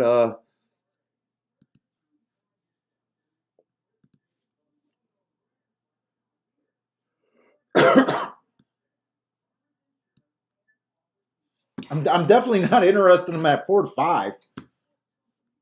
So I do think he's over bet. My guess without looking at the other horses at 93 speed figure is pretty big. Let's see, the 8 horse coming off a year layoff. Came back, just ran an average kind of race. So I don't really have a feel for this horse either. He won his first, he broke his maiden first asking, which is always nice. He took a lot of money in one of those starter stakes, which is pretty nice. He didn't really run. They gave him a year layoff, so you know something happened. And then he just ran a flat, even race. Kind of had just a protected non-winners of 2 spot. I'm not that excited about him one way or another. I guess I really don't have a real good read on him. 7 horse has speed.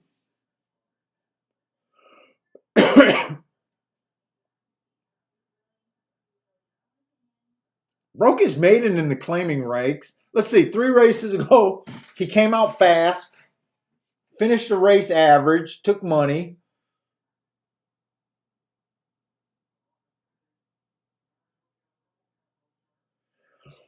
Nothing's wrong with nothing's wrong with that win. He then gets a bad rail day where he had the outside of the track. He was average, match strides with the slowest winner of the day. But those starter allowance races, those can come up way tougher than a regular $50,000 claimer. So that could come up really tough. And then he tries allowance 1X1 last race, showed speed all the way around. Does look like a speed horse. But I'm not getting a real strong read right now on anyone that I feel like I need to do anything. Let's see, the 6 is in pretty good, decent form. But it does seem like there's some horses with some better potential here. He makes a little drop, wins last race. God, I wish this marker would just work.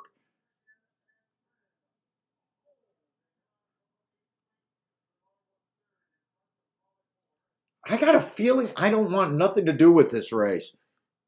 Force coming from Del Mar. At Laurel, he was the fastest winner of the day on an inside stalking closing day, so kind of rode the bias there.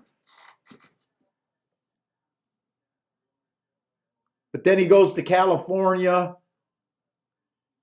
and I don't keep track of the California circuit.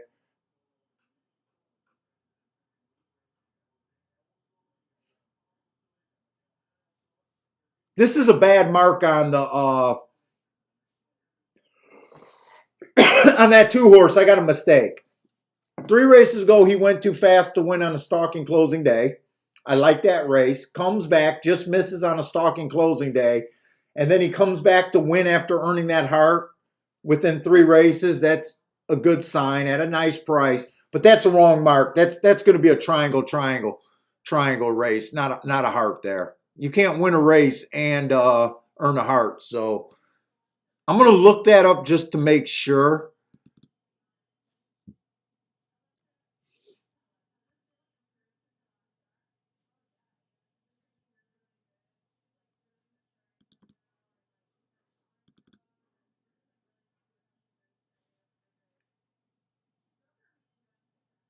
It's off a little bit of a layoff, but not a layoff that would concern me that much. Let's see, October 30th.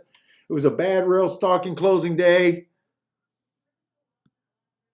Yeah, that's just a triangle day. Jesus Christ, this is a really good betting race.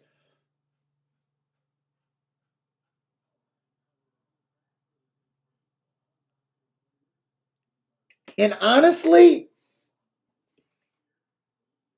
man, I feel like I should be in this race.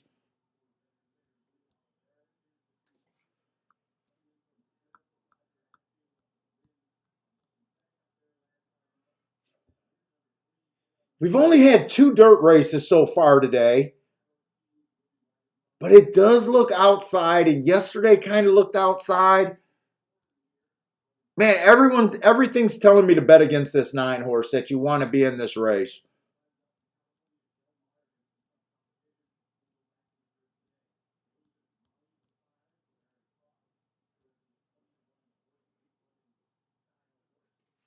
Am I in the right race? No, it's the 8th race.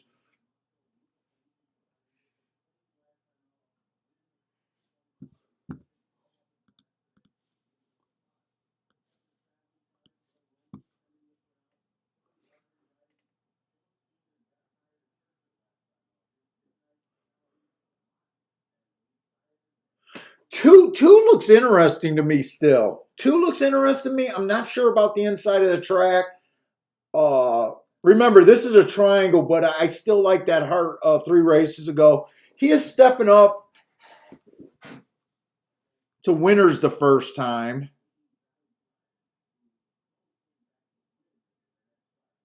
I really don't know what to think of this 4 horse.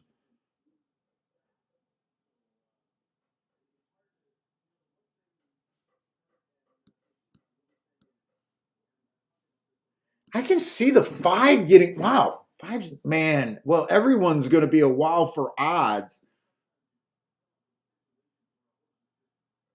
Everyone's going to fall into a wow for odds because they overbet this 9 horse.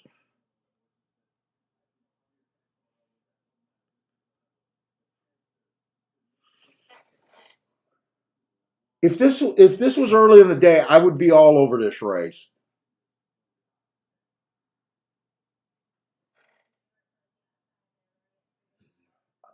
I would be playing against this 9 with gusto. I would probably be using the 2 and the 5.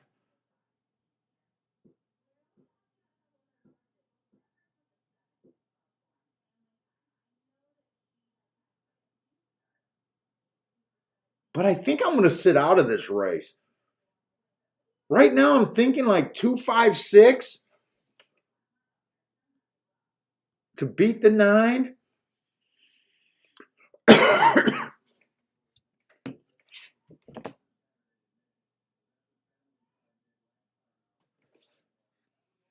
But I've been struggling today. I finally hit my first ticket.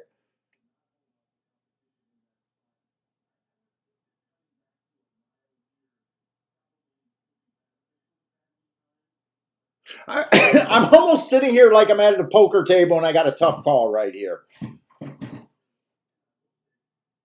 But I think I'm going to sit out, but I think this race has a ton of potential.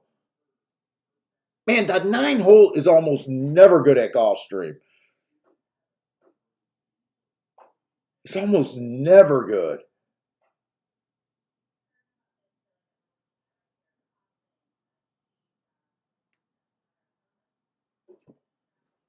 Joshua hit a 10-1 at Santa Anita. Nice.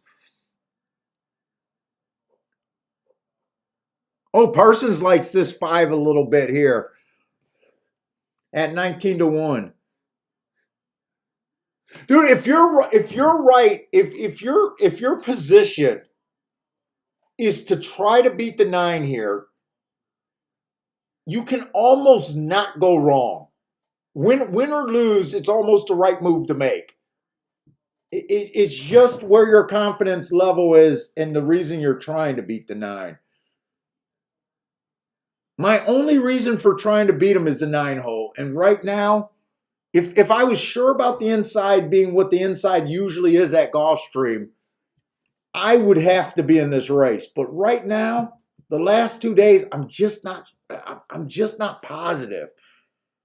I know the right play to make, but I just can't make it myself right here.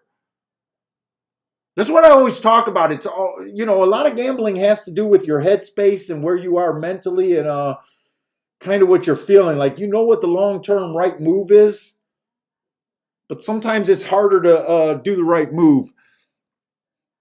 Let's see. Mac and Company, I like it. 4, 5, 6, trying to play against the 9 at Gulfstream.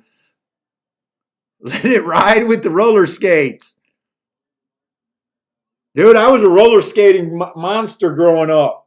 I got pistol whipped for my roller skates heading to Northland skating rink when I was in elementary school.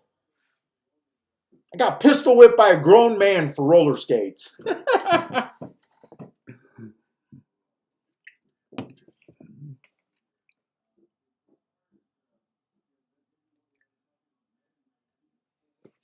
Let's see. Gulfstream's going in the gate, so I am sitting out this race.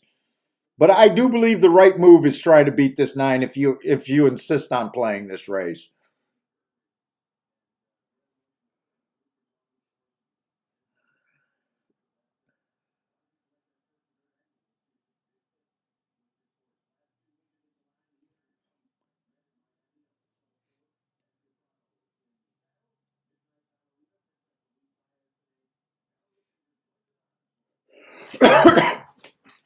Steven, are you still live in your pick 4 and everything? I kind of got lost in my head and wasn't able to follow some of your guys' bets.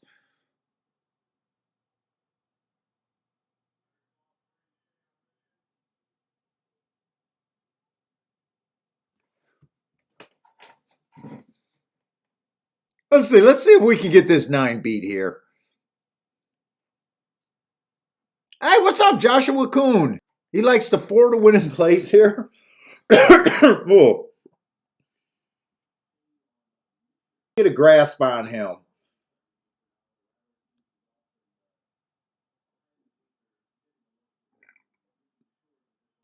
Hey, Joshua, I 100% agree with you. And I don't even argue that point. I shouldn't even be able to I shouldn't even be handicapping on a race track without a bias. Oh no, you missed it.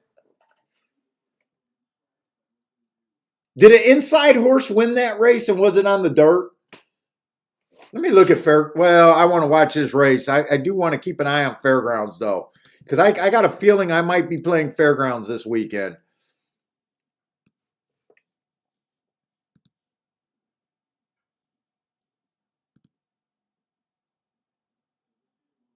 Yeah, the 1 horse won at 40 to 1. Tell me that was on the dirt.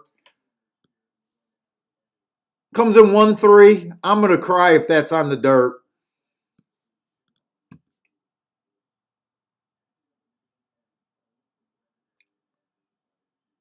Was that on the dirt, Steven?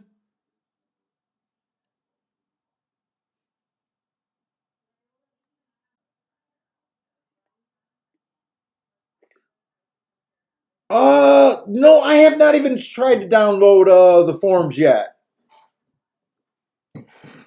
It was on the dirt.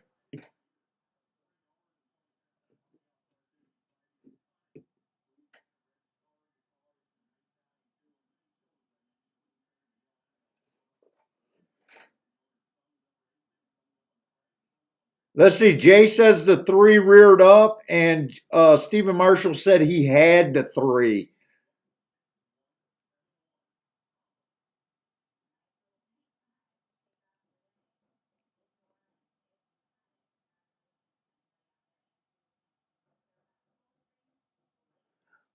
Man, and what looks weird about Gulfstream, if you guys been noticing the last couple days, doesn't it seem like the inside, or I'm sorry, the inside is breaking tardy, and the outside is getting the very good breaks over here at Gulfstream?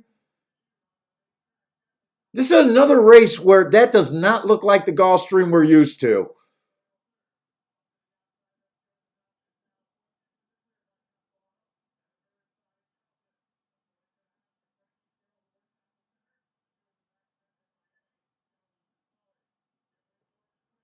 I mean, the 2-4-5, none of them really broke. It looks like the 2 might be a little bit interested, but he looks pretty all out trying to be interested.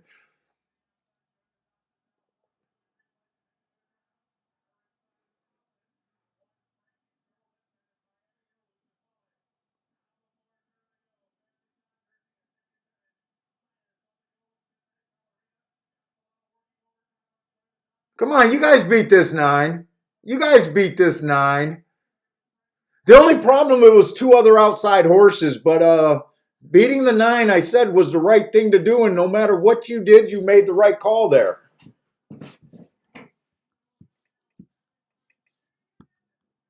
I would have been focusing because I'm hard-headed kind of to the inside of the track. But they overbet that 9 horse. I think that was this horse that won.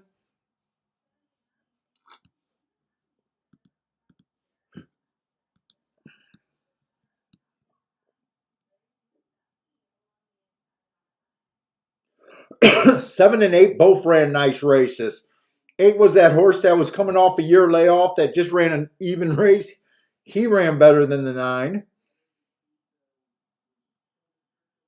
9 has no excuse because I don't think the 9 hole beat the 9. Not when the 7 and the 8 beat them. So 9 to me had no excuse there.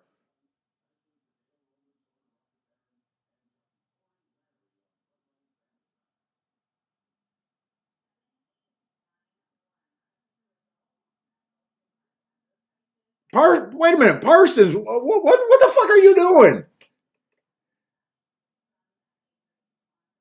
I I don't know. I'm reading Parsons' remark like he's just being a fucking confident prick right there. Damn, that is a boom. He put, damn, that is a boom. Yeah, he boxed a 5.78 there.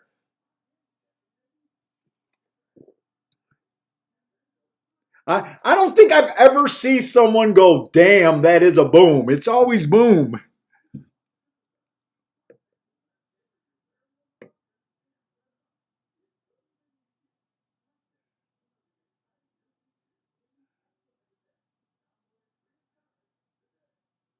Oh, you did some extra bets where it's not as good.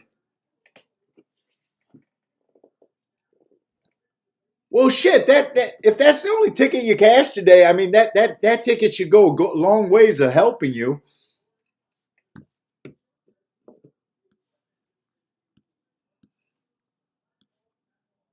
I think this is the last.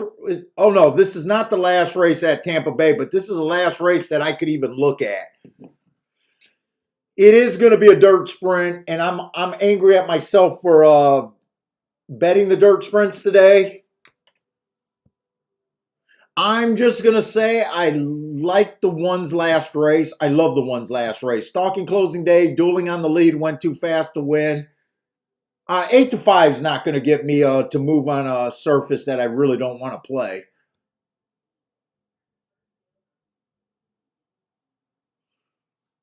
Two races ago, I don't know what happened without looking at that replay. I don't know what shield means, but he was definitely eased and walked off. But we know he's healthy because he came back and put up one of his nicer speed figures.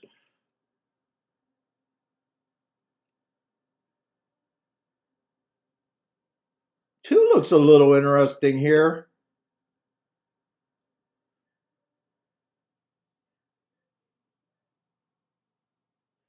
Do I remember last night when I was marking up this 9 horse? We know how bad that this race, that the turf routes have been for front speed. That 22, 45, and 4 is insane. You're going to get a huge price, but the question is, this horse could just be a quitter, or he could have got a lot out of that race. I'm not a big believer in the 9 hole right now, though. But I remember thinking that this horse might be an interesting proposition last night. But I think I'm just going to be rooting for the inside of the track right here. And I don't want to bet any more Tampa Bay. It's going to be a while before I try to bet another Tampa Bay dirt race.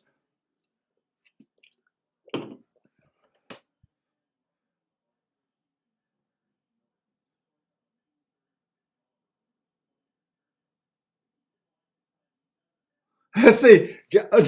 So Joshua, are you pissed that you crushed Aqueduct for 3 days and there was no stream on those days for you to brag?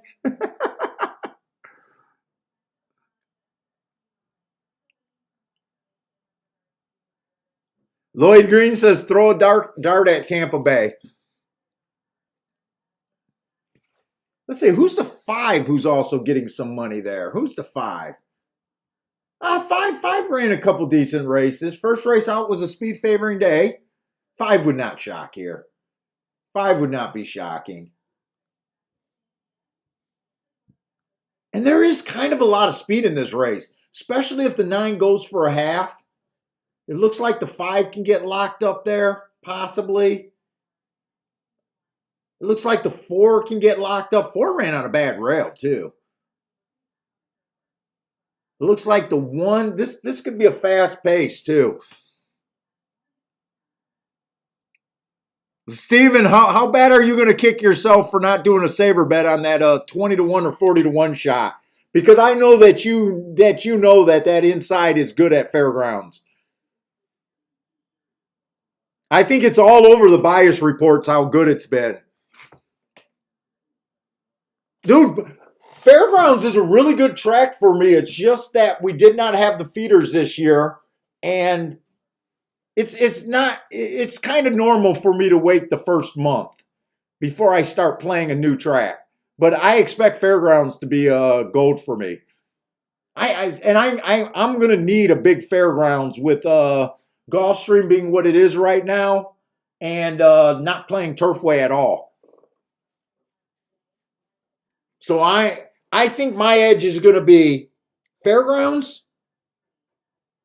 I'm still going to be playing Gulfstream, especially the poly route races for the time being. And the turf sprints are my main ones. Dirt's making me a little nervous right now. And Tampa Bay, turf routes only.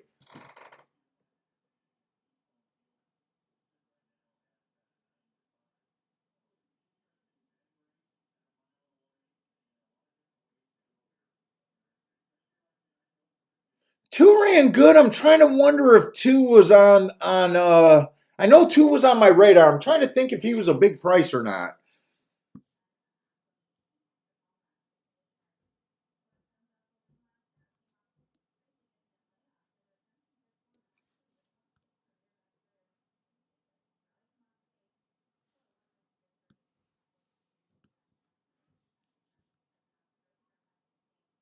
That was hittable. I just don't know if that was going to pay all that much. I think it all matters if the 2 was the big price or the 1 was. I thought one of those inside horses was a big price. Oh no, not really. No, that's 2-1 over 4-1, so not great. Not what I thought it was. For some reason, I thought the 2 might have been a way bigger price.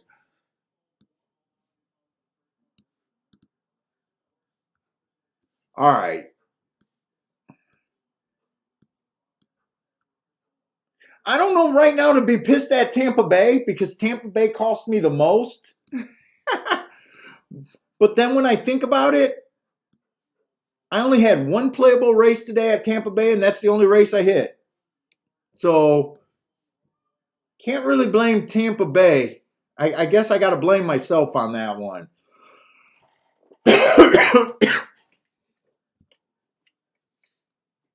I think I got to blame myself. I'll be right back.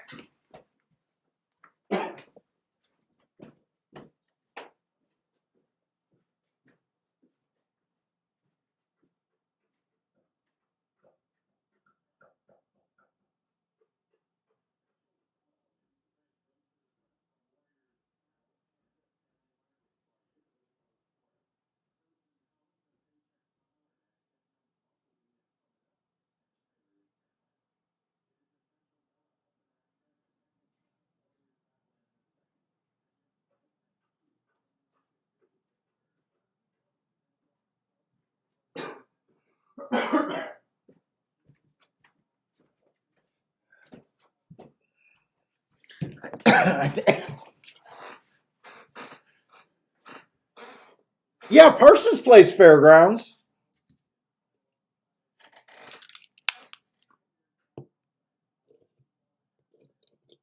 Someone said Irad was taken on a stretcher, but I thought that was a joke. Maybe something happened behind the gate or something. JW's asking if Irad's hurt.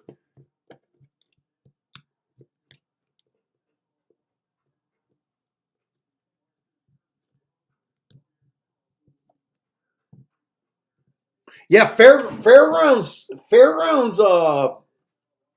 For probably what the last 2 or 3 years have been really, really good.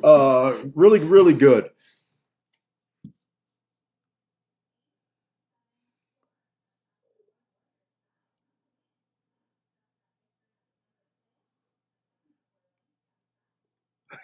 Oh, is Joshua saying yes? He's pissed that I wasn't live streaming on those 3 days where he was on fire.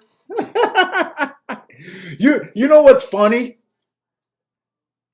I hate it when I don't hate it, but I do get that like little like irritation when I have a really big day and I'm not streaming.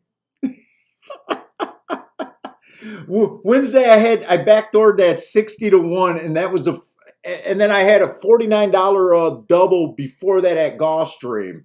So I had a really big Wednesday, and especially after the 60 to 1 win, I was like, fuck, I wish I was streaming. So I get it, Joshua. I feel the same way.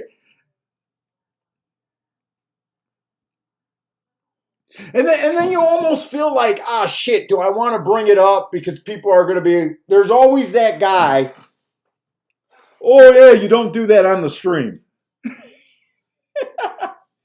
And then you got to remind them, well, Thursday I gave out a 29 to 1 winner. It wasn't my fault. Going in the gate, he was 29 to 1. He wins at 13 to 1. You guys know I bet those horses, but you always feel that way. Like, someone's gonna be, oh yeah, it was on a day that you weren't streaming.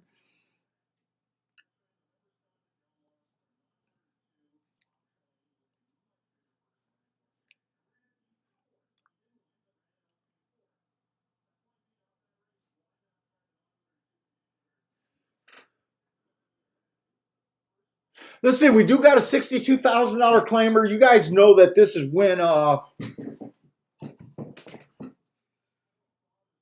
kind of get a little squirrely on my opinion, even more so at this class level.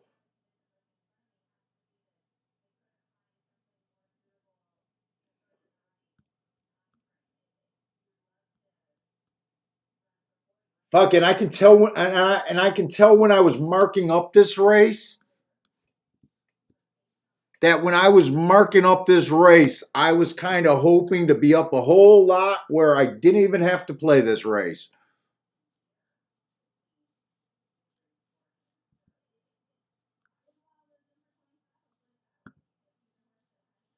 Where's fucking New York?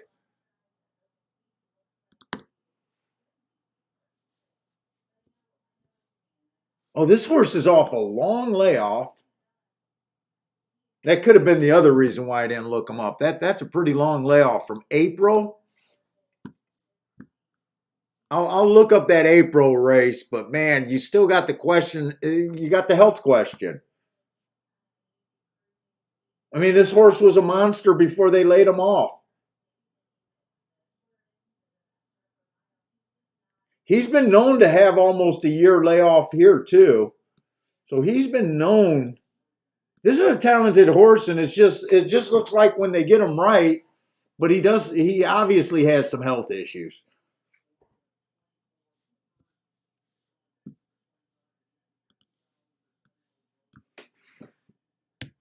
That was an inside day. Whoop. You're in with the bias. Now here's the question: is he really a 101 speed figure when you got him running with the bias? He was the fastest winner of the day, but is he that good? Let me look up that March 19th, and what is he going to be today?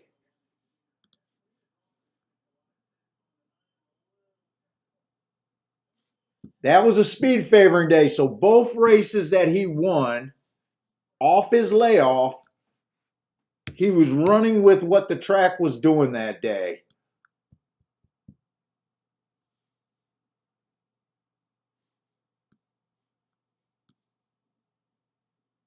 He was the slowest winner of the day that day, but they were running slow times all day. He did speed it up in the final quarter.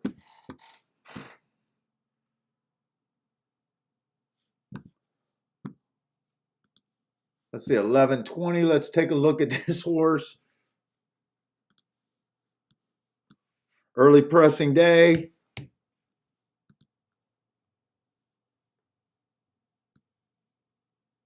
Kind of slow there, but he chased the slowest pace of the day. He chased the slowest pace of the day. I think that race is a little bit sneakier. That race is better than I'm giving it credit for. That's one of those sneaky races where it was an early pressing day. He got the slowest race of the day and probably just could not cut into that. Plus, he looks like an off-the-pace type, so just him being that close to the lead was probably a good sign.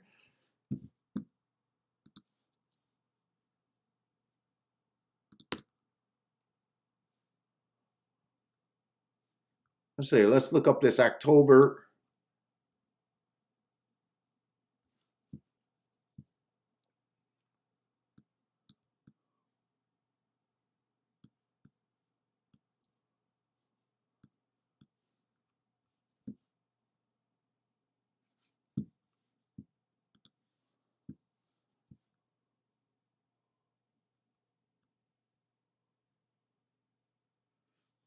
Going all the way back to March on him, man, this is just a race that I did not want to play. Hey, Bender, if you're still here, in the past, I had problems and would get an error message, and what I would do would delete that file, go back to Brisnet, download it again. Make sure you delete it first, but download it again, and then put it through the generator. I think I had that problem, but I'm not even sure if you're still here. Oh my God, C Money just says a horse came and went off of a 2-year layoff. Case G, how's Turfway bias been so far? Way too inside for me to play it. I don't think I'm that interested in this race. I'm going to throw up Turfway and then go back to this race.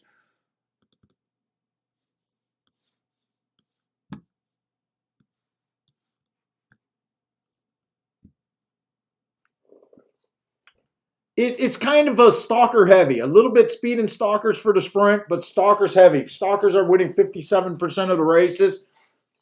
There's a big dip for closers at 17%. The inside's winning 40% of the races at the sprint. Last week it was 60%, so last week it was really inside.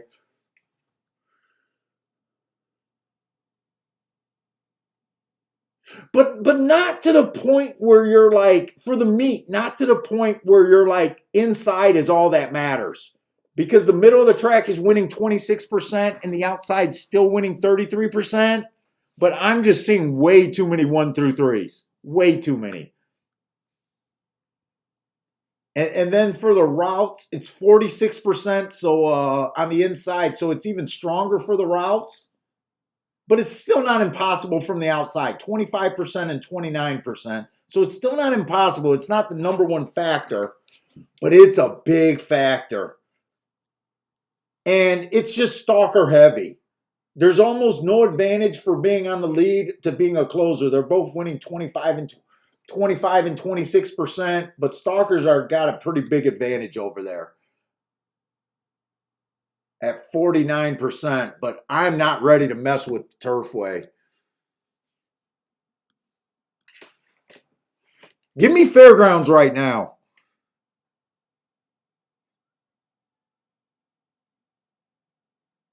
Stephen Marshall's taking a shot with the 237 over there at Fairgrounds. Looks like Stephen Marshall is enjoying that Fairgrounds.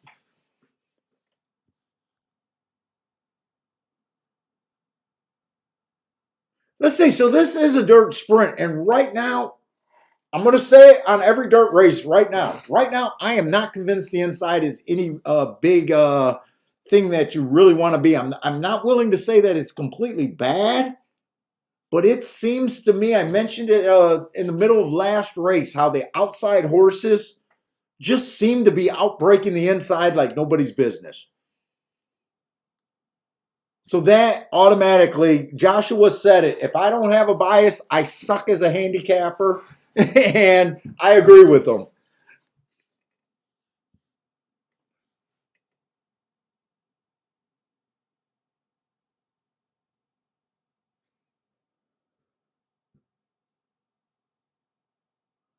So those hearts on the one were earned at a route race. They were earned at a route race, so I don't know how that helps them here. Wait a minute. I'm sorry. This is a Tapeta. Is this a Tapeta? No, this is a dirt race. I had that covered up where I wasn't sure.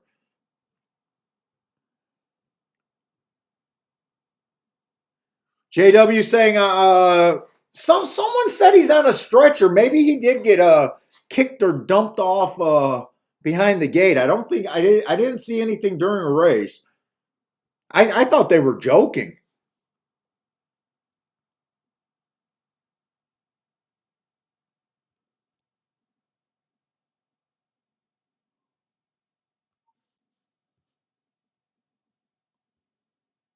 Let's see. I didn't go look up the marks on this 4 because I didn't want to go to March. He was in a grade 3 race in the 7 hole, usually not where you want to be at Gulfstream. I can't say without looking that up for sure.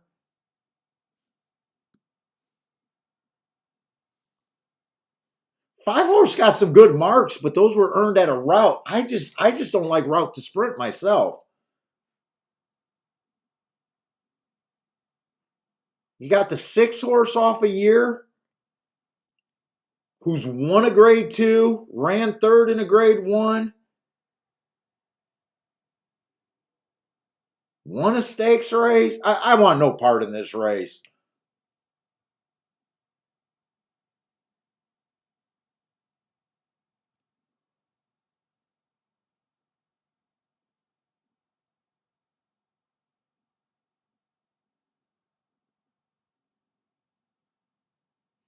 I'd say the 9 probably should be 30 to 1.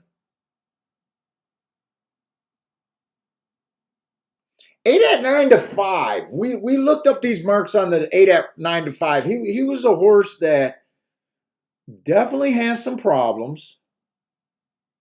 Comes back, ran on 2 biases that helped him.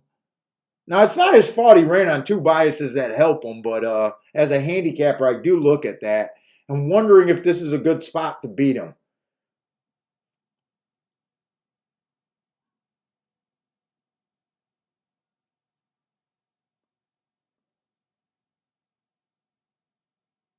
Let's see, Frankie Tubbs likes the 8.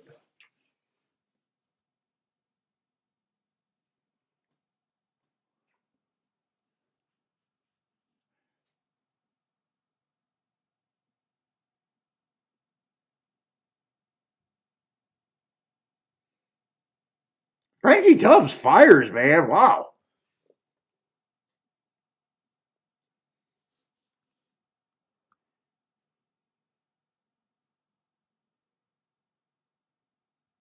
Yeah, I don't want anything to do with this race. I'm not sure about the inside. There's a few horses off of big layouts that I don't want to do anything with. There's a favorite that, if it's outside and he's healthy, I can see him running away from these. And at the same time, I can see some reasons to try to beat him. I got nothing here.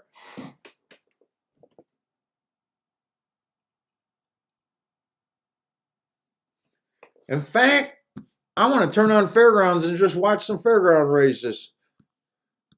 I don't need Tampa Bay up anymore. And Fairgrounds come back with another 3 as long as that was on the dirt.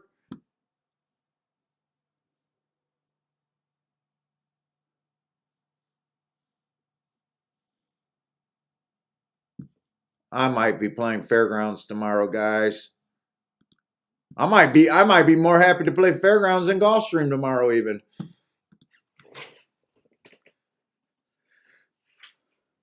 Oh, that last race was on the turf. And on the turf, we're looking for fucking off the pace, just like Tampa Bay Downs over there at Fairgrounds. Wow, 8 had a big 3 won that race? Wow, 3 came from nowhere because 8 had a 5-length lead the entire stretch until the end.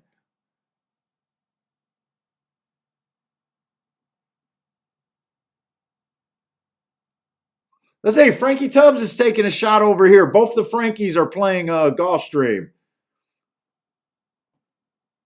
257 for Frankie Tubbs and what 8 to win place and show over there at for Frankie 888.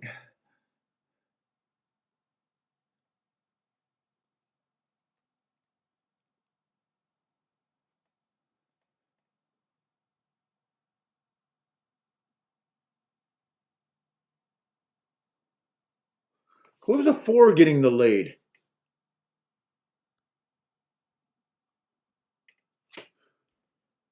Four was a horse that coming off from March that ran in a grade 3 race. He looks like he's already caught though. And it does look like only the outside horses are doing any real running right now.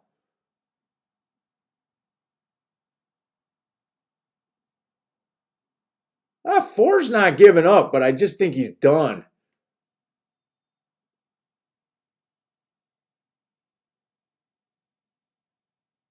Wow, four ran impressive. I thought he was dead the entire stretch.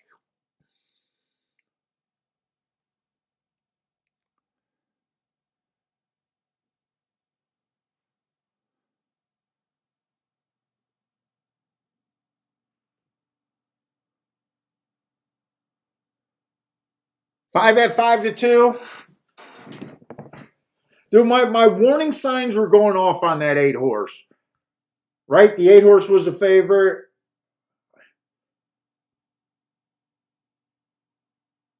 5 made lots of sense. I don't like route to sprint, but he's off the inside. He made a lot of sense. The 4 ran a super impressive race to me. But in a way, I'm not shocked because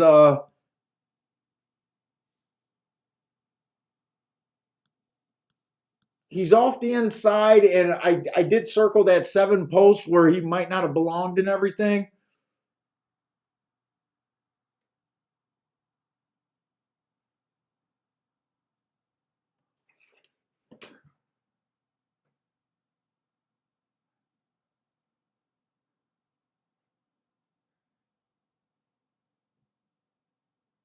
Five at 5-2, so five took action. I didn't even really follow that race to even see where the betting was. I knew I wasn't all that interested, so. Oh wow, the 6 was the first choice. I thought the 8 was the favorite the entire time.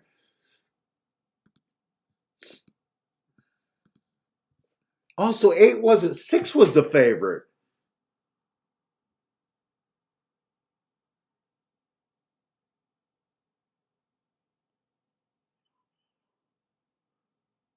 Oh, we talked about this. Yeah, 6 was one of the reasons why I didn't want. I never realized he was the favorite. I always thought the 8 was the favorite. I mean, this horse had a class up the yin yang, but after a year layoff, can you take 3-2?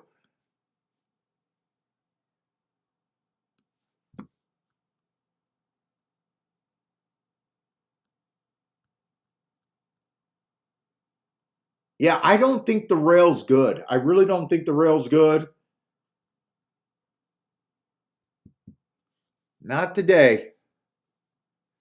Uh, I don't know. The wife is away. I didn't have a great day. I'm either going to hide my face tomorrow or rage handicap tonight and go on. I don't know. I don't know. It all depends. My wife's going to send me a pizza. I'm going to take Bentley for a walk. I'm going to get some rage out doing a workout tonight, and we'll see how much energy. Right now, I don't want to handicap, but I know how I think. And usually when I have a day like this, when I get super discouraged and was really pissed off, I dwell over the past performances, I kind of already went through my mistakes, and it was just playing Tampa on the dirt. If I didn't play Tampa on the dirt racing, I possibly could have been even or squeaking out a profit right now. It would not have been bad. So I don't think I'm going to have that rage where I'm just pouring over and looking at the form. So that's a good thing. That goes to helping me handicap, because I know where I went wrong today.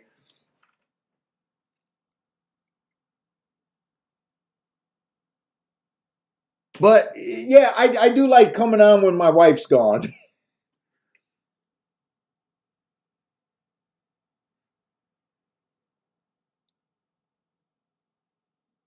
Welcome back, Frankie. Paul is lost without you.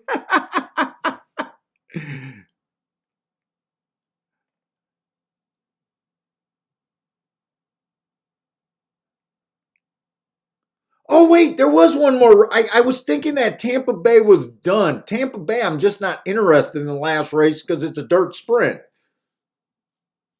Let me just throw up the video. I'm not interested. Did they run that race already? Okay, so Tampa Bay, there's one more race. Let's see. Does anyone else have a... Let's see. Stephen Marshall's like the 2 and the 5 over there at Tampa Bay. Oh, no, wait. I'm sorry. 25 to win on the 1. He likes the 1 with the 129 exacta box. Marco Lou likes the 4 over there at Tampa Bay. Parsons likes the 10 at Tampa Bay. Well, I think we got 3 guys playing Tampa Bay, and all of you guys cannot win. Because your opinions are completely different. Yeah, I didn't because it was a turf sprint. Yep, you're right. They just don't run that many of them.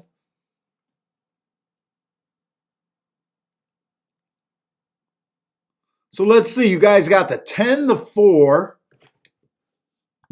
and the 1 covered. Nice prices on all of you guys. 7 to 1, 8 to 1, and 11 to 1. Frankie, wait a minute. I thought I read Frankie Tubbs already. Frankie Tubbs likes the, oh no, I read Stevens. He likes the 3, so another opinion.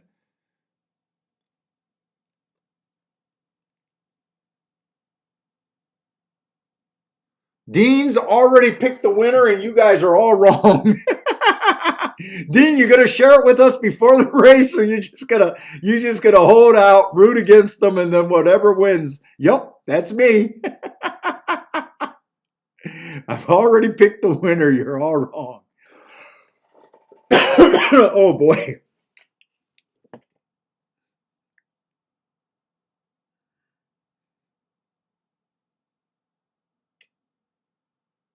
Oh, Lloyd likes the 3, so the 3 and the 5.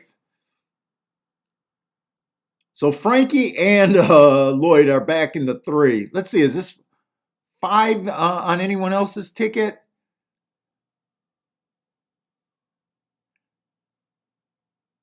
Oh, Dean says it's the favorite. Or did he? Or is that just Marco Lou saying that?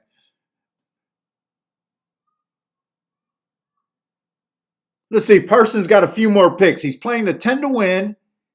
And then exacta key box. Oh, 5 and 6 with the 3 5s. Okay. So 10 to win. Okay, so he matches up a little bit more.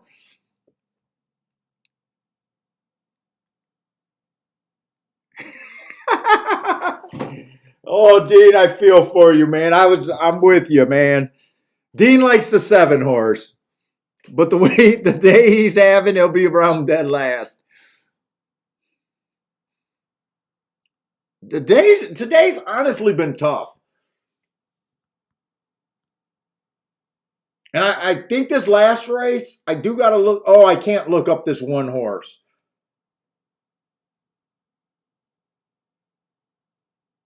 I can look up the Hawthorne horse, the 7 horse, but I can't look up the favorite. And and I'll be honest, I have not been playing turf routes. I've been playing turf sprints, not turf routes at Gulfstream. They're having a super hard time timing those damn races, and it's pissing me off.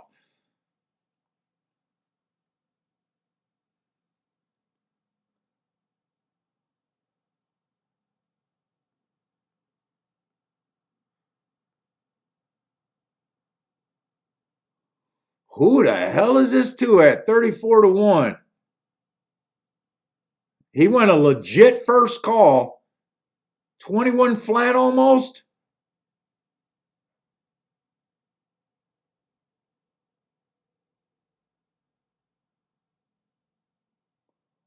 Three.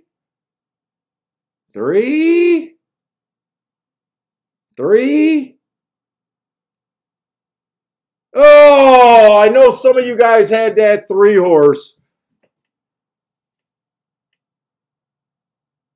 Marco Lou. Marco Lou's been quiet. Marco Lou. Nice call.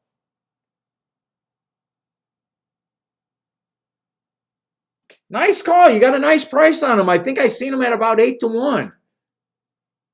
7 to 1. Nice call, Marco Lou.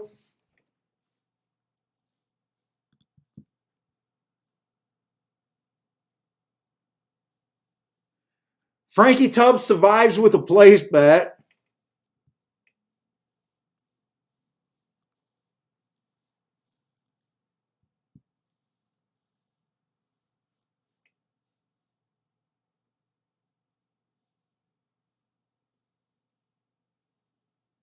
Yeah, nice pick. Marco Lou had to come out in style there.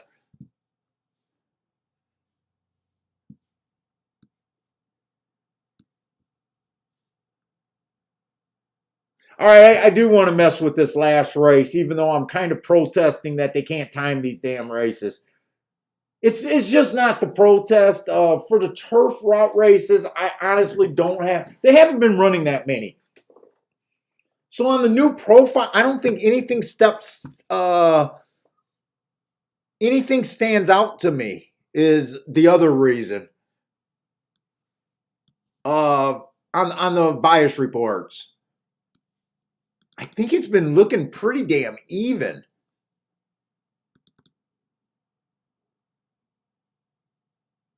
Yeah, posts 1 through 3, 29%. Middle of the track, 33%.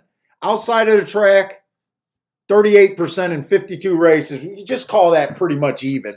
Call that pretty much even. There's not much difference there.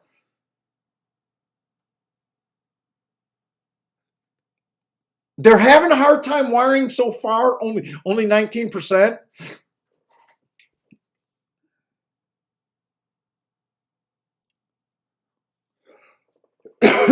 Closers are a little bit better at 23%. So it's right now just looking like a stalking track. Whoops.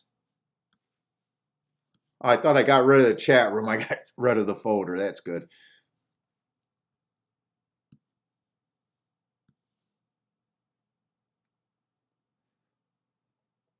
So I'm not going to be able to look up that Delmar, but I did want to look up that Hawthorne horse.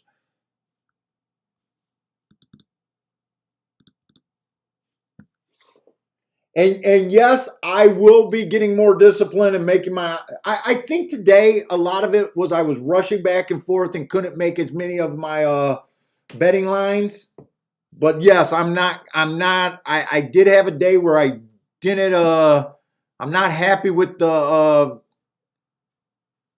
my New Year's resolution of making them in most races. Today today was the first day I slacked on that.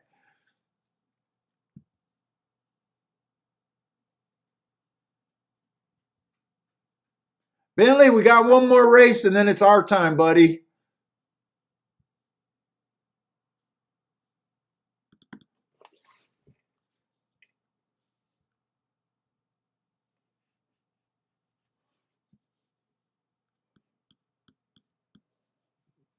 I can hear him coming up here.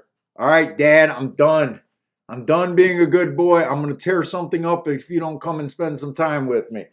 I know. Oh, yeah, God, you're so handsome. Are you sleeping, buddy? Stalking closing day. He ran with the running style. This is last race.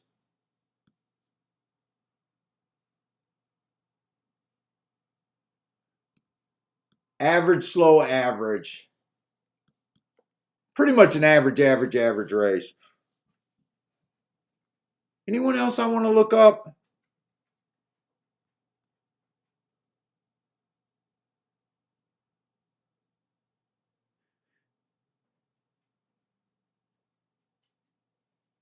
You know what? While I got that up, and I'm going to look up that Arlington. It's the same file, 916. I got a one race sample, but that was a stalking closing day. That's what he was. Let's look up 821.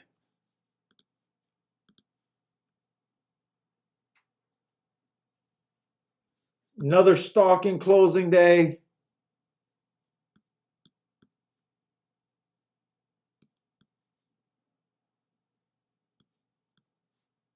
Average slow match strides with the slowest winner. I don't know. That's not really helping me. And then I did want to look up this Gulfstream Park going all the way back to March. But let me just see if I thought the horse had any talent.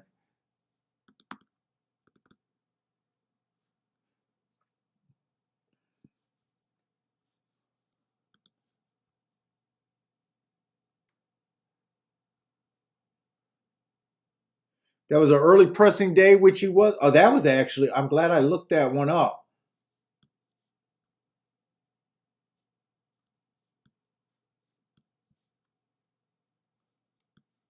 That was a good race. Now I got to go look up that January 22nd race. This horse, problem is you're just dealing with can you bet him after such a layoff? He did come back. He did come back in December and ran a decent race.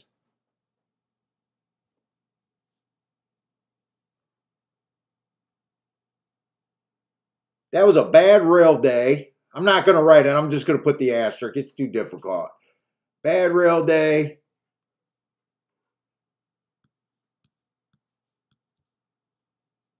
And he still ran good considering that was a bad rail day. All right, let's see. We got 10 minutes here. Lots of lightly raced horses, so I'm already 9-horse field. Let's see if I can go out. Let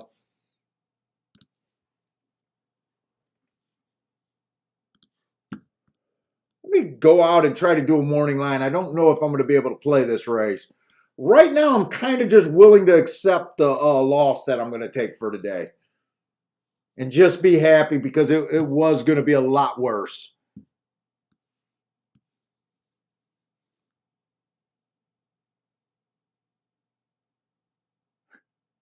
Well, he said, thankfully, Tampa Bay allowed him to make dollar win bets.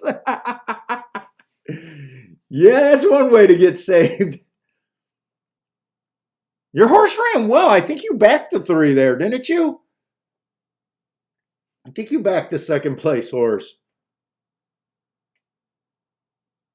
Let's see. So this is made an optional claiming 40,000 on the turf.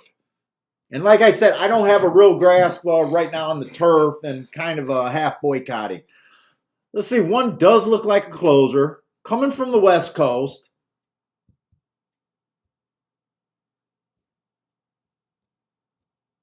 He falls under my short price closing rule. I think that short price closers are the worst bet in racing. And at 9-5, he qualifies. So I would be against him just based on that. But I really don't have a read for him other than he wants to be a closer. For the most part, Santa Anita West Coast horses coming from Gulfstream, for the most part, they underperform. But the rules are different during the championship meet. So take that for what it is. If this was not the championship meet, I'd be like, I don't care that he's West Coast. Why are they coming here? But he's coming from a good barn. They might have some opportunities here. So the rule, and he's already shipping other horses here. So the rules are a little bit different. So I guess I'm saying at the summer meet, I'd be like, you're out of here. I don't care. But championship meets are a little different.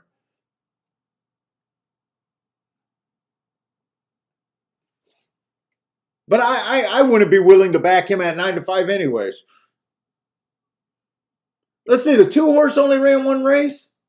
Honestly, that does not look like a bad race. The timer malfunctioned. It was a 1 race sample. I don't know, but just his running lines, this is where I feel like I have no edge. When I have no marks, no times, no nothing to tell me anything. I just feel like I'm looking at the exact same shit you guys are looking at. 3's coming off of 1 race. I got that the middle of the track was good. He was on the middle of the track. He's trying new surface, stretching out. Who knows? That could have been the goal all along. I don't know. But right now, you can already tell that I'm not going to have a real understanding of this race. 4 horses stretching out here. Making that drop in class, that's the biggest drop in racing. Let me just put a little yellow there. 6 is stretching out, coming from New York. Not a terrible looking running line. My marks aren't great on them, but there's always that. You can excuse any horse that ran a 1 race sample.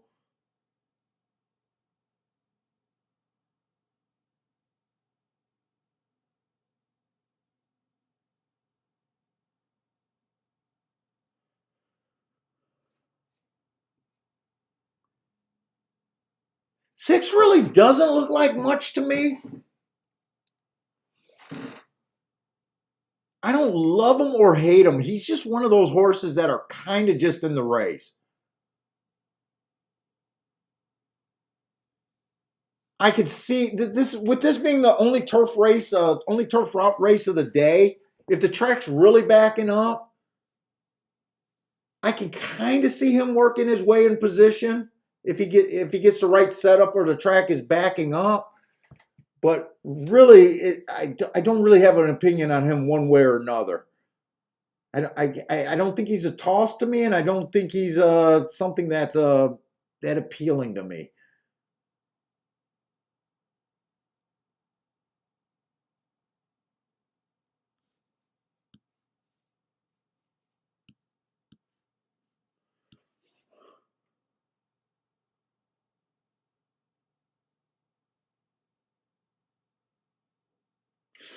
Let's see, 7 horse, just another one.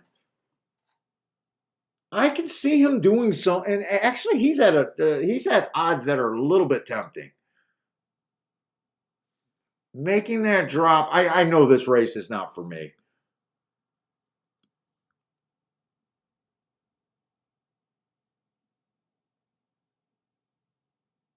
And I could not even make a morning line here.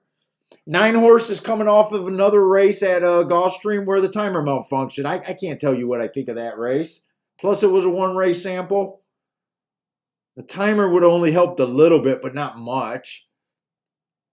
The only horse that looks a little bit appealing that ran a race that I feel like he did something in, something a little special. But it was at $16,000 or $25,000 claimer. But this 8 horse just earning that heart 2 races ago. Yeah, he took a big layoff, but he came back, ran a 1 race sample, got in position nicely. He would be probably the only thing that if he wins, I'd be like, yeah, I probably could have just bet the heart. But anything other outside of that, put it this way, if he wins, I'll say I could have bet the heart at a nice price. If he loses, I'd be like, yeah, that was a race that I knew I should have been out of. But he's the only place that I could really go to. So I'm not really feeling this race, guys. Bender's taking a shot here. What is that? 389 exacta box. Marco Lou wants to go out with a bang. He likes the 3. Well, I wonder what Marco Lou likes about the 3. I don't completely know how Marco Lou handicaps. I wonder what he likes about the 3.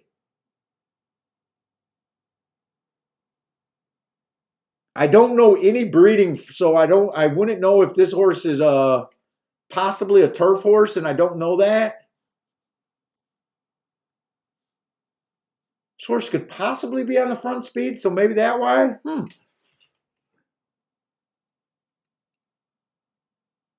Let's see. In says no drama. You have to take that 8-1.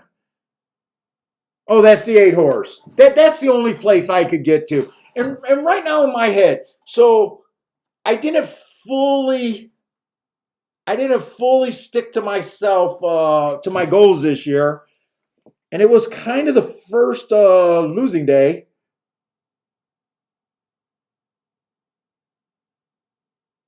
I played a few races that I didn't understand. I wasn't making my odds line.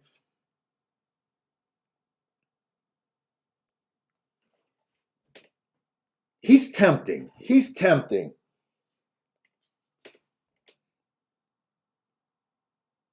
Lanier says Santa Anita, he's undefeated in 4 races.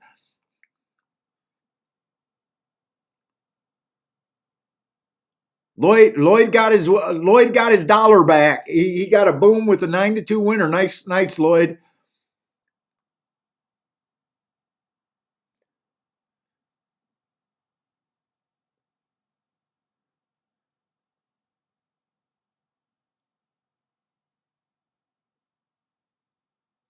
Let's see. Dean says he hasn't had an over day in a while. Guess you got it. Yeah, dude, that's one thing horse racing will teach you. You definitely got to take the good with the bad.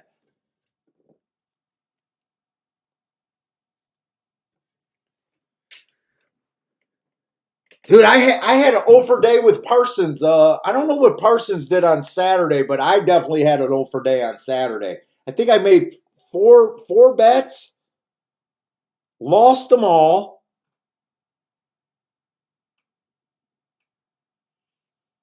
They were all at Gulfstream, but they were all plays I was okay with. I think what it was I was playing the polytrack. I think it was all polytrack races this weekend, and I think there was a lot of route ones. I don't think anything was that wrong with the handicapping. It was just that I think they kept coming up kind of chalky, and I just kept missing combinations. I know I had some keys with the winners on top, but they were chalky, and I missed the combinations. I don't quite remember, but I do know that I went over on it was either Saturday or Sunday.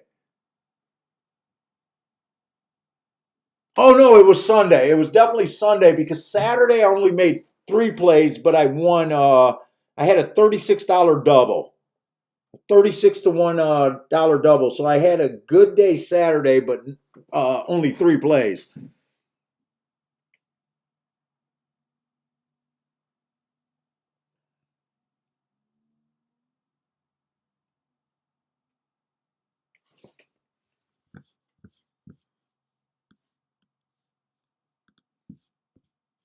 Let's see. I got a couple minutes. Let me look at Fairgrounds real quick. Man, I'd like to handicap Gulfstream and Fairgrounds tonight, but I just don't. Right now, I just don't feel like it. I got to see how I feel after. And turf routes at Tampa tomorrow.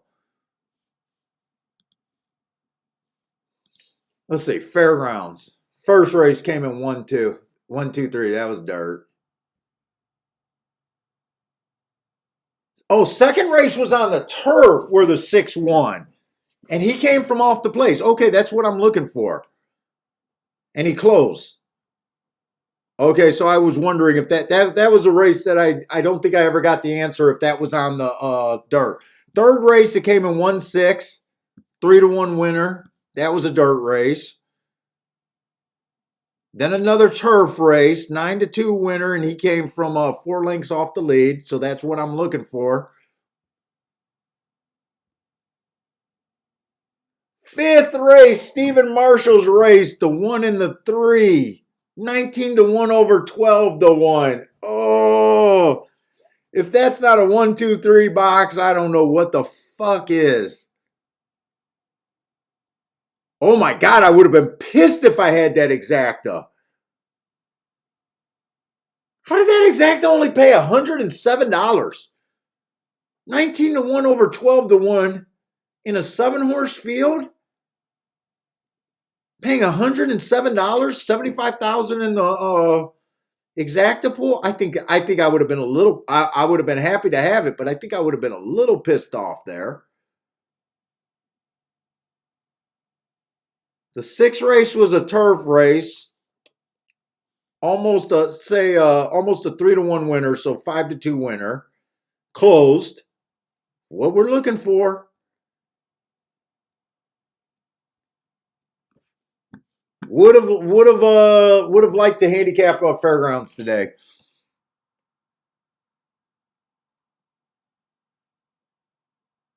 That's all you want is your profile. If you make a profile and you believe in biases, you feel like you got a shot as long as the horses are running to where you know you're looking. It doesn't always work out. You can still have losing days. You can actually get crushed on days like that, but sometimes you just feel like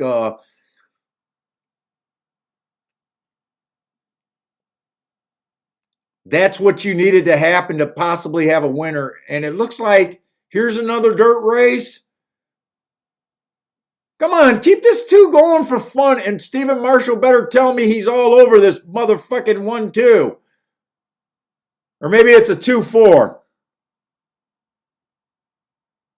Or is that 3 to 5? That might be 3 to 5. I can't tell if that's 35 to 1 or that might be 3 to 5. I might be getting excited. I might be trying to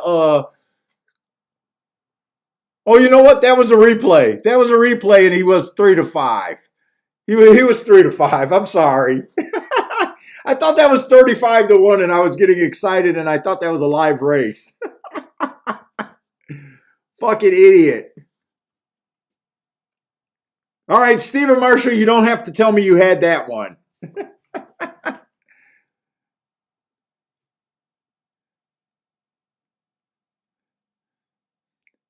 That came in 3-4. Or I'm sorry, 2-4. 2-4. Exact only paid 14 for $2, so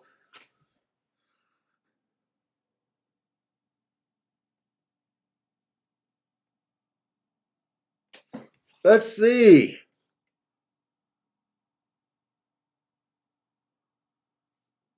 Let's see. Is Lanier saying that this 6-horse will do good here? I think that's who Edwin's on. All right, who all got to play over here at Gulfstream? They're loading in the gate. Let's see what we got. Charles is on the 4. Nice price for Charles. Case. I don't know if that's a 2. That's probably a 2-7 exacta box, or it could be a 2 through 7, but I'm guessing 2-7 exacta box.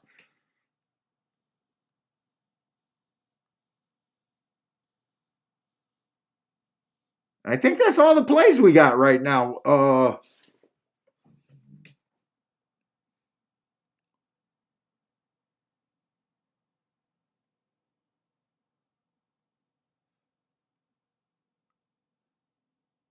Frankie Tubbs likes the 157 here. Hey, Frankie, I know you like the turf racing. Have you been seeing anything at Gulfstream that you're interested yet? Like a bias wise or anything, or does your handicapping even have to do with that?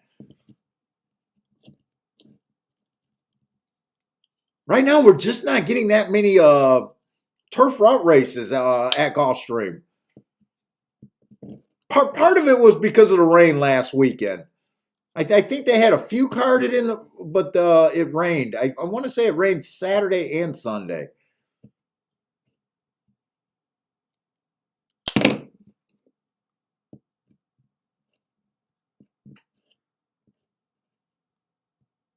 Let's see. 3 got the lead over there at Gulfstream. Who is the 3? That's not shocking. He's a sprinter stretching out.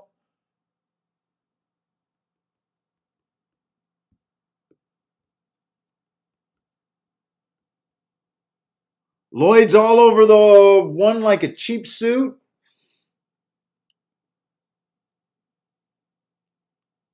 or a cheap coat.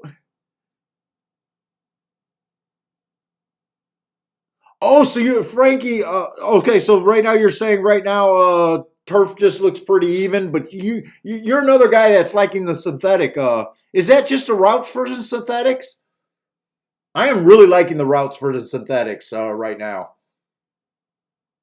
That's probably actually my most comfortable other than the turf sprints, but there's just not that many turf sprints right now.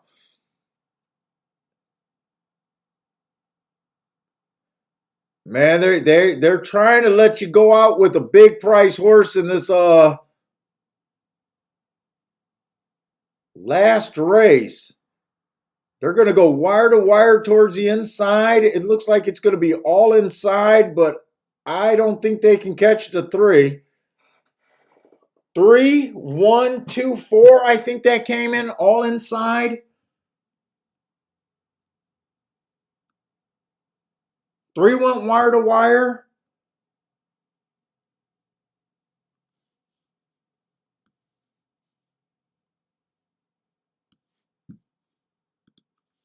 Horse stretching out. I like that stretching out angle.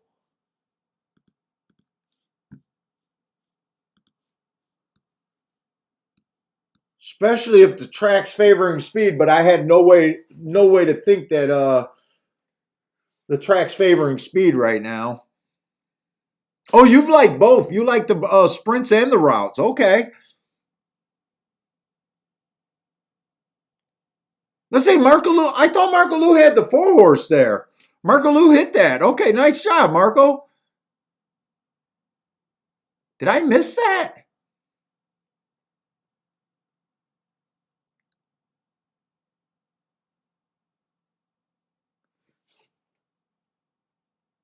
Just became a winner and someone hit. Oh, someone hit the whole pick six pool?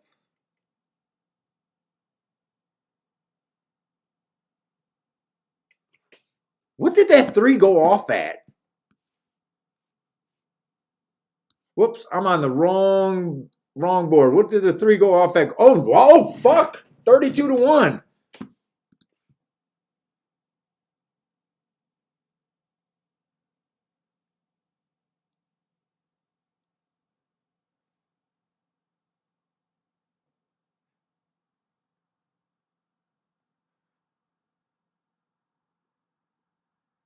Marco came because Marco, since he came back, been kind of quiet. Now, way to go out, Marco Lou.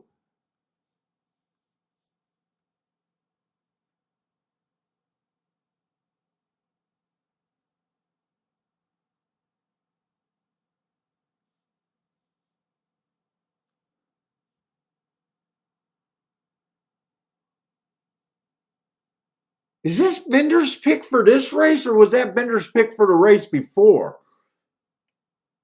389.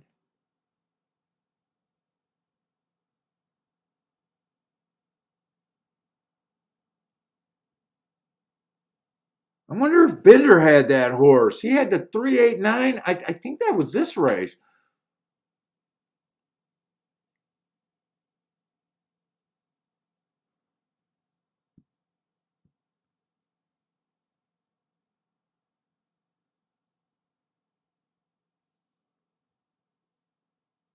Jared hit the pick six.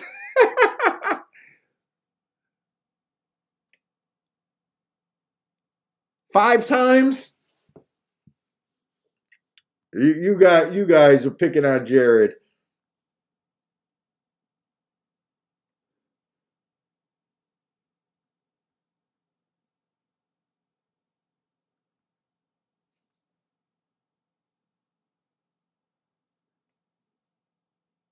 Hey, what's up, Joe? Someone hit for 1.2 milli today?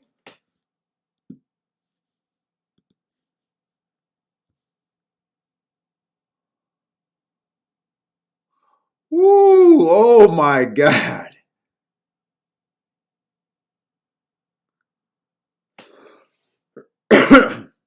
The pick 4 pays $45,000. The pick 3 pays $4,000. The pick 5 pays $177,000 for $1. And then the 20-cent pick 4, 1 milli.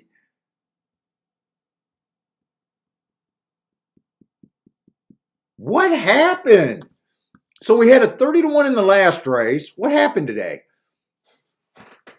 Man, congratulations to that person. Holy cow, that's some handicapping. Even if you had an all in the last leg. Let's see, what happened today? What happened today?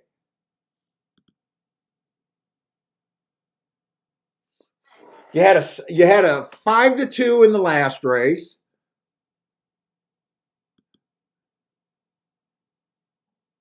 Ooh, wow, you had the 7 horse at 30-1, or at 14-1.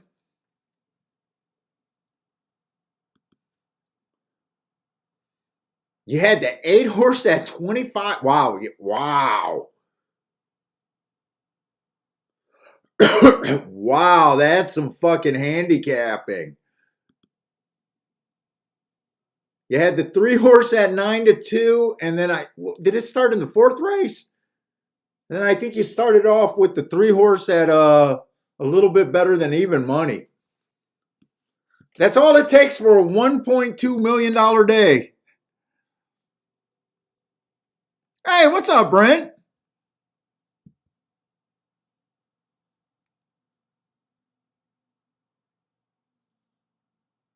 I was looking for Bender because I seen Bender's had some horses. Bender, you've been on fire the last 2 days, man. You made a tough call yesterday for $5,000, I think you said. Small win bet, but the exacta would have been huge. $67, $67 horse on top. Well done.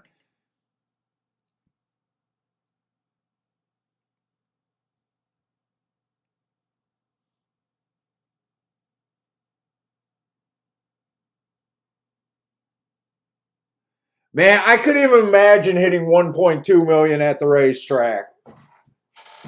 Woo! I wonder if that's one person, and what does he get? Wait a minute. Does anyone know on that carryover? If you play a pick 6 carryover at Gulfstream, not a carryover, jackpot. Do they also pay out consolation tickets like 4 out of 5 or 5 out of 6, or is that a thing for jackpot wager? That might not be a thing. I don't play them, so I don't know.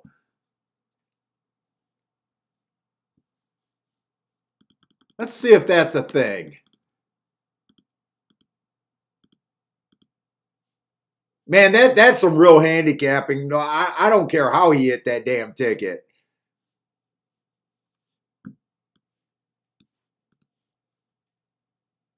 That is impressive. I wonder if he's going to put the ticket on Twitter so the ticket construction guys can rip on him. Oh, you hit for 1.2 million. You suck. Your ticket construction sucks. Okay, so I didn't think there was consolation in a jackpot pick 6, but I've never really played in that pool, so I have no idea. But yeah, that does make sense. But anyways, guys, that's it for me. I can't say if I'll do a show tomorrow or not. It really depends on how tonight goes. But that's cool. You guys heated up. I'm glad.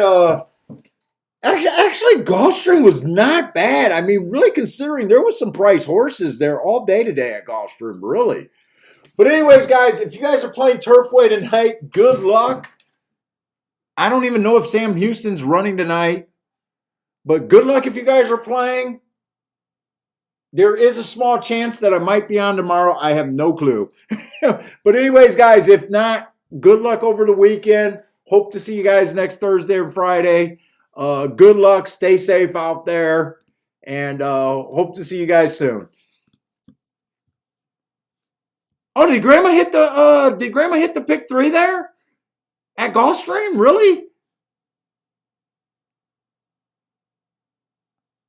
Yeah, Grandma, to hit the jackpot, you have to be the only person. To hit that full jackpot, you're the only one in a jackpot wager. Marco's taking a shot. Breeding handicapping works.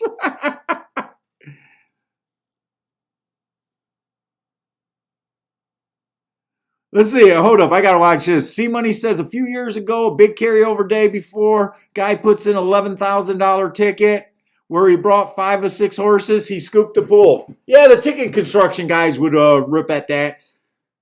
Oh, you can't play $11,000 tickets every day. Well, he doesn't play $11,000 tickets every day. He did that in a situation, right? But anyways, guys, like I said, hope to see you guys next week. Have a great evening, great weekend, and maybe even see me tomorrow.